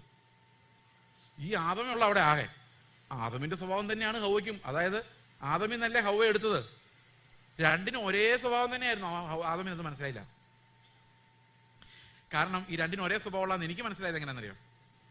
ഹവ്വ പഴമൊക്കെ പറിച്ചുകൊണ്ട് ആദമിന്റെ അടുത്ത് കൊണ്ട് ചെല്ലുമ്പം ആദമിന് വേറൊരു സ്വഭാവമായിരുന്നെങ്കിൽ ആദം പറഞ്ഞേനെ, ഹവ്വ ഈ പണി നമുക്ക് പറ്റിയതല്ല, ദൈവം പറഞ്ഞിട്ടുണ്ട് ഇത് തിന്നരുതെന്ന്, അതിനപ്പുറത്തൊരു കാര്യമില്ല, നീ എത്ര നിർബന്ധിച്ചാലും ഞാൻ ഈ പഴം തിന്നേലാന്നല്ലേ പറയുള്ളൂ. പക്ഷെ ആദമിനും ആരുടെ സ്വഭാവം തന്നെയായിരുന്നു? ഹവ്വയുടെ സ്വഭാവം തന്നെയായിരുന്നു. ഇവൻ ഈ പല പ്രാവശ്യം ഈ പഴം നോക്കി വെച്ചിട്ടുണ്ടായിരുന്നു. അപ്പൊ ഹവ്വ പറിച്ചു തന്നപ്പോൾ അതൊരു ആശ്വാസമായി. അപ്പോൾ അവന്റെ നീതിബോധം വെച്ച് നോക്കുമ്പം അത് ആരുടെ തലയിലോട്ട് വെച്ചു? ഈ ഹവ്വയെ തന്ന ദൈവത്തിന്റെ തലയിലോട്ട് വെച്ചു. അപ്പം നമ്മുടെ എല്ലാം ഹൃദയത്തിലൊരു കോടതിയുണ്ട്. ഈ ഹൃദയത്തിലൊരു കോടതിയുടെ ഒരു പ്രത്യേകത എന്ന് വെച്ച് കഴിഞ്ഞാൽ ആ കോടതിയുടെ വിധി കഴിയുമ്പോൾ നമ്മൾ മാത്രം പാപം ചെയ്യാത്തവരായിട്ട് രക്ഷപ്പെടും. അതാണ് ആ കോടതിയുടെ പ്രത്യേകത. നിങ്ങളുടെ വീട്ടിലൊരു വഴക്കുണ്ടായെന്ന് വിചാരിച്ചോ, അപ്പൊ കുറച്ചു നേരം കഴിയുമ്പോൾ കുറച്ചു നേരത്തേക്ക് നിങ്ങൾ വിചാരിക്കും, സോറി പറഞ്ഞേക്കാം, എന്റെ ഭാഗത്ത് മിസ്റ്റേക്ക് ഉണ്ട്, എന്റെ വായിൽ വരുതാത്ത വാക്കുകളൊക്കെ വന്നു, കർത്താവെ ക്ഷമിക്കണേ, ഞാൻ ഇപ്പൊ തന്നെ സോറി പറയാൻ പോവാം. പക്ഷെ അന്നേരം സോറി പറയാൻ പറ്റിയില്ല. അരമണിക്കൂർ കഴിഞ്ഞ്, 2 മണിക്കൂർ കഴിഞ്ഞ്, 4 മണിക്കൂർ കഴിഞ്ഞ്, ഇപ്പൊ കോടതി വർക്ക് ചെയ്യണം നമ്മുടെ ഉള്ളിൽ. ഈ കോടതി വർക്ക് ചെയ്ത് അവസാനം പറഞ്ഞു, അയാൾ നിന്നോട് അങ്ങനെ പറഞ്ഞത് കൊണ്ടല്ലേ നീ പറഞ്ഞത്, വേണമെങ്കിൽ അയാൾ സോറി പറയട്ടെ. ഈ കോടതി നിങ്ങൾക്ക് പരിചയമുണ്ടോ? ഇതാണ് നമ്മുടെ സ്വഭാവം. ഈ കോടതി എപ്പോഴും നമ്മളെ ഫ്രീ ആക്കി വിട്ടുകൊണ്ടിരിക്കും. അപ്പോൾ എന്ത് ചോദിച്ചാലും അയൽവക്കക്കാരുടെ കൂടോത്രം, നിങ്ങളത് കേട്ടിട്ടുണ്ട്, അയൽവക്കക്കാരുടെ കൂടോത്രം. ഞങ്ങളുടെ ചർച്ചിൽ ഒരു ഹൈന്ദവ വിശ്വാസത്തിൽ നിന്ന് വന്ന ഒരു കുടുംബം വന്നു. അപ്പോൾ അവർക്ക് ചെറുപ്പം തൊട്ടേ കർത്താവിൻ്റെ ഭയങ്കര സ്നേഹമായിരുന്നു. അപ്പോൾ വളരെ ചെറുപ്പകാലം തൊട്ടേ. അപ്പോൾ അവരുടെ അടുത്തൊരു വിശ്വാസി കുടുംബം വന്ന് താമസിച്ചപ്പോൾ ഇവർക്ക് യേശുക്രിസ്തുവിനെ കുറിച്ച് അറിയണം, ചോദിക്കണം എന്നൊക്കെ ഉണ്ട് ഇവരോട്. അങ്ങോട്ട് ഒരു ദിവസം ഒരു വീടിന് മുമ്പിലൂടെ പാസ് ചെയ്തപ്പോൾ അവർ അകത്തുനിന്ന് പ്രാർത്ഥിക്കുവാണ്, ഈ അയൽവക്കക്കാർ ചെയ്ത കൂടോത്രത്തിൽ ഞങ്ങളെ രക്ഷിക്കണമെന്ന്. അവർ പറഞ്ഞത് ഹൃദയം തകർന്നു പോയി. പറഞ്ഞു, ഇതെന്താ സാധനം എന്ന് പോലും ഞങ്ങൾക്ക് അറിയത്തില്ല. ഏതോ പ്രവാചകൻ പറഞ്ഞ അവർ കൂടോത്രം ചെയ്തിരിക്കുക. എന്ത് ചെയ്യും സഹോദരങ്ങളെ? നിങ്ങൾ ആരെങ്കിലും അങ്ങനത്തെ വിശ്വാസത്തിലുണ്ടെങ്കിൽ നിങ്ങൾ ദൈവത്തെ മഹത്വപ്പെടുത്തുന്നില്ല. എന്തുകൊണ്ടാണെന്നറിയോ? സാത്താന് ശക്തി ഉണ്ടെന്ന് പറയുന്ന ഹവ്വയുടെ സ്വഭാവം. ഹവ്വയോട് ആരാ നീ എന്തിനാ ഇത് ചെയ്തെന്ന് വെച്ചപ്പം പെന്തക്കോസ്തുകാർ പറയുന്ന പോലെ പറഞ്ഞ് എന്താ പറഞ്ഞേ? അത് പാമ്പ് എന്നെ പറ്റിച്ചാന്നാണ്. അപ്പൊ നമ്മൾ എന്തേലും കാണിച്ചിട്ട് നമ്മൾ അവസാനം പറയുന്നത് എന്തായിരിക്കും? പിശാചിന്റെ പണിയാ ബ്രദറെ. അതാണ് ഹവ്വ പറഞ്ഞത്. അപ്പൊ ശരിക്കും പിശാചിന്റെ പണിയല്ല, ഇവളുടെ ഉള്ളിലുള്ള മോഹമാണ് പാപം ചെയ്യിപ്പിച്ചത്. പിശാച് ഒരു വഴി തുറന്നു കൊടുത്തേ ഉള്ളൂ. ചെയ്തത് ആരാ? അപ്പൊ നമ്മുടെ എല്ലാം ഉള്ളില് ഒരു കോടതിയുണ്ട്. ഞാനിത് പറയാൻ കാരണം, ഇന്ന് പലപ്പോഴും പാസ്റ്റർമാർ വരെ സ്റ്റേജിൽ നിന്ന് പറയുന്നത് എന്താണെന്നറിയോ? സാത്താന് ഭയങ്കര ബലമാണ്, ഇത് പെട്ടെന്നൊന്നും പ്രാർത്ഥിച്ചാൽ പോകുന്നതല്ലത്രേ. കേട്ടിട്ടില്ലേ അത്? ബലവും ബഹുമാനവും ശക്തിയും മഹത്വവും ആർക്ക് കൊടുക്കണം? കുഞ്ഞാടിന്. ഇപ്പൊ ഇവിടെ ആർക്കാ കുറച്ച് കൊടുത്തേക്കുന്നേ? ഒരു വീട്ടിൽ ചെന്നപ്പോൾ അവർ പറഞ്ഞു ഭയങ്കര പോരാട്ടമാ പാസ്റ്റർ. ഞാൻ എന്ത് പോരാട്ടം? ഒന്നും പറയണ്ട, രാവിലെ എഴുന്നേറ്റാൽ ഇവിടെ വീടിന് വെളിയിൽ മുട്ടയിൽ കൂടോത്രം, ചെമ്പരത്തിപ്പൂവിൽ കൂടോത്രം, ഞങ്ങൾ ആകെ മടുത്തു. ഞാൻ പറഞ്ഞു നിങ്ങൾ പ്രാർത്ഥിച്ചില്ലേ? പ്രാർത്ഥിച്ചിട്ടൊന്നും നടക്കുന്നില്ല ബ്രദറെ. ഉപവാസം എടുത്ത് പ്രാർത്ഥിച്ചോ? ഉപവാസം എടുത്ത് പ്രാർത്ഥിച്ചു. അപ്പൊ ഞാൻ പറയുന്ന പിന്നെ ഒരു കാര്യം ചെയ്യും, നിങ്ങൾ ഇത് വിട്ടിട്ട് അവരുടെ കൂടെ പോക്കെ. ഇപ്പൊ ശക്തി അവർക്കാണല്ലോ. ഈ ഒരു ശക്തി ഇല്ലാത്ത ദൈവത്തെ എന്തിനാ വിളിക്കുന്നത്? ഇപ്പൊ നമ്മൾ ശക്തി കൊടുക്കുന്ന ആർക്കാ? അവന് ശക്തിയുണ്ട് ശക്തിയുണ്ടെന്ന് പറയുമ്പം കുഞ്ഞാടിന് കൊടുക്കേണ്ട ബലം കുറച്ചെടുത്ത് നമ്മള് വർഷിപ്പ് കുറച്ചെടുത്ത് അവന് കൊടുക്കുക. അവനത് മതി. അപ്പൊ ഞാൻ പലപ്പോഴും സങ്കല്പിക്കാറുണ്ട്, ഒരു കുട്ടിപ്പിശാശ് എന്ന് വേറെ കുട്ടിപ്പിശാശിനോട് പറയുമായിരിക്കും, എടാ എനിക്കിപ്പോ ഭയങ്കര ശക്തി. അപ്പം ചോദിക്കും നീക്ക് ശക്തിയോ? നമ്മളൊക്കെ കാൽവരി ക്രൂശിൽ തകർന്നു പോയതല്ലേ? പാഴ്സിരായത്തിന്റെ പ്രഭു, ദേശാധിപ ശക്തി, ഇതെല്ലാം കാൽവരി ക്രൂശിൽ കർത്താവ് ജയിച്ചപ്പോൾ അതെല്ലാം പോയത്. അതിനു മുമ്പേ ഇതൊക്കെ ഉള്ളൂ. ഇപ്പോഴും ഉണ്ട്, പക്ഷെ അതിന് തന്ത്രങ്ങൾ മാത്രമേ ഉള്ളൂ. ശക്തി കർത്താവ് തകർത്ത് കളഞ്ഞിരിക്കുന്നതാണ്. തന്ത്രങ്ങളുണ്ട്. അപ്പൊ പറയും ദേ ആ പാസ്റ്റർ പ്രസംഗിക്കുന്നു കേട്ടോ. അപ്പൊ ഈ മൂത്ത പറയും, വലിയ പിശാച് പറയും, അതൊന്നും കേട്ട് നീ പോയി അധികം ബലം കാണിക്കേണ്ട, പൊടി പോലും കാണുകയില്ല. കാരണം അവര് സംഗതി അവരുടെ ബിസിനസ് മുമ്പോട്ട് കൊണ്ടുപോകാൻ വേണ്ടി പറയുന്നതാണ്. കാരണം പോരാട്ടം ഉണ്ടെന്ന് പറഞ്ഞാലല്ലേ നിങ്ങൾ അയാളെ വിളിച്ച് പ്രാർത്ഥിപ്പിക്കുകയുള്ളൂ. അപ്പൊ അതുകൊണ്ട് ഒരു ആത്മീക കച്ചവടത്തിന്റെ ഭാഗമാണ്. നിങ്ങൾക്ക് വേണ്ടി പ്രാർത്ഥിപ്പോൾ ഒരു പാമ്പിനെ കണ്ടു, നിങ്ങൾക്ക് വേണ്ടി പോരാടി വട്ടമിട്ട് പോരാടിക്കൊണ്ടിരിക്കാന്ന് പറയുന്നതിനെ ഇവരെ വിളിച്ച് പ്രാർത്ഥിപ്പിക്കാൻ വേണ്ടി. നിങ്ങൾ വളരെ സൂക്ഷിച്ചോ, ഇത് ദൈവവചനത്തിന് വിരുദ്ധമാണ്. യേശു ക്രിസ്തുവിന്റെ നാമത്തിന് മുമ്പിൽ ഒന്നിനും യാതൊരു ശക്തിയും ഇല്ലെന്ന് നമ്മൾ ഉറച്ചു വിശ്വസിക്കണം. കാരണം അത് കുഞ്ഞാടിനെ ആരാധിക്കുന്ന വാഗൊണ്ട് മാത്രമല്ല, നമ്മുടെ മനോഭാവം കൊണ്ടും കൂടിയാണ്. നമുക്കറിയാം ഈ നാമത്തിന് മുമ്പിൽ ഒരു നാമവുമില്ല. അവന്റെ നാമം വിളിച്ചപേക്ഷിക്കുന്ന ജനങ്ങളെ സംരക്ഷിക്കുന്നത്, സകലത്തെയും കാത്തു സൂക്ഷിക്കുന്ന ദൈവം തന്നെയാണ്. അവരുടെ ഒരു തലമുടി നാര് പോലും നിലത്ത് വീഴണമെങ്കിൽ അത് പിതാവ് എണ്ണി വെച്ചിരിക്കുന്നതാണ്. അതും ആർക്കും ഒന്നും ചെയ്യാൻ പറ്റത്തില്ല. ഈ സാത്താന്റെ നിസ്സഹായാവസ്ഥ മനസ്സിലാകുന്നത് ഇയ്യോബിനെ പരീക്ഷിക്കാൻ ചെല്ലുമ്പം ഇയ്യോബിനെ ദൈവത്തിന്റെ പെർമിഷൻ വേണം. അത് പിന്നെ എന്തെങ്കിലും ആട്ടെ. അവസാനം ഈ സാത്താൻ ചെന്ന് കർത്താവിനോട് പറയാണ്, എനിക്ക് ഈ പത്രോസിനെ ഒന്ന് പാറ്റണം, കാരണം അവന്റെ വിശ്വാസം ഭയങ്കര ഉറപ്പുള്ളതാണെന്ന്, ആ ഉറപ്പുള്ള പാറയുടെ മേലെ ഞാൻ എന്റെ സഭയെ പണിയൂന്നൊക്കെ കർത്താവ് നിന്റെ മകൻ പറഞ്ഞിട്ടുണ്ട്. അതുകൊണ്ട് എനിക്ക് അവനെ ഒന്ന് പാറ്റിയേ പറ്റൂ, എനിക്ക് സഹിക്കാൻ പറ്റുന്നില്ല, അവന്റെ സ്വഭാവം വളരെ മോശമാണെന്ന് ഞാൻ ഇപ്പൊ കാണിച്ചു തരാം. അപ്പൊ കർത്താവ് അപേക്ഷിക്കുകയാണ്, നീ എങ്ങനെ വേണേലും പാറ്റിക്കോ, പക്ഷെ അവന്റെ വിശ്വാസത്തെ മാത്രം തുടരും. അപ്പൊ പാറ്റണമെങ്കിൽ പോലും, നമ്മുടെ അടുത്ത് വന്ന് നമ്മളെ പരീക്ഷിക്കണമെങ്കിൽ പോലും പിശാചിന് എന്ത് വേണം? പെർമിഷൻ വേണം. അപ്പൊ നിങ്ങൾ ഇഷ്ടംപോലെ പെർമിഷൻ ഇങ്ങനെ കർത്താവ് കൊടുക്കുവാണോ? ആണോ? നിങ്ങളൊന്ന് ആലോചിച്ച് നോക്കിയേ. യേശു ക്രിസ്തുവിനെ പരീക്ഷിക്കാൻ സാത്താൻ അടുത്ത് വന്നു, അല്ലെ? ഫിസിക്കലി അടുത്ത് വന്നു. നമ്മളെ പരീക്ഷിക്കാൻ എന്താ അടുത്ത് വരാതെ? നമ്മളെ പരീക്ഷിക്കാൻ എന്താ അടുത്ത് വരാതെ? നമ്മളെ പരീക്ഷിക്കാൻ അടുത്ത് വരേണ്ട കാര്യമില്ല. ആ സ്വഭാവമല്ല നമ്മുടെ അകത്ത് തന്നെ ഉണ്ട്. കർത്താവിന് അകത്തുണ്ടായിരുന്നില്ല ഈ പാപസ്വഭാവം ഒന്നും ഉണ്ടായിരുന്നില്ല. അതുകൊണ്ട് വെളിയിൽ നിന്ന് ഒന്ന് പരിശോധിക്കണമായിരുന്നു. നമുക്ക് മോഹം ഉണ്ടാക്കാൻ വെളിയിലൊന്നും വരണ്ട, നമ്മുടെ അകത്ത് തന്നെ ഈ സാധനങ്ങളെല്ലാം ഉണ്ട്. ഇത്തിരി വെള്ളം കുടിക്കട്ടെ.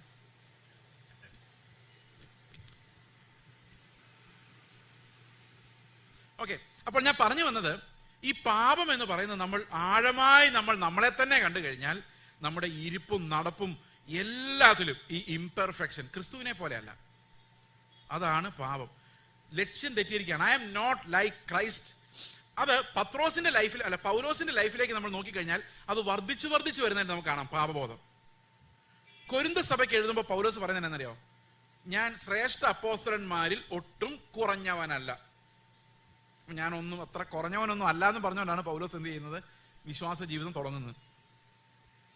എഫെസ്യയിലെ സഭയ്ക്ക് എഴുതുമ്പോൾ പറയുന്നത്, ഞാൻ വിശുദ്ധന്മാരിൽ ഏറ്റവും ചെറിയവൻ. അപ്പൊ കുറച്ചുകൂടെ മുമ്പോട്ട് പോയപ്പോഴേക്കും ഈ ശ്രേഷ്ഠ അപ്പോസ്തലൻ എന്നൊക്കെയുള്ള ആ ഡയലോഗൊക്കെ പോയി, വിശ്വാസികളിൽ വിശുദ്ധന്മാരിൽ ഏറ്റവും ചെറിയവനെന്നായി. അപ്പം കുറച്ചുകൂടെ പാപിയാന്നുള്ള ബോധം ഉണ്ടായി.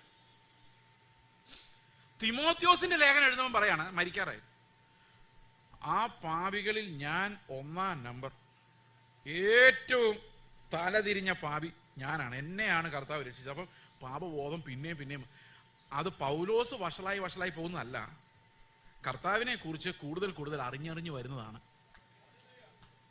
ക്രിസ്തുവിനെ കുറിച്ച് നമ്മൾ കൂടുതൽ അറിയുന്തോറും, അതാ ഞാൻ നേരത്തെ പറഞ്ഞ ഡിസ്മേ, ആകുലത, ഞാൻ അങ്ങനെ അല്ലല്ലോ എന്നുള്ളൊരു ആകുലത. അപ്പോൾ ഏത് സമയത്തും നമുക്ക് കർത്താവിന് മുമ്പിൽ നിൽക്കുമ്പോഴും കൃപയാണ്, വേറൊന്നുമില്ല, എന്നിൽ എനിക്ക് പുകഴുവാൻ ഒന്നുമില്ല. ഇത് ഈ പെന്തക്കോസ്താരുള്ളിലേക്ക് ഇത് ഇറങ്ങാൻ ഭയങ്കര പാടാ. നമ്മുടെ പ്രവർത്തികളെ നമ്മൾ ബഹുമാനിച്ചില്ലെങ്കിലും മറ്റുള്ളവരുടെ പ്രവർത്തികളെങ്കിലും ബഹുമാനിക്കും. അവന്റെയൊക്കെ ജീവിതം എന്താ ജീവിതം എന്നറിയാമോ എന്നാ ചോദിക്കുന്നത്. ഒന്നുമില്ല. കാരണം മഹത്വം ആർക്ക് മാത്രമേ ഉള്ളൂ? കർത്താവിനും മാത്രമേ ഉള്ളൂ. ഒരു മനുഷ്യനെയും മഹത്വപ്പെടുത്താൻ പാടില്ല. നമ്മളിലുള്ള എല്ലാ നന്മകളും കർത്താവിന്റെ മാത്രമാണ്. അപ്പൊ നമ്മൾ ഇത്രയും നേരം കൊണ്ട് എസ്റ്റാബ്ലിഷ് ചെയ്ത ഒരു കാര്യം എന്ന് പറയുന്നത്, നമ്മൾ എല്ലാവരും പാപികളാണെന്നാണ്. രക്ഷാമാർഗം നമ്മൾ ഇതുവരെ പറഞ്ഞില്ലല്ലേ? അതാണ് ഇനി അടുത്ത വഴി. എങ്ങനെ നമുക്ക് രക്ഷപ്പെടാൻ സാധിക്കും? നമ്മളൊരു കൽപ്പന അനുസരിച്ചാൽ നമ്മൾ സ്വയനീതിക്കാരാവും, അനുസരിച്ചില്ലെങ്കിൽ പാപിയാവും. അപ്പൊ നമ്മൾ രക്ഷിക്കാൻ എന്ത് ചെയ്യണം? കർത്താവ് ചെയ്ത ആദ്യത്തെ പണി ഈ മാങ്ങാണ്ടി എടുത്ത് വെള്ളോട്ട് വെക്കുക എന്നുള്ളതായിരുന്നു. അതായത് നമുക്കറിയാം, സുവിശേഷം പ്രസംഗിക്കുമ്പോൾ സുവിശേഷത്തിലെ നീതി, കർത്താവ് വെളിപ്പെടുത്തുന്ന നീതി, അതായത് മത്തായി, മർക്കോസ്, ലൂക്കോസ്, ഈ 3 സുവിശേഷങ്ങളിലൂടെ കർത്താവ് പറയുന്ന ഒരു കാര്യം പോലും നമുക്ക് അനുസരിക്കാൻ കഴിയുകയില്ല. അതിന്റെ കാരണം എന്താണെന്ന് വെച്ച് കഴിഞ്ഞാൽ, യഹൂദ ന്യായപ്രമാണമാകുന്ന നിഴലിന്റെ പൊരുൾ എന്താണെന്നാണ്, ആ ന്യായപ്രമാണത്തിന്റെ പൊരുളാണ് കർത്താവ് അവിടെ തുറന്നു വെച്ചിരിക്കുന്നത്. ഓക്കെ അല്ലേ? അപ്പൊ പഴയ നിയമത്തിന്റെ പ്രമാണങ്ങളെ നമ്മൾ എടുത്തു നോക്കിയാൽ അവിടെ 2 കൽപ്പനകളാണ് ഏറ്റവും പ്രധാനമായിട്ടുള്ളത്. ഒന്ന്, നിന്റെ ദൈവമായ കർത്താവിനെ പൂർണ്ണ ഹൃദയത്തോടും പൂർണ്ണാത്മാവോടും പൂർണ്ണ മനസ്സോടും പൂർണ്ണ ശക്തിയോടും കൂടെ സ്നേഹിക്കുക, നിന്നെ പോലെ നിന്റെ കൂട്ടുകാരനെയും സ്നേഹിക്കുക. ഈ 2 കൽപ്പനകളിൽ സകല ന്യായ പ്രമാണവും പ്രവാചകന്മാരും അടങ്ങിയിരിക്കുന്നു. അപ്പൊ ഇതാണ് പഴയ നിയമത്തിലെ ന്യായപ്രമാണ പ്രവാചകന്മാരെല്ലാം കൊണ്ട് നമുക്ക് എവിടെ വെക്കാം? ഈ 2 കൽപ്പനകളിൽ. ദൈവത്തെ പൂർണ്ണ ഹൃദയത്തോടും പൂർണ്ണാത്മാവോടും പൂർണ്ണ മനസ്സോടും പൂർണ്ണ ശക്തിയോടും കൂടെ സ്നേഹിക്കുക. രണ്ടാമത്തെ കൽപ്പന അതിനോട് സമം, അതിനോട് തുല്യം, നിന്റെ കൂട്ടുകാരനെ നിന്നെ പോലെ തന്നെ സ്നേഹിക്കുക. ഈ 2 കൽപ്പനകൾ അനുസരിച്ചാൽ നമ്മൾ ന്യായപ്രമാണം മുഴുവൻ അനുസരിച്ചു. അപ്പോൾ ഒരു ശാസ്ത്രിക്ക് ഉത്തരം പറഞ്ഞപ്പോൾ കർത്താവ് പറഞ്ഞു, നീ ദൈവരാജ്യത്തോട് ഒട്ടും അകന്നവനല്ല. അകത്തുണ്ടോ? ഇല്ല. അപ്പോൾ പഴയ നിയമ ന്യായപ്രമാണത്തിന്റെ ആ നിഴൽ രൂപം നോക്കിക്കഴിഞ്ഞാൽ, ആ നീതിയുടെ നിഴൽ രൂപം അനുസരിച്ച ഒരാളെന്ന നിലയ്ക്ക് അവനോട് കർത്താവ് പറയാണ്, നീ ദൈവരാജ്യത്തിന്റെ വക്കോളം എത്തി. അപ്പോൾ ഈ നീതി തന്നെ ഭയങ്കര പാടാണ്. ദൈവത്തെ പൂർണ്ണ ഹൃദയത്തോടെ പൂർണ്ണാത്മാവോടും പൂർണ്ണ മനസ്സോടും സ്നേഹിക്കാൻ നമ്മളെ കൊണ്ട് അസാധ്യമാണ്. ഇനി അത് പോട്ടെ, ചിലർ അങ്ങനെ ക്ലെയിം ചെയ്യുന്നുണ്ട്, എനിക്ക് ദൈവം മാത്രമേ ഉള്ളൂ. ചിലർ കരയുന്ന കേട്ടിട്ടുണ്ട്, എനിക്ക് കർത്താവ് മാത്രമേ ഉള്ളൂ എന്ന് പറഞ്ഞ്. കർത്താവ് മാത്രം പോരെ? കർത്താവ് മാത്രമേ ഉള്ളൂ എന്ന് പറഞ്ഞ് കരയുന്നതിന്റെ അർത്ഥം എനിക്ക് ഇപ്പോഴും മനസ്സിലായിട്ടില്ല. നിങ്ങളൊന്ന് ആലോചിച്ച്, കർത്താവ് മാത്രം എനിക്കുള്ളൂ ബ്രദറെ എന്ന് പറഞ്ഞിട്ട് കരയണമെങ്കിൽ അവൻ ആ കർത്താവിനെ എങ്ങനെയായിരിക്കും കാണുന്നത്? സർവശക്തനും എന്തിനും അധികാരമുള്ളവനും സ്നേഹവാനും എന്നെ രക്ഷിക്കാൻ കഴിയുന്നവനായ കർത്താവ് എന്റെ കൂടെ ഉണ്ടെ പിന്നെ കർത്താവ് മാത്രമേ ഉള്ളൂ എന്ന് ആരെങ്കിലും പറയോ? ഓക്കെ, അതെന്തെങ്കിലും ആട്ടെ. അപ്പോൾ ഈ ഒരു പ്രമാണം കർത്താവ് നമുക്ക് വെളിപ്പെടുത്തി തരുന്ന ഈ ആദ്യത്തെ 3 സുവിശേഷങ്ങളിലൂടെ നമുക്ക് വരുന്ന ഈ പ്രമാണം എന്ന് പറയുന്നത്, ഇതിന്റെ കോർ, ഇതിന്റെ ആന്തരികമായ ആ ഒരു ഘടകം നമ്മളെല്ലാം നിസ്സഹായരാക്കി എന്ന് നമ്മൾ കണ്ടു. അതിന്റെ എല്ലാം നിഴൽ, പഴയ നിയമത്തിന്റെ നിഴലായിട്ട് അവിടെ പറയുന്നത് എന്താണ്? പഴയ നിയമത്തിന്റെ പൊരുളായിട്ട് പറയുന്നത് 2 കൽപ്പനകളാണ്. എന്നാൽ യോഹന്നാന്റെ സുവിശേഷം വരുമ്പോൾ അവിടെ കർത്താവ് ശിഷ്യന്മാരോട് പറയാണ്, ഒരൊറ്റ കൽപ്പനയായിട്ട് ഞാൻ എന്റെ പ്രമാണത്തെ ചുരുക്കുകയാണ്. നേരത്തെ എത്രയായിരുന്നു? 2. എന്നാൽ യോഹന്നാന്റെ 15-ാം അധ്യായത്തിന്റെ 12-ാം വാക്യത്തിൽ കർത്താവ് പറയാണ്, ഞാൻ നിങ്ങളെ സ്നേഹിച്ചതുപോലെ നിങ്ങളും പരസ്പരം സ്നേഹിക്കണം എന്നതാകുന്നു എന്റെ കൽപ്പന. Only 1 commandment. പിന്നെ നമ്മൾ ഗലാത്യ ലേഖനം വായിക്കുമ്പോഴും യോഹന്നാന്റെ ലേഖനം വായിക്കുമ്പോഴെല്ലാം നമ്മൾ കാണുന്നുണ്ട് അവിടെ ദൈവത്തെ സ്നേഹിക്കുക എന്നുള്ള ഒരു ആംഗിൾ എടുത്തു കളഞ്ഞിട്ട് കൂട്ടുകാരനെ നിന്നെ പോലെ തന്നെ സ്നേഹിക്കുക എന്നുള്ളതിൽ സകല ന്യായ പ്രമാണം അടങ്ങിയിരിക്കുന്നു, അതിനേക്കാൾ വലുതായ ഒരു കമാൻഡ്മെന്റും ഇല്ല, ഇങ്ങനെ പറയുന്നല്ലേ. അപ്പൊ കർത്താവ് എങ്ങോട്ടാ ചുരുക്കിയത് ഈ പഴയ നിയമ പ്രമാണത്തെ മുഴുവൻ? പുതിയ നിയമത്തിന്റെ ഒരൊറ്റ പ്രമാണം എന്ന് പറയുന്നത് സഹോദരനെ സ്നേഹിക്കുക എന്നുള്ളതാണ്. പക്ഷെ അവിടെ ഒരു പ്രശ്നമുണ്ട്. അതെങ്ങനെ സ്നേഹിക്കണം എന്നുള്ളതാണ് ആ പ്രശ്നം. ഞാൻ നിങ്ങളെ സ്നേഹിച്ചതുപോലെ. ഇത് യോഹന്നാൻ 15:12 അപ്പൊ ഞാൻ കർത്താവിനോട് ചോദിക്കുക, കർത്താവ് രക്ഷിക്കപ്പെട്ടിട്ട് 28 വർഷം കഴിഞ്ഞു, 29ാമത്തെ വർഷമാണ്. കർത്താവ് ഇത്രയും നാളായിട്ടും നീ എന്നെ എങ്ങനെയാ സ്നേഹിച്ചതെന്ന് എനിക്ക് മനസ്സിലായിട്ടില്ല. പിന്നെ ഞാൻ എങ്ങനെയാണ് നീ സ്നേഹിച്ച സ്നേഹം കൊണ്ട് എന്റെ ഭാര്യയും മക്കളെയും പോലും അത്രയും സ്നേഹിക്കാൻ എനിക്ക് കഴിവില്ലാതിരിക്കുക? ഈ കൽപ്പന ഞാൻ എങ്ങനെ അനുസരിക്കും? അതിന്റെ അടുത്ത വാക്യത്തിൽ പറയാണ്, ഈ കർത്താവ് സ്നേഹിച്ചോലെ എങ്ങനെ സ്നേഹിക്കുന്നറിയോ? സ്നേഹിതന് വേണ്ടി ജീവനെ കൊടുക്കുന്നതിലും. അതോ തൊട്ടടുത്ത വാക്യോ 13ാം വാക്യോ? സ്നേഹിതന് വേണ്ടി. വേറെ ആരെങ്കിലും സംസാരിച്ചോ? സ്നേഹിതന് വേണ്ടി ജീവനെ കൊടുക്കുന്നതിലും അധികമുള്ള സ്നേഹം ആർക്കുമില്ല. അപ്പൊ കർത്താവ് എന്ത് ചെയ്തു? ഈ നീതിക്ക് ഒരു ലിമിറ്റ് വെച്ചു. എന്താണ് ലിമിറ്റ്? മരണം. അപ്പൊ യേശുക്രിസ്തു കാൽവരി ക്രൂശിൽ മരിക്കുമ്പം ഈ ദൈവത്തിന്റെ നീതി പൂർത്തിയായത് എങ്ങനെയാണെന്നറിയാമോ? സ്നേഹിക്കണം എന്ന് പണ്ട് തൊട്ടേ പറയുന്നുണ്ട്, പക്ഷെ ഇത് മരണം വരെയെന്ന് യേശുക്രിസ്തുവാണ് കാണിച്ചത്. ആ മാങ്ങാണ്ടി അവിടെയാണ് പൊട്ടുന്നത്. Love until you die, forgive എത്ര പ്രാവശ്യം? Until you die. അപ്പൊ കർത്താവ് അന്നേരം പറഞ്ഞത് 770 പ്രാവശ്യം എന്നാ. അത് 7 റൈസ് ടു 7 അങ്ങനെ പറയുന്നവരുണ്ട്, എങ്ങനെയായിക്കോട്ടെ. പക്ഷെ കർത്താവ് ജീവിതത്തിലൂടെ കാണിച്ചു തന്ന നീതി എന്ന് പറയുന്നത് അവനെ കുത്തിക്കൊന്ന് മരിച്ച അവസാനത്തെ തുള്ളി രക്തം വരെ വീഴുന്നത് വരെയുള്ള ക്ഷമ. ഞാൻ ക്ഷമിച്ചു മടുത്തു ബ്രദറെ, നോ. ആ ക്ഷമയുടെ സ്വിച്ച് കർത്താവ് ഓണാക്കിയിട്ടിരിക്കുകയാണ്, അത് ഓഫ് ആകുന്നില്ല. സ്നേഹത്തിന്റെ സ്വിച്ച് ഓണാക്കിയിട്ടിരിക്കുകയാണ്, ഓഫ് ആകുന്നില്ല. മരിച്ചാലേ അത് ഓഫ് ആകുന്നുള്ളൂ. അപ്പൊ കർത്താവ് ആ നീതി എങ്ങനെ വെളിപ്പെടുത്തിയത്? അവന്റെ മരണത്തിലൂടെയാണ് വെളിപ്പെടുത്തിയത്. അപ്പം നമ്മൾ സ്നേഹിച്ച് തീരുന്നില്ല. അതാണ് പുതിയ നിയമത്തിന്റെ പ്രമാണം. മരണം വരെ സ്നേഹമല്ലാതെ ഒന്നും നമ്മളിൽ വാഴുന്നില്ല. ഏതെങ്കിലും ഒരു ഇടയിൽ വെച്ച് നമ്മൾ ഇത് നിർത്തുന്നില്ല. കാരണം ക്രിസ്തുവിന്റെ സ്നേഹം അനന്തവും അൺകണ്ടീഷണലുമാണ്. മനസ്സിലായോ?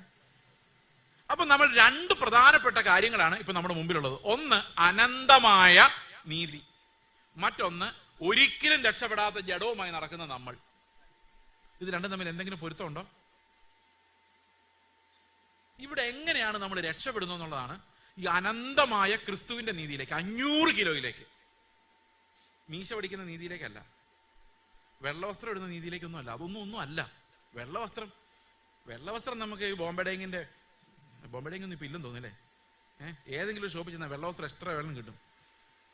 പണ്ട് ഞാനൊരു പ്രസംഗത്തിന്, പാസ്റ്റർമാരൊക്കെ ഉണ്ടായിരുന്ന പ്രസംഗം, അപ്പം 3ാമത്തെ ദിവസം ഉച്ചയായപ്പോൾ ഒരു പാസ്റ്ററിന്റെ അടുത്ത് വന്നിട്ട് പറഞ്ഞു, ഇനി മേലാ ഞാൻ നിങ്ങളുടെ പ്രസംഗം കേൾക്കാൻ വരില്ല. ഞാൻ എന്താ കാര്യം? നിങ്ങൾ വെള്ള ധരിച്ചിട്ടില്ല. ഞാൻ പറഞ്ഞു, അതെന്താ വെള്ള ധരിച്ചില്ല? ജയിക്കുന്നവൻ വെള്ള ധരിക്കുന്നു ബൈബിളിലുണ്ട്. ഞാൻ പറഞ്ഞു, ജയിക്കുന്നവൻ കിരീടം വെക്കുന്നുണ്ടല്ലോ, അതെന്താ ഇല്ലാത്തത്? പുള്ളി കിരീടം വെച്ചോണ്ട് നടക്കണ്ടല്ലേ? അതില്ല. അപ്പോൾ സത്യം പറഞ്ഞ ഈ അദ്ദേഹം പറഞ്ഞു, നിങ്ങൾ ഇങ്ങനെ കുറെ പേര് ഈ ബൈബിൾ കോളേജിൽ നിന്ന് ഇറങ്ങിയിട്ടുണ്ട്, ഞങ്ങളൊക്കെ ഇതിനു വേണ്ടി വലിയ വില കൊടുത്തു. അതാണ് എനിക്ക് ഏറ്റവും കൂടുതൽ വിഷമം. അതായത് വിശുദ്ധിക്ക് വേണ്ടി വില കൊടുക്കുക എന്ന് പറഞ്ഞാൽ അതിനർത്ഥം എന്താണ്? ഈ നിറം, വസ്ത്രത്തിന്റെ നിറം, പകിട്ട്, ഇങ്ങനെയുള്ള പുറമേയുള്ള കാര്യങ്ങളാണ് ആൾക്കാർ വിശ്വസിച്ചിരിക്കുന്നത്. അപ്പൊ അതിനുവേണ്ടി അത്രയും വില കൊടുത്തു എന്ന് പറഞ്ഞപ്പോൾ എന്റെ മനസ്സിൽ, ഞാൻ ചോദിച്ചില്ല, എന്റെ മനസ്സിലൊന്ന്, ഈ ബോംബെ ഡേയിൽ ഒരു വെള്ള വസ്ത്രം കിട്ടുന്ന ഇത്രയും വിലയാണോ എന്ന് ഞാൻ എന്റെ മനസ്സിൽ ഓർത്തു. കാരണം ഏത് വസ്ത്രം ഇട്ടാലും വസ്ത്രം ഇടുന്നതിനകത്ത് എന്താ ഇട്ടിരിക്കുന്നത്? പുറമേ ഉള്ളതല്ല, ആന്തരികമാണ്. ദൈവത്തിന്റെ നീതി എന്ന് പറയുന്നത് പുറമേ ഉള്ളത് അല്ല, ആന്തരികമാണ്. എന്തുകൊണ്ടാണ് നമ്മൾ പുറമേ ഉള്ള ഒരു നീതിയെ പിടിക്കുന്നറിയാം? ആന്തരികമായിട്ട് ഒന്നും ഇല്ലാത്തതുകൊണ്ടാണ്. ഒന്ന് ആലോചിച്ച് നോക്കി, ആന്തരികമായിട്ട് ഒന്നും ഇല്ലെങ്കിൽ നമ്മൾ മറ്റുള്ളവരെക്കാൾ ഭേദമെന്ന് കാണിക്കാൻ വേണ്ടി നമ്മൾ പുറമേ ഒന്നും എന്തെങ്കിലും. അപ്പൊ 2 പ്രധാനപ്പെട്ട പ്രശ്നങ്ങൾ നമുക്കുണ്ട്. ഒന്ന്, ആദമിൽ നിന്ന് ജനിച്ചു എന്നുള്ളത് കൊണ്ട് നമ്മളെല്ലാവരും പാപികളാണ്. പാപ സ്വഭാവം. അത് തൂത്താ പോവില്ല, കഴുകിയാ പോവില്ല, കുളിച്ചാൽ പോവില്ല, അത് തല്ലി കൊന്നാലേ പോവുള്ളൂ. മരിക്കുന്നവരെങ്ങനെയായിരിക്കും? നന്നാവൂല. അപ്പൊ ഇന്നത്തെ പ്രസംഗത്തിന്റെ ആദ്യത്തെ ഭാഗം ഇതാണ്, നിങ്ങൾ ഒരിക്കലും നന്നാവാൻ പോകുന്നില്ല, നന്നാവാൻ പറ്റിയല്ല. അതാണ് ഹ്യൂമൻ സ്ലേവറി എന്ന് പറഞ്ഞാൽ പാപത്തിന്റെ അടിമത്തം, ദാസ്യത്വം. അതിന് കാരണം എന്താണെന്ന് വെച്ച് കഴിഞ്ഞാൽ നമുക്കൊരു പാപ ജഡമുണ്ട്. അപ്പോൾ ഇന്ന് ആലോചിച്ച് നോക്കിയേ, ആദം പാപം ചെയ്യുമ്പോൾ, ഇതാണ് റോമാലേഖനം 5-ാം അധ്യായത്തിൽ പറയുന്നത്, ആദം പാപം ചെയ്യുമ്പോൾ ആദമിൽ നമ്മൾ എല്ലാവരും ഉണ്ടായിരുന്നു. നമ്മളെല്ലാവരും എവിടെ നിന്ന് വന്നത്? ആദമിൽ നിന്ന് വന്നത്. ആദമിന് വെളിയിൽ നിന്ന് വന്ന ഏലിയൻസ് ആരെങ്കിലും ഇരിപ്പുണ്ടോ? ചൊവ്വായി വല്ലതും വന്ന? ഇല്ലല്ലോ. എല്ലാ ആദമിന്റെ സന്തതികൾ. അപ്പം ആദമിനുണ്ടായിരുന്ന അതേ പാപ പ്രകൃതം സ്വഭാവം ആർക്കും ഉണ്ട്? നമുക്ക് എല്ലാവർക്കും ഉണ്ട്. ഓക്കെ, ഇനി നമ്മളെ രക്ഷപ്പെടുത്താൻ വേണ്ടി കർത്താവ് എന്ത് ചെയ്തു നോക്കാം. ഈ ആദമിന്റെ പ്രകൃതം ഒരിക്കലും പോകാത്ത നമ്മളെ രക്ഷിക്കാൻ വേണ്ടി കർത്താവ്, നമ്മളെ വിശുദ്ധരാക്കാൻ വേണ്ടി കർത്താവ് ഒരു പണി ചെയ്തു. എഫേസ്യ ലേഖനം 1-ാം അധ്യായത്തിന്റെ 4-ാം വാക്യം പറയുന്നു, അവന്റെ സന്നിധിയിൽ നാം വിശുദ്ധരും നിഷ്കളങ്കരുമാകേണ്ടതിന് അവൻ ലോക സ്ഥാപനത്തിന് മുൻപേ നമ്മെ അവനിൽ തെരഞ്ഞെടുത്തു. അപ്പൊ നമ്മളെ വിശുദ്ധരാക്കാൻ കർത്താവ് കണ്ട വഴി എന്താണ്? ആദമിൽ നിന്ന് നമ്മൾ ജനിച്ച് പാപികളായിട്ട് ജനിക്കുന്നത്. എന്നാൽ അതിനു മുൻപ് തന്നെ നമ്മൾ എന്ത് ചെയ്തു? ക്രിസ്തുവിൽ നമ്മളെ തെരഞ്ഞെടുത്തു. ഈ ക്രിസ്തുവിലുള്ള തെരഞ്ഞെടുപ്പാണ് നിത്യമായ കാര്യം. നമുക്ക് മനസ്സിലാക്കാൻ ഏറ്റവും പ്രയാസമുള്ള കാര്യം. നമുക്കതൊന്ന് ചിന്തിച്ചു നോക്കാതെ എങ്ങനെയാണ് സംഭവിക്കുന്നത്?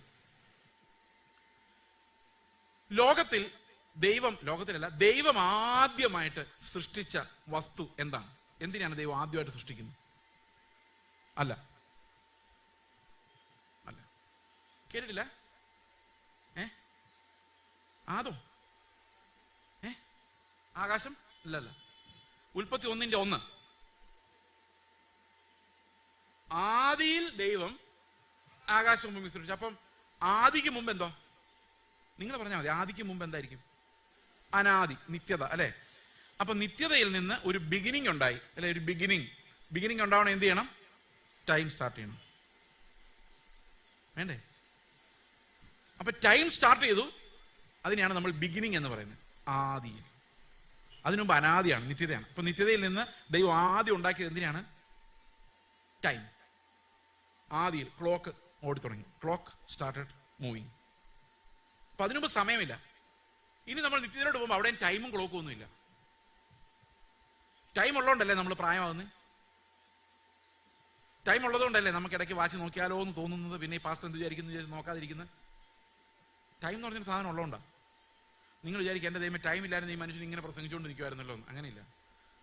അതൊരു മിസ്റ്ററിയാണ്. ഈ ടൈം ഇല്ലായ്മയെ കുറിച്ച് നമുക്ക് ചിന്തിക്കാൻ പറ്റത്തില്ല. അതെങ്ങനെ വർക്ക് ചെയ്യുന്ന നമുക്കറിയില്ല. കാരണം ടൈം ഇല്ലാത്തൊരു സ്ഥലം നമ്മൾ ഒരിക്കലും ജീവിച്ചിട്ടില്ല.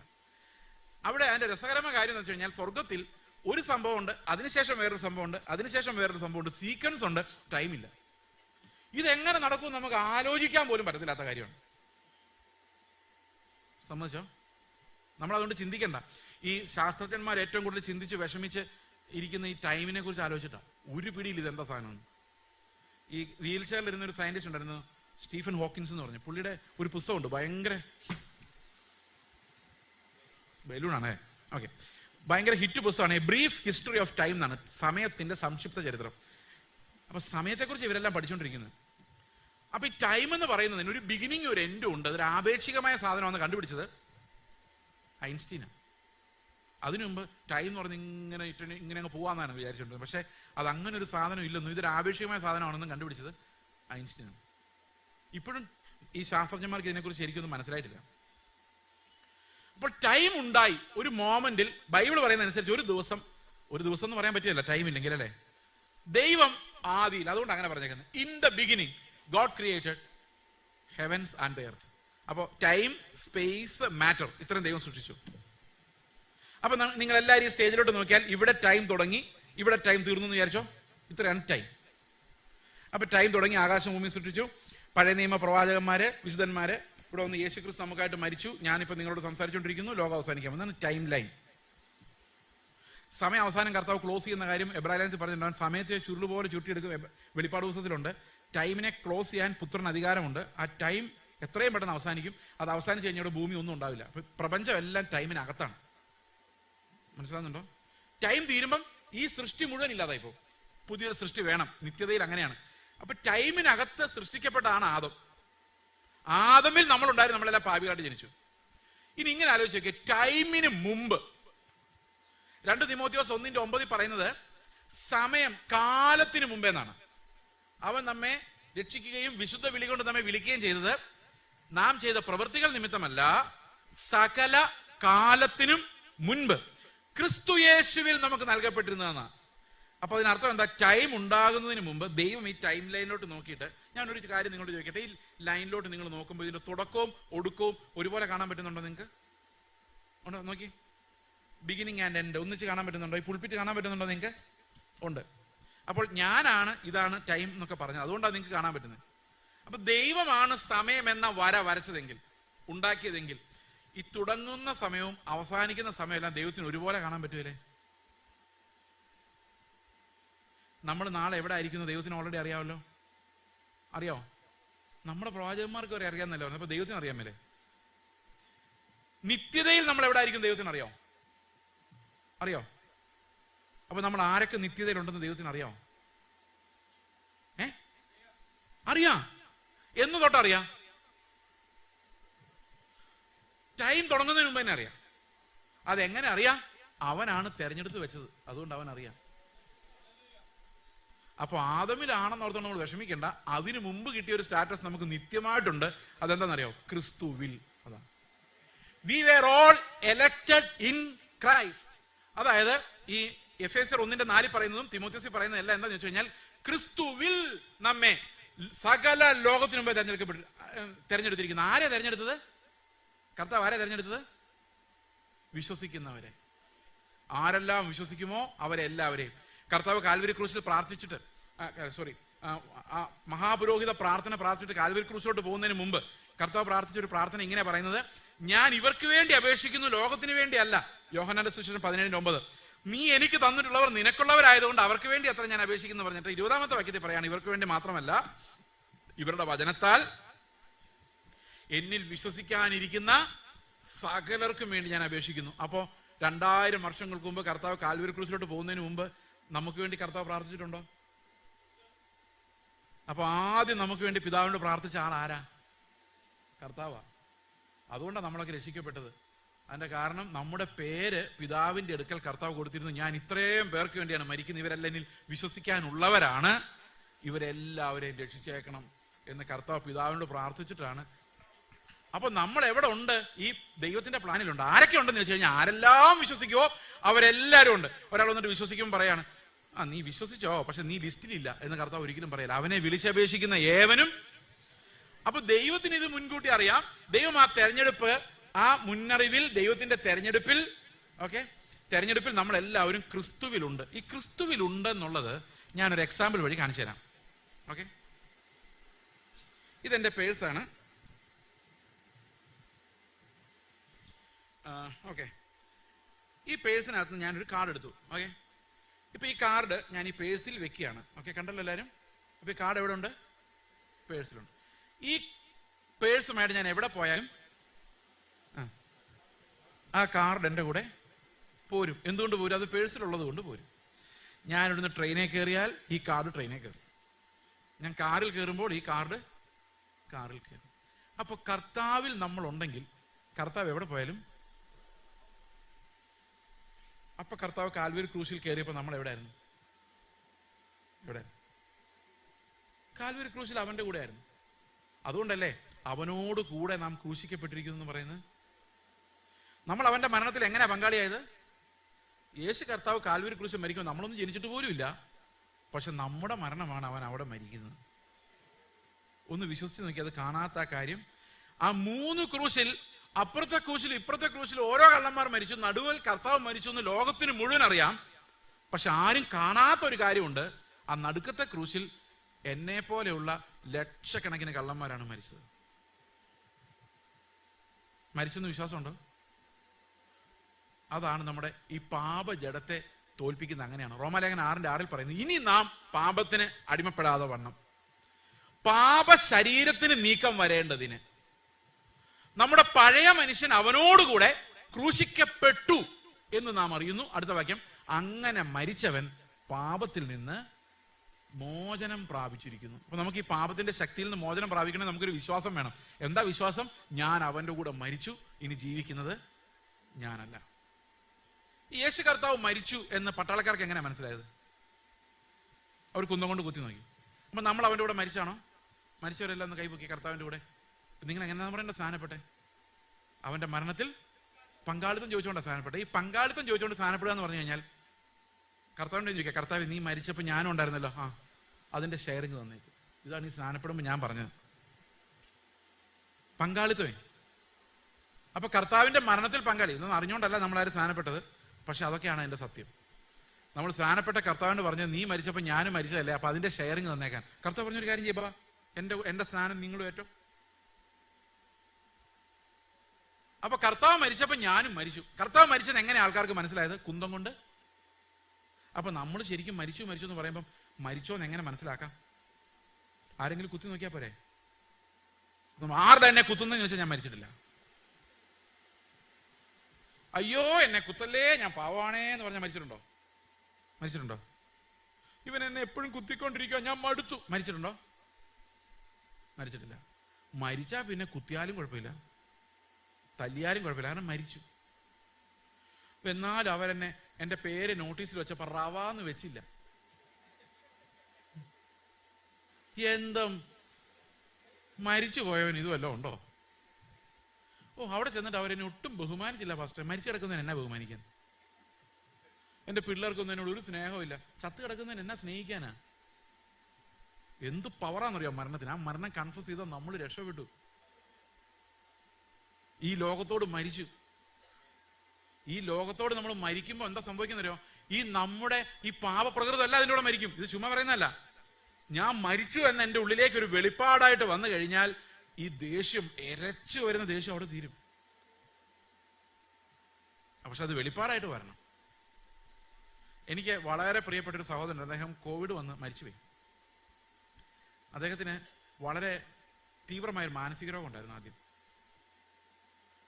മാനസിക രോഗമായിട്ട് അദ്ദേഹം ആശുപത്രിയിൽ സെല്ലിൽ അടയ്ക്കപ്പെട്ട അവസ്ഥയിലായിരുന്നു. പക്ഷെ ഇടയ്ക്കിടയ്ക്ക് പുള്ളിക്ക് ഇത്തിരി ബോധം വരും. ആ സമയത്ത് പുള്ളി ഒരു ട്രാക്ട് കണ്ടു കർത്താവിന്റെ ജീവനെ കുറിച്ച്. പുള്ളി അതങ്ങ് വിശ്വസിച്ചത്, ഒരു വെളിപ്പാടായിട്ട് വിശ്വസിച്ചു. ഞാൻ മരിച്ചു, ഇനി ജീവിക്കുന്നത് ഞാനല്ല, ക്രിസ്തുവാണ്. ആ മാനസിക രോഗം അതുപോലെ മാറി. ഈ കെമിക്കലുകളെ തലയ്ക്കകത്തോടെ പോകുന്നേ, അതാണ് ഈ നമ്മുടെ എല്ലാ സ്വഭാവത്തെ നിയന്ത്രിക്കുന്നത്. അതാ പൗലോസ് പറയുന്നത് കേട്ടോ, ഞാൻ പറയുന്നതല്ല. അവയവങ്ങളിൽ വ്യാപരിക്കുന്ന പാപം, ഈ അവയവങ്ങളിലൂടെ ഒഴുകുന്ന ഡോപ്പമിൻ, അവയവങ്ങളിലൂടെ ഒഴുകുന്ന എന്താ പറയുന്നത്, പല സാധനങ്ങളുണ്ട്. അതിൻ്റെയൊക്കെ പേരെനിക്ക് ഈ പ്രായമായി വരുവാണ്ട് ഓർമ്മയൊന്നുമില്ല.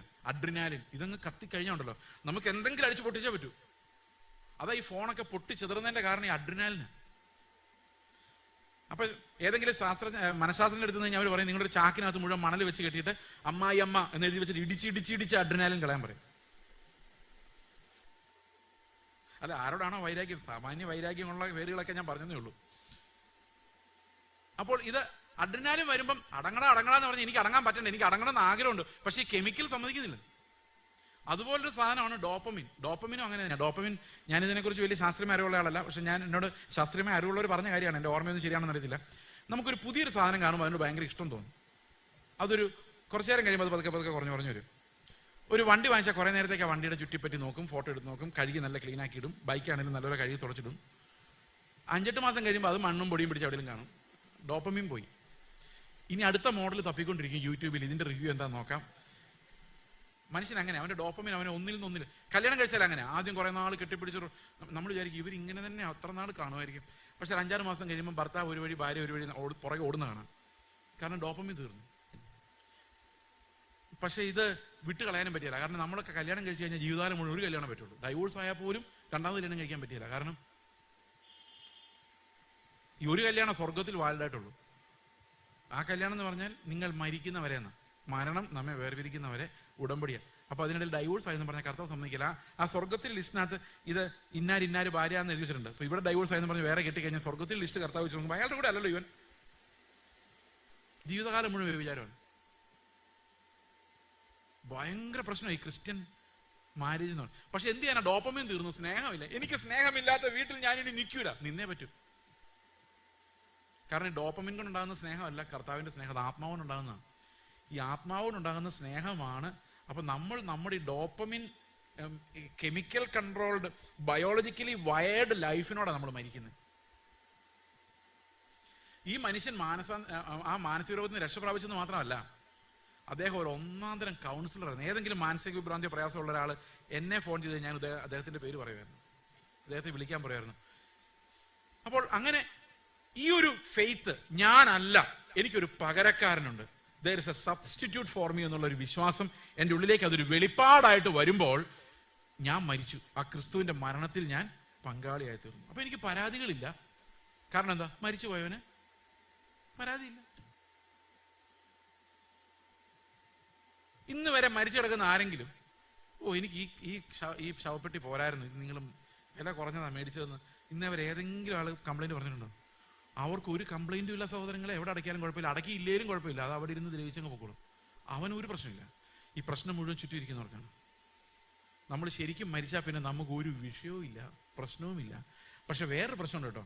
ഇതൊക്കെ ബുദ്ധമതക്കാർ പറയുന്നവരായി പോരും. ഇതിനോട് സർവ്വസംഘ പരിത്യാഗമായിട്ട് എവിടെയെങ്കിലും ഇരിക്കുന്ന മരണമല്ല ഇത്. ഇവിടെ നമ്മൾ ക്രിസ്തുവിന്റെ കൂടെയാണ് മരിക്കുന്നത്. അപ്പോൾ ഒരു കുഴപ്പമുണ്ട്, ക്രിസ്തു പുനരുത്ഥാനം ചെയ്ത ദൈവമാണ്. അപ്പം അവൻ പുനരുത്ഥാനം ചെയ്യുമ്പോൾ നമ്മൾ ആരുടെ കൂടെ ഉണ്ടായിരുന്നു?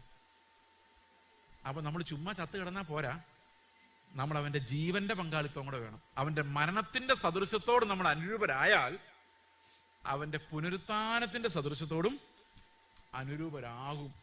അങ്ങനെയാണ് കർത്താവ് എനിക്കൊരു പകരക്കാരനായിട്ട് വരുന്നത്. ഞാനിനി നേരത്തെ പറഞ്ഞ കഥ ഒന്ന് പറഞ്ഞ് അവസാനിപ്പിക്കാം. എൻ്റെ കഥ എന്ന് പറഞ്ഞാൽ ഞാൻ പറഞ്ഞില്ലേ, സാത്താൻ വലിയൊരു ലിസ്റ്റ് ഓഫ് പാപങ്ങളുമായിട്ട് വന്ന കഥ. അതുകൊണ്ടാണ് കർത്താവ് അവിടെ ആടിനെ കൊന്ന്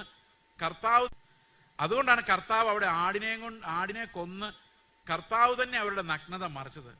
കാരണം അത് മറഞ്ഞിരിക്കേണ്ടത് കർത്താവിനോടായിരുന്നു, മനുഷ്യരോടായിരുന്നില്ല. മനുഷ്യരുടെ അടുത്ത് പാപങ്ങളെ മറയ്ക്കാൻ നമുക്ക് വളരെ എളുപ്പമാണ് അല്ലേ? എൻ്റെ എത്ര കോപം വേണമെങ്കിലും ഒരു ചിരിക്കകത്ത് എനിക്ക് മറയ്ക്കാൻ പറ്റും. പക്ഷെ ദൈവത്തിന് മുമ്പിൽ ഒന്നും മറഞ്ഞിരിക്കുന്നില്ല. അപ്പോൾ ഓരോ പാപങ്ങളും ഇങ്ങനെ വായിക്കുമ്പോൾ എനിക്കൊരു കാര്യം മനസ്സിലായി, നരകത്തിലേക്കല്ലാതെ ഞാൻ എങ്ങോട്ടും പോകാൻ പോകുന്നില്ല. കാരണം ഒരിടത്തും ഒരു നീതിയുടെ ഒരു സ്റ്റെപ്പ് പോലും എനിക്ക് വെക്കാനില്ല. എല്ലാം പൊളിഞ്ഞു പോയിക്കൊണ്ടിരിക്കുക. അവസാനം സാത്താൻ പറയാണ്, ഇവനൊരു വിഗ്രഹാരാധിയാണ്. ഞാൻ പറഞ്ഞു, എൻ്റെ കർത്താവെ, ഞാൻ പ്രീ ഡിഗ്രിക്ക് പഠിക്കുന്ന സമയത്ത് ഓർത്തഡോക്സ് ചർച്ച് വിട്ടതാണ്, വിഗ്രഹം ഉണ്ടല്ലോ എന്ന് വിചാരിച്ച്.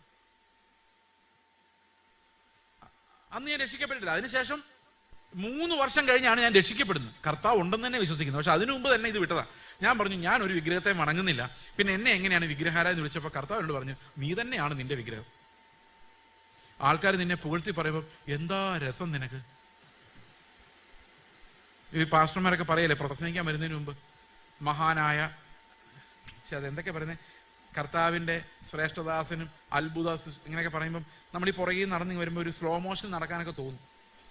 കാരണം ഇത് ഒരാരാധന. ഇത് ഇയാളെ ഇങ്ങനെ പൊക്കി വിട്ടോണ്ടിരിക്കുക. എന്തു അത്ഭുതമാനായ മനുഷ്യൻ എന്നൊക്കെ പറഞ്ഞ് നമ്മളതങ്ങ് എൻജോയ് ചെയ്ത് ഇങ്ങനെ വരിക. ഇത് ചെറുപ്പം തൊട്ടേ നമുക്കുണ്ട്. ആൾക്കാരിങ്ങനെ പൊക്കി പറയണം. ഞാൻ നീതിമാനായിട്ട് അഭിനയിച്ച മുഴുവൻ ടീച്ചർമാർ പൊക്കി പറയാൻ വേണ്ടിയാണ്. അല്ല, അകത്ത് നീതി ഉണ്ടായിട്ടില്ല, മുഴുവൻ അഭിനയമായിരുന്നു. ആ ടീച്ചർമാർക്ക് അത് മനസ്സിലായില്ല. അത് മനസ്സിലായിരുന്നെങ്കിൽ അവർ 8ാം ക്ലാസ് എന്നെ കംപ്ലീറ്റ് ചെയ്യിപ്പിക്കില്ലായിരുന്നു. നമ്മുടെ ആ അവസ്ഥ നമുക്ക് മനസ്സിലായി കഴിഞ്ഞാൽ നമുക്കൊരിക്കലും പരീക്ഷനാവാൻ പറ്റത്തില്ല. ഞാൻ കാരണം പഠിത്തം നിർത്തിപ്പോയ പിള്ളേരുണ്ട്. ഞാൻ കുറ്റം റിപ്പോർട്ട് ചെയ്യും ടീച്ചർമാരോട്. ടീച്ചർമാരെ സാരമില്ല, വിട്ടേക്ക്. ഞാൻ സമ്മതിക്കില്ല. ഞാൻ പറയും, നാളെ ഞാനിത് ചെയ്തോട്ടെ എന്ന് ചോദിക്കും. അവർക്കങ്ങനെ അരാജകത്വം അനുവദിക്കാൻ പറ്റില്ലല്ലോ.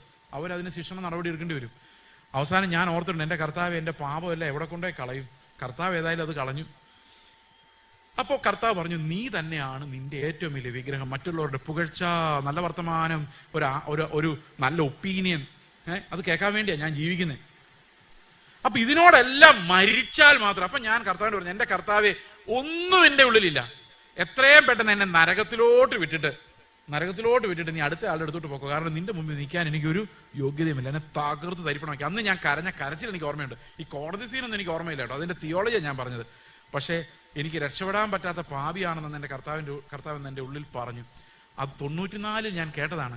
കർത്താവിന്റെ കൃപയില്ലാതെ ഒരു മോമെന്റ് പോലും നമുക്ക് നീതിമാനെന്ന് വിളിക്കപ്പെടാൻ പോലുമുള്ള യോഗ്യതയില്ല എന്നുള്ള കാര്യം. അത് ഇന്നും അങ്ങനെ തന്നെ എൻ്റെ ഉള്ളിൽ കിടപ്പുണ്ട്. ഓക്കെ, അപ്പോൾ കർത്താവ് എന്നോട് പറഞ്ഞു, നിന്നെ ഞാൻ നരകത്തിലും വിടുന്നില്ല, നിന്നെ ഞാൻ വെറുതെ വിട്ടിരിക്കുന്നു. അപ്പൊ ഞാൻ ചോദിച്ചു, കർത്താവ്, ഇത്രയും നീതിമാനായ നീ, ഞാനൊരു പൊട്ട നീതിമാനായ ഞാൻ ഒരുത്തനെ വെറുതെ വിട്ടിട്ടില്ല.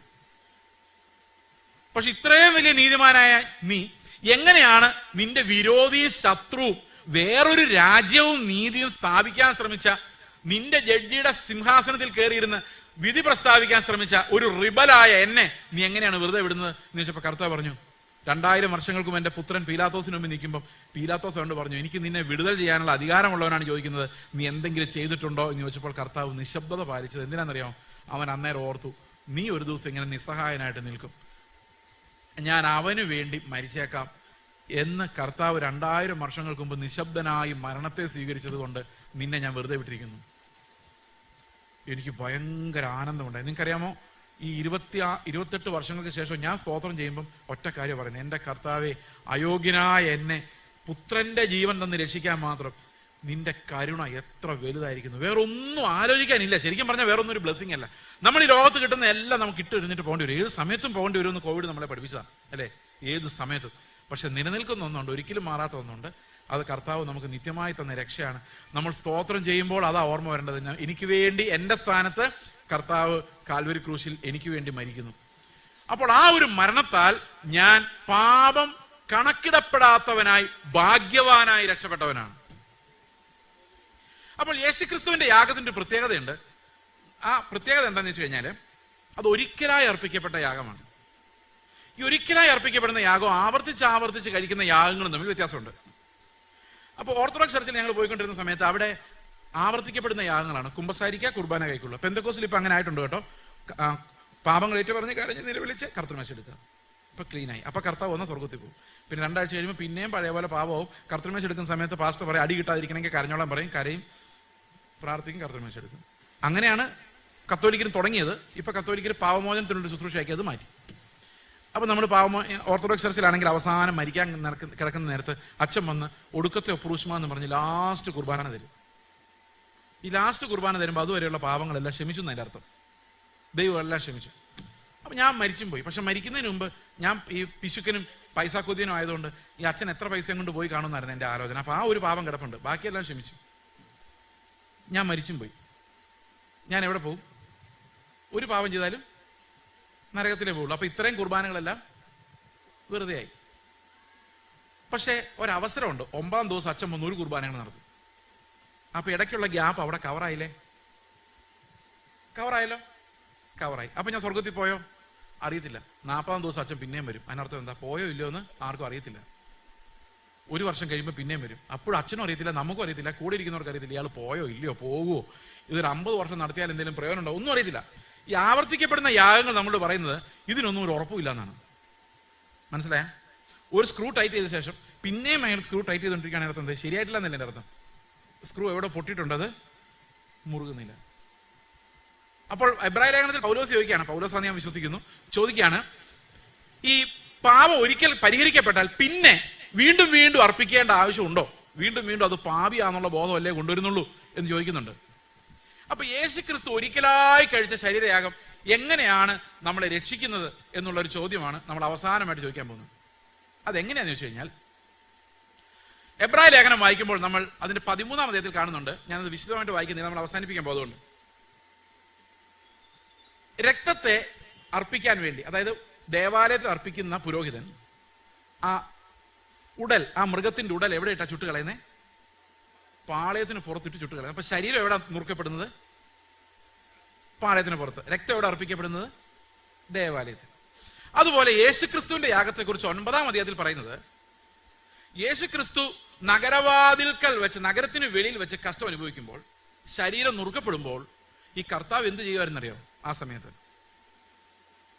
അവൻ 9-ാം അധ്യായം എബ്രായ ലേഖനം 9-ാം അധ്യായത്തിൽ പറയുന്നു, വലിപ്പവും ഭൂമിക്ക് വെളിയിലായതുകൊണ്ടും ഭൂമിയിൽ നിൽക്കുന്ന ആർക്ക് വേണമെങ്കിലും സൂര്യനെ കാണാമെന്ന് പറയുന്ന പോലെ നമ്മളെല്ലാവരും ടൈമിലുള്ളവരായിരിക്കുമ്പോൾ തന്നെ ഈ രക്തം അർപ്പിക്കപ്പെട്ടത് നിത്യതയിലായതുകൊണ്ട് നമ്മൾ ഏത് സമയത്ത് നോക്കിയാലും ആ രക്തം നമ്മുടെ പാപങ്ങൾക്ക് പര്യാപ്തമായ ഒരർപ്പണമായി പിതാവിന്റെ മുമ്പിലുണ്ട്. അവന്റെ രക്തം ഇന്നും നമ്മോട് ഗുണകരമായി സംസാരിച്ചുകൊണ്ടിരിക്കുന്നു. ആ രക്തത്താൽ നമുക്ക് എന്നേക്കുമായിട്ടുള്ളൊരു പാപമോചനം സാധിച്ചിരിക്കുന്നു. ഏത് സമയത്തും നമുക്ക് ആ രക്തത്തിൽ നിന്ന് ശുദ്ധം പാപമോചനമുണ്ട് എന്നുള്ളത് കൊണ്ട് തന്നെ നമ്മൾ നമ്മുടെ പാപങ്ങൾ മോചിക്കാൻ വേണ്ടി ഒന്നും ചെയ്യേണ്ടതില്ല. പുത്രനെ നോക്കിയാൽ മാത്രം മതി. അവന്റെ രക്തം സകല പാപവും പോക്കി നമ്മെ ശുദ്ധീകരിച്ചിരിക്കുന്നു. സകല മത അഭ്യാസങ്ങളിൽ നമ്മളെ വിടുവിച്ചിരിക്കുന്നു. ഇനി ദൈവത്തിനും മനുഷ്യരുടെ ഇടയിൽ ജീവിച്ചിരിക്കുന്നവരോ മരിച്ചവരോ ആയ പാസ്റ്റർമാരോ പുണ്യാളന്മാരോ മത ഗുരുക്കന്മാരോ ആരുടെയും ആവശ്യമില്ല. കാരണം ക്രിസ്തുവിലൂടെ ഏത് സമയത്തും പിതാവിന്റെ അടുക്കിലേക്ക് ചെല്ലുവാനുള്ള അവകാശവും. ഇനി ഒരു കാര്യം ഇവിടെ ഉണ്ട്. കർത്താവ് നമുക്ക് വേണ്ടി മരിച്ചപ്പോൾ നമ്മൾ അവന്റെ കൂടെ മരിച്ചു. അവൻ പുനരുത്ഥാനം ചെയ്തപ്പോൾ നമ്മൾ ആ പുനരുത്ഥാനത്തോട് ഏകീഭവിക്കപ്പെട്ടു. അതുകൊണ്ടാണ് പൗലോസ് പറയുന്നത്, അവന്റെ മരണത്തോടും പുനരുത്ഥാനത്തോടും ഞങ്ങൾ ഏകീഭവിച്ചവരാകണം. അപ്പോൾ ഓരോ നിമിഷവും ഞാൻ എന്താ ചെയ്യുന്നതെന്ന് വെച്ച് കഴിഞ്ഞാൽ വിശ്വാസത്താൽ ഞാൻ പറയുകയാണ്, ഞാനല്ല ക്രിസ്തു അത്രേ ജീവിക്കുന്നത്. അവന്റെ മരണത്തോടും പുനരുത്ഥാനത്തോടും ഓരോരോ മോമെന്റിലും ഞാൻ പുതുതായി പുതുക്കപ്പെട്ടുകൊണ്ടേയിരിക്കുകയാണ്. ഈ പുതുക്കപ്പെടുന്ന പുതിയ മനുഷ്യൻ. അപ്പൊ പൗലോസ് പറയാണ്, കഴിഞ്ഞ മോമെന്റ് വരെയുള്ളത് ഞാൻ മറന്നു. എന്തുകൊണ്ട് മറന്നു ചോദിച്ചാൽ ഞാനിപ്പോ പുതുക്കപ്പെട്ടു. ഓരോ സമയത്ത് ഞാനല്ല ക്രിസ്തു അത്രേ, ഞാനല്ല ക്രിസ്തു അത്രേ. അവസാനം ആ ക്രിസ്തുവിന്റെ സ്വഭാവത്തിലേക്ക് എന്നെ വളർത്താൻ വേണ്ടി കർത്താവ് എന്ത് ചെയ്തു? എന്നെ കർത്താവിൽ തന്നെ തിരഞ്ഞെടുത്തു. അതുകൊണ്ട് അവൻ അനുസരിച്ചപ്പോൾ എന്റെ അനുസരണമായി അത് കണക്കുകൂട്ടി. അവൻ മരിച്ചപ്പോൾ അത് എന്റെ മരണമായി കണക്കുകൂട്ടി. അപ്പൊ സ്വർഗത്തിലെ ഒരു വാക്യം കൊണ്ട് വായിക്കാം. 2 കൊരിന്ത്യർ ലേഖനം 5:14 ലാസ്റ്റ് വാക്യം. 2 കൊരിന്ത്യർ ലേഖനം 5:14 പറയുന്നു, ക്രിസ്തുവിന്റെ സ്നേഹം ഞങ്ങളെ നിർബന്ധിക്കുന്നു, ഒരുവൻ എല്ലാവർക്കും വേണ്ടി മരിച്ചിരിക്കെ എല്ലാവരും മരിച്ചു എന്ന് പറഞ്ഞു കഴിഞ്ഞാൽ, യേശുക്രിസ്തു മരിച്ചു, ഒരാൾ എല്ലാവർക്കും വേണ്ടി മരിച്ചപ്പോൾ നമ്മൾ എല്ലാവരും മരിച്ചു എന്ന് പറഞ്ഞു കഴിഞ്ഞാൽ, അവരപ്പൻ പോയി മക്കൾക്ക് ഫീസ് അടച്ചു. കോളേജിൽ 4 പിള്ളേരുണ്ടെന്ന് വിചാരിച്ചു, 4 പേരുടെ ഫീസ് അടച്ചു. ഈ രസീത് വരുമ്പോൾ ആരുടെ പേരിലാണ് വരുന്നത്? നിങ്ങൾ പിള്ളേർക്ക് ഫീസ് അടച്ചു നോക്കിയിട്ടുണ്ട്? ആരുടെ പേരിലാണ് രസീത് വരുന്നത്? നിങ്ങളുടെ പേര് വരികയല്ല. നിങ്ങളുടെ പേരിൽ വന്നാൽ നിങ്ങളുടെ പേര് റോളിലില്ല. പിന്നെ നിങ്ങളുടെ മകന്റെ പേര് വിളിക്കുമ്പോൾ ഫീസ് അടച്ചിട്ടില്ല. അപ്പം ആരുടെ പേര് എഴുതാൻ പറ്റുള്ളൂ? ആ റോളിലുള്ള ആളുടെ പേര് എഴുതാൻ പറ്റുള്ളൂ അല്ലേ? ഓക്കെ. അപ്പൊ മരിക്കൂ എന്നുള്ള റോളിൽ ആരൊക്കെ ഉണ്ടായിരുന്നു? നമ്മളെല്ലാവരും ഉണ്ടായിരുന്നു. ജീവിച്ചിരിക്കുന്നവൻ എന്നുള്ള റോളിൽ കർത്താവ് ഉണ്ടായിരുന്നു. പക്ഷെ അവൻ മരിച്ചപ്പോൾ എന്ത് സംഭവിച്ചെന്നറിയോ? അത് നമ്മുടെ മരണമാണ് മരിച്ചത്. ഇപ്പൊ റെക്കോർഡിൽ നോക്കുമ്പോൾ ഒരുവൻ എല്ലാവർക്കും വേണ്ടി മരിച്ചിരിക്കെ എല്ലാവരും മരിച്ചു. അപ്പൊ ചേസ് ജോസഫ് ഓൾറെഡി മരിച്ചു.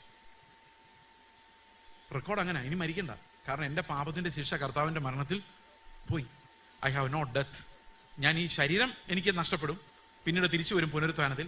പക്ഷെ എനിക്ക് പാപത്തിന്റെ ശിക്ഷയായ മരണമില്ല, ദൈവത്തിൽ നിന്നുള്ള സെപ്പറേഷൻ ഇല്ല. ഞാൻ എന്നും അവന്റെ സന്നിധിയിൽ തന്നെ ആയിരിക്കുന്നു. മാത്രമല്ല, അവന്റെ ആത്മാവ് ഓരോ ദിവസവും എന്നെ യേശുക്രിസ്തുവിന്റെ പരിജ്ഞാനത്തിലേക്കും വിശുദ്ധിയിലേക്കും രൂപാന്തരപ്പെടുത്തിക്കൊണ്ടിരിക്കുകയും ചെയ്യും. ഇത് ഓരോ ദിവസവും പുതുക്കം പ്രാപിക്കുന്ന പുതിയ മനുഷ്യൻ, ആത്മാവിനാൽ സൃഷ്ടിക്കപ്പെടുന്ന പുതിയ മനുഷ്യൻ. ഈ ജീവിതമാണ് വിശ്വാസ ജീവിതം എന്നുള്ളതുകൊണ്ട് ഉദ്ദേശിക്കുന്നത്. നിങ്ങൾ എത്ര പേര് വിശ്വാസ ജീവിതം നയിക്കുന്നവരാണ്? ഞങ്ങളുടെ പല ആൾക്കാരും ചോദിക്കാറുണ്ട്, നിങ്ങൾ ഈ മിഷണറിമാരൊക്കെ എങ്ങനെ ജീവിക്കുന്നത്? അപ്പൊ ഞാൻ പറയും, ഞാൻ ആദ്യമൊക്കെ പറഞ്ഞുകൊണ്ടിരുന്നത് ഇങ്ങനെയാണ്, ഞങ്ങൾക്ക് വിശ്വാസത്താല ബ്രദറെ ജീവിക്കും എന്ന് പറയുന്നത്. എന്താ അർത്ഥം? പൈസ തരുന്ന വിശ്വാസത്താൽ, രോഗം മാറുന്ന വിശ്വാസത്താൽ. ഇതിനല്ല നമ്മൾ വിശ്വാസ ജീവിതം എന്ന് പറയുന്നത്. ഓക്കെ. അപ്പൊ വിശ്വാസം എന്ന ചൂണ്ടയിട്ടാൽ അതിനറ്റത്ത് എന്താ ഉള്ളത്? പൈസ അല്ലേ? അപ്പൊ വിശ്വസിക്കും ബ്രദറെ, രോഗസൗഖ്യം തരും. അപ്പൊ വിശ്വാസം എന്ന ചൂണ്ടയിട്ടാൽ എന്ത് കിട്ടും? മതിയോ? പോരാ. വിശ്വാസം എന്ന ചൂണ്ടയിട്ടാൽ കർത്താവിനെ കിട്ടണം. അപ്പൊ വിശ്വാസം എന്തായിരിക്കണം?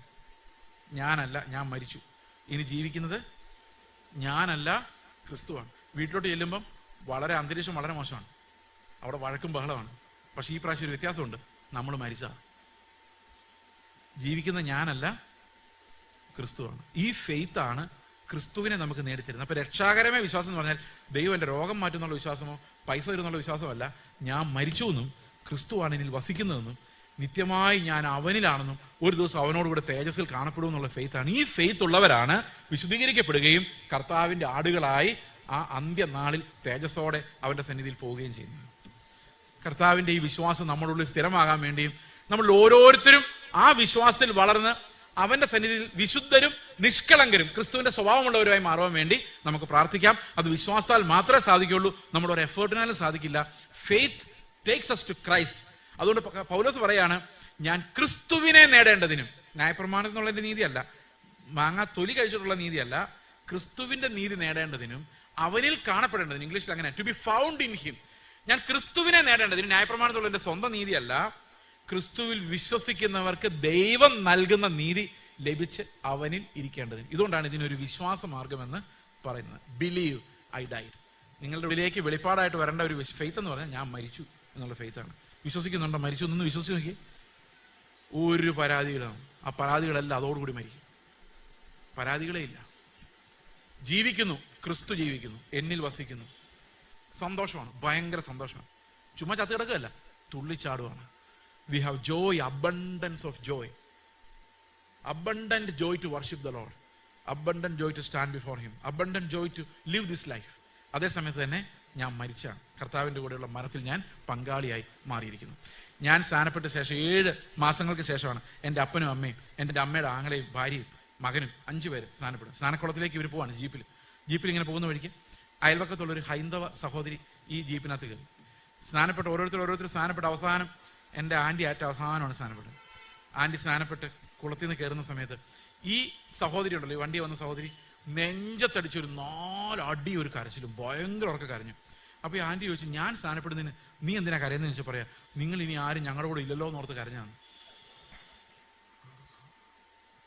നമ്മൾ മരിച്ചു പോയി എന്നുള്ള കാര്യം അവർക്ക് മനസ്സിലായി, ഇവർക്ക് മനസ്സിലാവുന്നില്ല. നമ്മൾ പിന്നെ അവരുടെ കൂടെ റോഡിലുണ്ട്, അവരുടെ പോലെ പൈസ ഉണ്ടാക്കാനും ബിസിനസ് ഉണ്ടാക്കാനും ലോകത്തെ എൻജോയ് ചെയ്യാനുണ്ട്. അപ്പൊ നിങ്ങൾ മരിച്ചു പോയിട്ട് പിന്നെ ഇതേ പണിക്ക് ഇറങ്ങിയോ? അപ്പോൾ ഈ ശരിക്കും ഈ സ്നാനപ്പെടുക എന്ന് പറഞ്ഞാൽ നമ്മളിതൊന്നും മനസ്സിലാക്കിയിട്ടൊന്നും അല്ലെങ്കിലും കർത്താവ് അതവിടെ എൻ്റർ ചെയ്തിട്ടുണ്ട്. ഇവൻ എൻ്റെ കൂടെ, എൻ്റെ പുത്രൻ്റെ കൂടെ മരിച്ചവനാണ്. അപ്പോൾ വലിയ അവകാശമൊന്നും നമ്മൾ പറയണ്ട. നമ്മുടെ അവകാശം പുത്രൻ്റെ അവകാശമാണ്, അത് നമുക്ക് കിട്ടാതെ പോവുകയില്ല. പുത്രനുള്ള സകലവും നമ്മുടെയാണ്. പുത്രൻ്റെ രാജ്യം, പുത്രൻ്റെ പിതാവ്, പുത്രൻ്റെ ആത്മാവ്, പുത്രൻ്റെ എല്ലാ നീതിയും വിശുദ്ധിയും, ഓരോ ദിവസവും ജീവിക്കാൻ ആവശ്യമായ ദൈവത്തിന്റെ പരിജ്ഞാനവും അവന്റെ വിശുദ്ധിയും എല്ലാം നമുക്ക് അവൻ ഫ്രീ ആയിട്ട് ആത്മാവിലൂടെ നമുക്ക് ദാനം തന്നിരിക്കുന്നതാണ്. വിശ്വസിക്കുന്ന സകലർക്കും അത് ലഭിക്കുവാൻ ദൈവം അതിമഹത്തായ വാഗ്ദത്തങ്ങൾ നമ്മളെ ഏൽപ്പിച്ചിരിക്കുന്നു. നമുക്ക് പ്രാർത്ഥിക്കാം. ഞങ്ങളുടെ സ്വർഗസ്ഥ പിതാവേ, രക്ഷയുടെ ആനന്ദത്തിലേക്ക് ഞങ്ങളെ അവിടെ നിന്ന് കൂട്ടിക്കൊണ്ട് ചെല്ലണമെന്ന് പ്രാർത്ഥിക്കുന്നു. കർത്താവെ, അങ്ങയുടെ മഹത്വം ഞങ്ങളിലൂടെ വെളിപ്പെടുത്തക്ക രീതിയിൽ അങ്ങ് ആരെന്ന് കർത്താവെ ഞങ്ങൾ തിരിച്ചറിയേണ്ടതിന്, ഞങ്ങളുടെ ചുറ്റുമുള്ളവർ തിരിച്ചറിയേണ്ടതിന് യേശു ക്രിസ്തുവിന്റെ ആത്മാവിനാൽ ഞങ്ങളെ വിശുദ്ധീകരിക്കണമേ. അവിടെ നടന്ന ഇടുക്ക് വഴിയിലൂടെ കർത്താവ് പുതിയ ജീവനോടെ ഞങ്ങൾ നടക്കുവാൻ, ഞങ്ങളുടെ ജഡത്തോട് മരിച്ച് ക്രിസ്തുവിനോട് ജീവിക്കുവാൻ കർത്താവെ ഞങ്ങളെ അവിടെ നിന്ന് വിളിച്ചതിനായി, തെരഞ്ഞെടുത്തതിനായി, ക്രിസ്തുവിൽ ഞങ്ങളെ ആക്കിയതിനായി, അതിമനോഹരമായ വാഗ്ദത്തങ്ങൾക്കായി ഞങ്ങൾ അങ്ങേ സ്തോത്രം ചെയ്യുന്നു. കർത്താവായ യേശു ക്രിസ്തുവിന്റെ നാമത്തിൽ തന്നെ ആമേൻ.